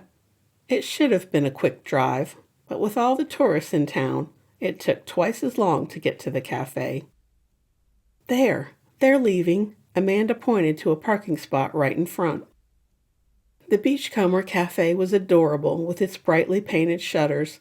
The best part was the enormous deck with outdoor tables. Today, the umbrellas were open at the tables to shade the diners from the sun. The water was still way too cold for Christy, but a few kids were splashing in the waves. It made her shiver just looking at them. After they ordered, they caught up with each other. I heard what you did for Elena's daughter. Rose leaned back in a white wicker chair. Each table was different. Theirs had white wicker chairs with bright flamingo cushions and a matching umbrella. The girl from prom. Amanda snapped a picture of a gull plotting with his friend to steal the remains of someone's lunch. It wasn't a big deal. Like her friends, Christy dressed in leggings and a t-shirt for class. Her hair was blonde again. After the vinegar took out the brown dye and the truth was out, There was no reason to color it anymore. Though she might get to have fun with several colors, depending on what the hair color company had planned. Rose leaned forward. It was a big deal. You sent her and her friends a ton of designer clothes, shoes, accessories, and makeup. Those mean girls at school will turn green, Amanda chuckled. It was a really sweet thing to do. She and her mom struggle to make ends meet. Elena is a widower. I think her husband had a massive heart attack and left them in some serious debt. She and I are the same size. I told her she could sell whatever she didn't want. Christy hesitated. I gave her mom gift cards to the grocery store to thank her for raising such a wonderful daughter. That was really thoughtful. Rose waited until the server finished setting their lunch in front of them. Can I get y'all anything else? We're good, thanks. Amanda leaned over her burger and inhaled. It smells so good. They do the best bacon cheddar burger. They ate their food, enjoying each other's company, soaking up the sun, and relaxing. When they finished lunch, Christy took a breath. There's something I've been wanting to tell you both. She took a sip of her tea. It was still hard to say. When you kept a secret for so long, it was hard to talk about it. Rose and Amanda leaned forward. What, did Dalton come to his senses and beg you to forgive him? She shook her head, snorting, as if he still wants to wallow. So let him. Amanda patted her hand. Good for you, honey. He'll come around. She leaned over the table, lowering her voice. I have it on good authority. He's been asking the guys for advice on how to fix things. Rose nodded. He talked to Alex last night. The guy looks like someone stole his dog. It isn't about Dalton. Christy leaned forward, not wanting others to overhear, since she hadn't told Dalton yet. The wretched man owed her an apology first. It's about me. She took a deep breath, inhaling the salty ocean air. I can't read. I started classes this week to learn how. There was stunned silence. What? I had no idea. Amanda spoke first. Rose looked thoughtful. Is that why you always use your phone on speaker? She nodded. Joe set my phone up to announce my calls, or I see the picture associated with the name so I know who it is. The same with my texts and emails and social media. I've been so ashamed for so long. Don't be. It's nothing to be ashamed of. Rose touched her hand. As Christy told them about her tutors and how she'd learned to get by over the years, they ordered a piece of key lime pie to split between the three of them. By the time she'd dropped them off at their cars, Christy knew she'd made real friends here in Magnolia Beach. Women who would stand by her and didn't think she was dumb. She wouldn't be ashamed any longer. The next day, Christy talked to the principal and coach at the high school. The boys had taken responsibility for their prank. Their coach was going to run them ragged in practice, and they wouldn't be playing in the next game. It was punishment enough, especially when she found out they'd volunteered to put in a garden for her whenever she decided on a place. It had been a week since she and Dalton had broken up when she found herself sitting on her aunt's porch swing on a Saturday afternoon. Your realtor worked her magic. I bought the cottage on the same street as Miss Trudy. I decided I really wanted a garden full of flowers and a porch swing like yours. Christy laughed. Plus, Rose talked me into adopting 2 cats, brothers, so this way they can explore the backyard. I'm happy you're staying.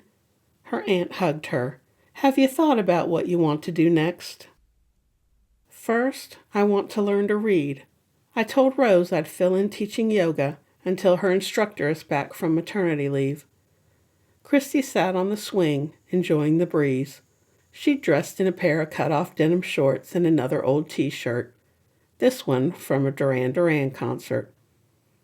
Of course, her aunt looked impeccable in her pink capris and crisp white button-down shirt. They'd gotten pedicures this morning. Christy's toes were metallic purple. Her aunt had picked a bright pink. Hazel's going to carry some of my iced sugar cookies at the sippin' shop. Chrissy at Baker's Gonna Bake asked if I'd help during their busy times. It's enough for now. Her aunt nodded. I know you don't need the money with the contracts and what you've invested, but it's good to keep busy. I'm happy for you. Chapter 24. It had been 2 weeks since prom. Dalton looked in the mirror to make sure he'd stopped bleeding. He'd been thinking about her when he nicked his chin shaving. Everyone he talked to told him he was an idiot. The first few days he wouldn't listen, convinced Christy would knock on his door and apologize for lying. But by the time a week had passed, he knew. The things she'd said cut deep into his bitter heart, every single one true. It had taken another week of him stomping around, a black cloud following him everywhere, for Dalton to conclude he had to change. Yes, Mackenzie had demolished his heart. But there were two people in a relationship. If he were being honest, he'd ignored the signs, the red flags. Dalton hated when everyone was right. Alice told him Christy would be at the wedding. Colton was escorting her since, in his brother's words, Dalton was too big of a fool to sit next to Christy. A supermodel. Now that he knew, Dalton wondered how he could have ever believed she was anything else. Though he would never admit to anyone all the hours he'd spent reading about her online. They had linked her to rock stars, pro quarterbacks, hockey players, and blockbuster actors. There'd been one long, depressing night where he doubted she would want an average guy like him. Thankfully, Alice set him straight. She told him most of the pictures had been set up to help both careers. The formidable woman also told him to get his rear in gear and make things right with her niece. She not so subtly told him to fix things at the wedding. Everyone was happy at weddings. Alice and Colton said they were rooting for him. He only hoped it wasn't too late. Even if it took 10 years, Dalton would gladly spend every day of that time making up for being such a jerk. Sam meowed as if agreeing, and Dalton leaned down to pet the cat. I already gave you half a can of tuna. Don't shred the drapes, and you can have the other half when I get back. The cat huffed and stalked over to a patch of sunlight. He flopped down and turned on his back, tail twitching. Here goes nothing. Dalton jogged down the steps to his truck. When he looked next door, there was no sign of her. She must already be at the marina helping Mabel. Hazel said Christy was doing her makeup, so she'd be busy until the ceremony. That gave him time to plan his strategy. The wedding was lovely. Instead of eloping, the happy couple had decided to get married in the community space at the marina. The look on Earl's face when Mabel walked down the aisle had Christy and every other woman present wiping their eyes. Mabel wore a white sundress with flowers embroidered on the straps and around the hem. She and Christy wore the same size shoes, so Christy had given her a brand new pair of Jimmy Choo sandals. They were a pale yellow with crystals and sparkled with every step. She'd done Mabel's makeup, along with Hazel's, since she was the maid of honor. 3 people had already asked her about doing their makeup for upcoming events. To enhance a woman's beauty made Christy happy. Linda, the owner of Curl Up and Dye, asked if she'd teach a series of classes, everything from a no-makeup look to full glam. It would be so much fun. Christy agreed, and Linda said she'd be in touch next week after figuring out how many people would be interested in signing up. Everyone made her feel welcome, part of the community. While she sometimes missed the hustle and bustle of New York City, not to mention all the shows, shops, and people. She did not miss the traffic, noise, or the lack of connection with others. Next week, she'd close on the house she bought, and then the boys from the high school would start work on her garden. She wanted flowers everywhere, so whenever she opened a window or went outside, the scent would mix with the ocean air. Chase and Amanda gave her a porch swing for a housewarming gift. Chase said he'd come by and install it once she settled in. They served dinner buffet style, seafood and steak with plenty of vegetables and lots of homemade rolls. Having fun? Colton looked handsome in his navy suit. He'd worn a pale blue button-down shirt and a floral tie. I am. Thank you for sitting with me and dancing with me. Dancing with a beautiful woman? I should thank you. A local band played a mix of music. Colton asked her to dance to an old Sinatra song. When he waltzed her near the windows, she could hear the waves hitting the pier. May I cut in? Colton stopped, looking at her as if to ask if it was okay. She nodded, not wanting to make a scene. He stepped back, and there was Dalton. His hands were warm on her skin as he led her through the dance. You look handsome. She could be civil. You're stunning as usual. He kept hold of her as the song ended, and the band played another. Nina Simone. Of course it would be about putting a spell on someone. She let him make small talk, knowing he'd get around to whatever he felt he needed to say. She knew a thing or two about needing to work up the courage for saying what needed to be said. My parents are coming to visit next month. He spun her around as the music picked up, making the dress flare out. She'd picked a blue and white gingham sundress, with pockets of course, and a pair of dainty blue heels. She'd put her hair half up and half down. For the first time in a long while, she felt pretty, on the inside and outside, worthy of love. Don't they live in the mountains? Wow, he smelled great, like the sun and freshly cut grass. Mint Hill. They retired and opened a bed and breakfast. I have a sister there, too. She couldn't make it this time. She didn't say she'd hoped she'd meet them because it wasn't up to her. Dalton had to make the next move. Has it been long since you've seen them? He nodded to Colton as they moved around the dance floor. 2 years, much too long.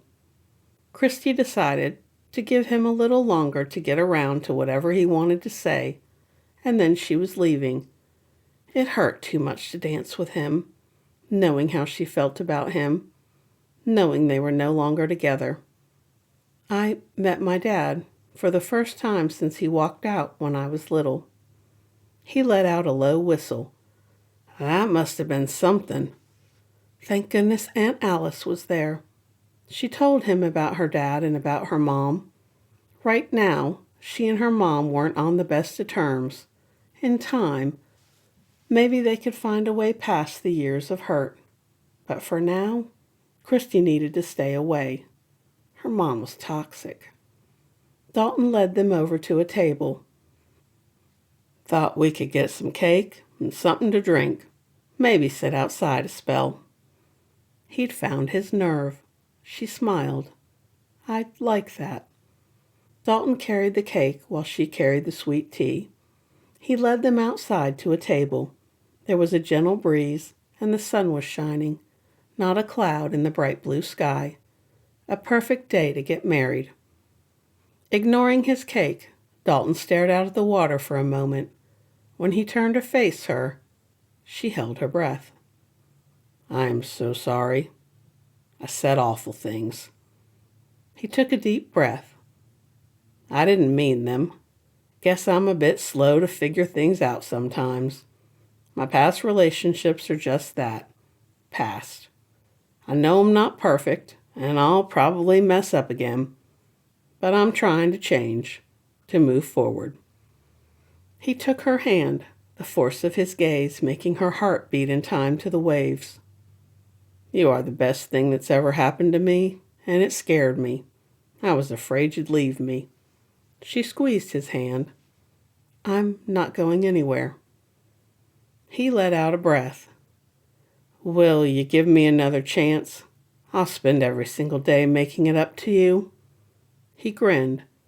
"Colton said I should beg. Do you want me to get on my knees?" A smile spread across her face. "And ruin that beautiful suit? No way." "I miss you. Sam misses you. Let me show you the man I can be." Christy pulled her hands away, noting the look of hurt on Dalton's face. "There's something you need to know about me. Then you can tell me if you still want to fix things between us." She put her shoulders back and let the words out. "I can't read." She let the words hang there until the wind carried them away. The sounds of people on the beach, the band, even the gulls faded away as she waited to hear what he would say. Dalton reached out, offering his hand. When she met him halfway, he pulled her to him, and they leaned against the rail, the cake forgotten. "So many things make sense. How you were always on speakerphone. The way you asked for items that weren't on the menu." Dalton frowned. "But I saw you reading. You always had a book with you. You've read more books in 3 months than I have in 3 years. "The books were my biggest trick. Joe, my manager, always downloaded the audiobooks to my phone and tablet so I could listen to them. I pretended to read the books so people wouldn't figure out my secret, and so I could talk about books. I love a good story. For so many years, I lived in terror people would find out, that men I dated would find out, so I pushed everyone away.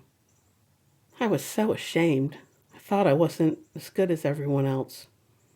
She told him the rest, how she memorized what apps looked like and what her favorite products looked like if she had to find them in a store.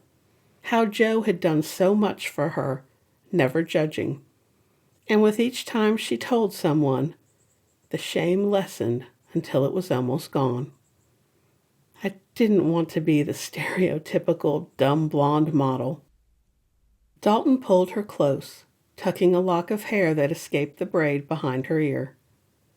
"You are not dumb. I could have never memorized so many things.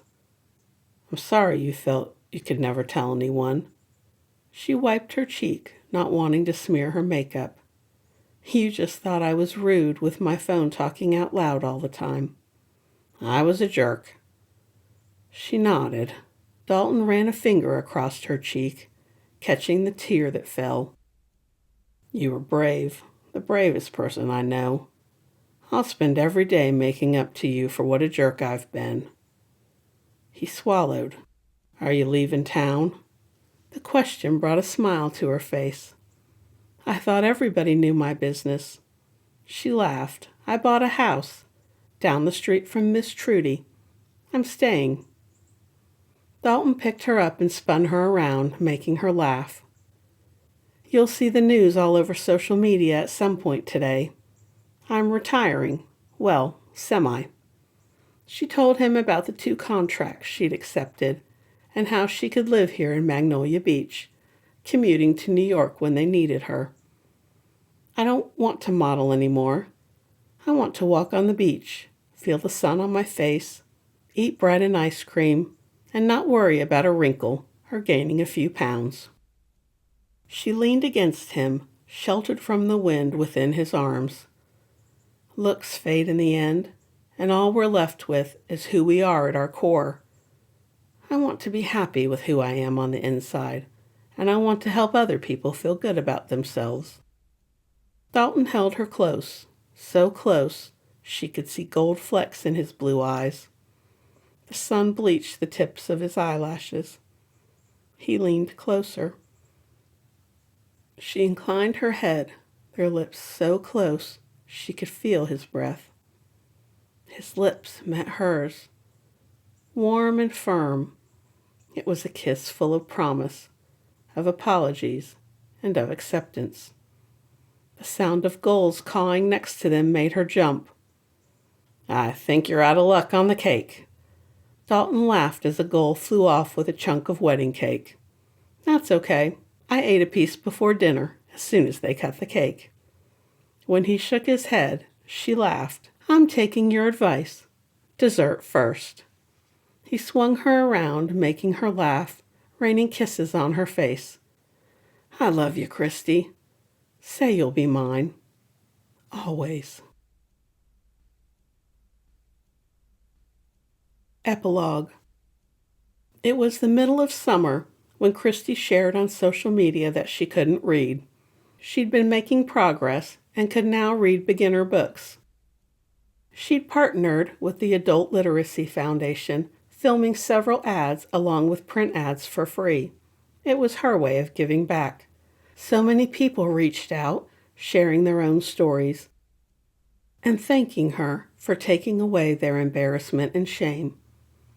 Dolly had contacted Joe, asking if Christy would partner with her on a big book giveaway. Floored and honored, of course she said yes. She settled into her new house. Christy smiled at the antique apothecary cabinet. It looked right at home in the living area. The linen press was upstairs in her bedroom. Both pieces made her happy every time she looked at them. The yard looked beautiful, with tons of flowers and a few fruits and vegetables. She'd hired a landscaping company to plant 2,000 tulip bulbs in memory of Sarah. Christy hoped her friend had found peace. There was a small patch of grass in the back for the cats to roll around. They had their own patch of catnip as well. She'd named the cats Crookshanks and Mr. Darcy, much to Dalton's amusement. The screen door banged open. "I dropped off the cookies at the high school for the fundraiser." Dalton strode into the kitchen, chewing. "Looks like you sampled a few." She wiped crumbs from his shirt. He pulled her close, kissing her senseless. "You just want more cookies." She'd gone with a beach theme for the fundraiser. They needed new instruments for the band. She'd made fish, mermaids, beach balls, beach umbrellas, cats, dogs, kites, seagulls, sharks, palm trees, and sunglasses, all frosted in bright colors.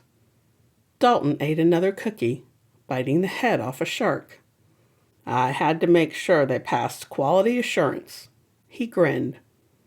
She was so focused on smacking his hand away from the cookies that she didn't notice the outline of a small velvet box waiting patiently in his pocket for the right moment. For too long, Christy had kept people at arm's length, desperately craving contact, yet terrified they would find her lacking. From the time she was a little girl, her mother had drilled into her that beauty was the only thing of value. Her mother wielded her own beauty as a weapon and as currency. Her mother had been wrong. Now that everyone knew her deepest shame, it no longer hurt. Out in the light, being unable to read wasn't as monstrous as she'd imagined. Alone in the dark, secrets grew, taking on a life of their own, but no more. Christy turned her face to the sun streaming from the floor-to-ceiling windows and smiled.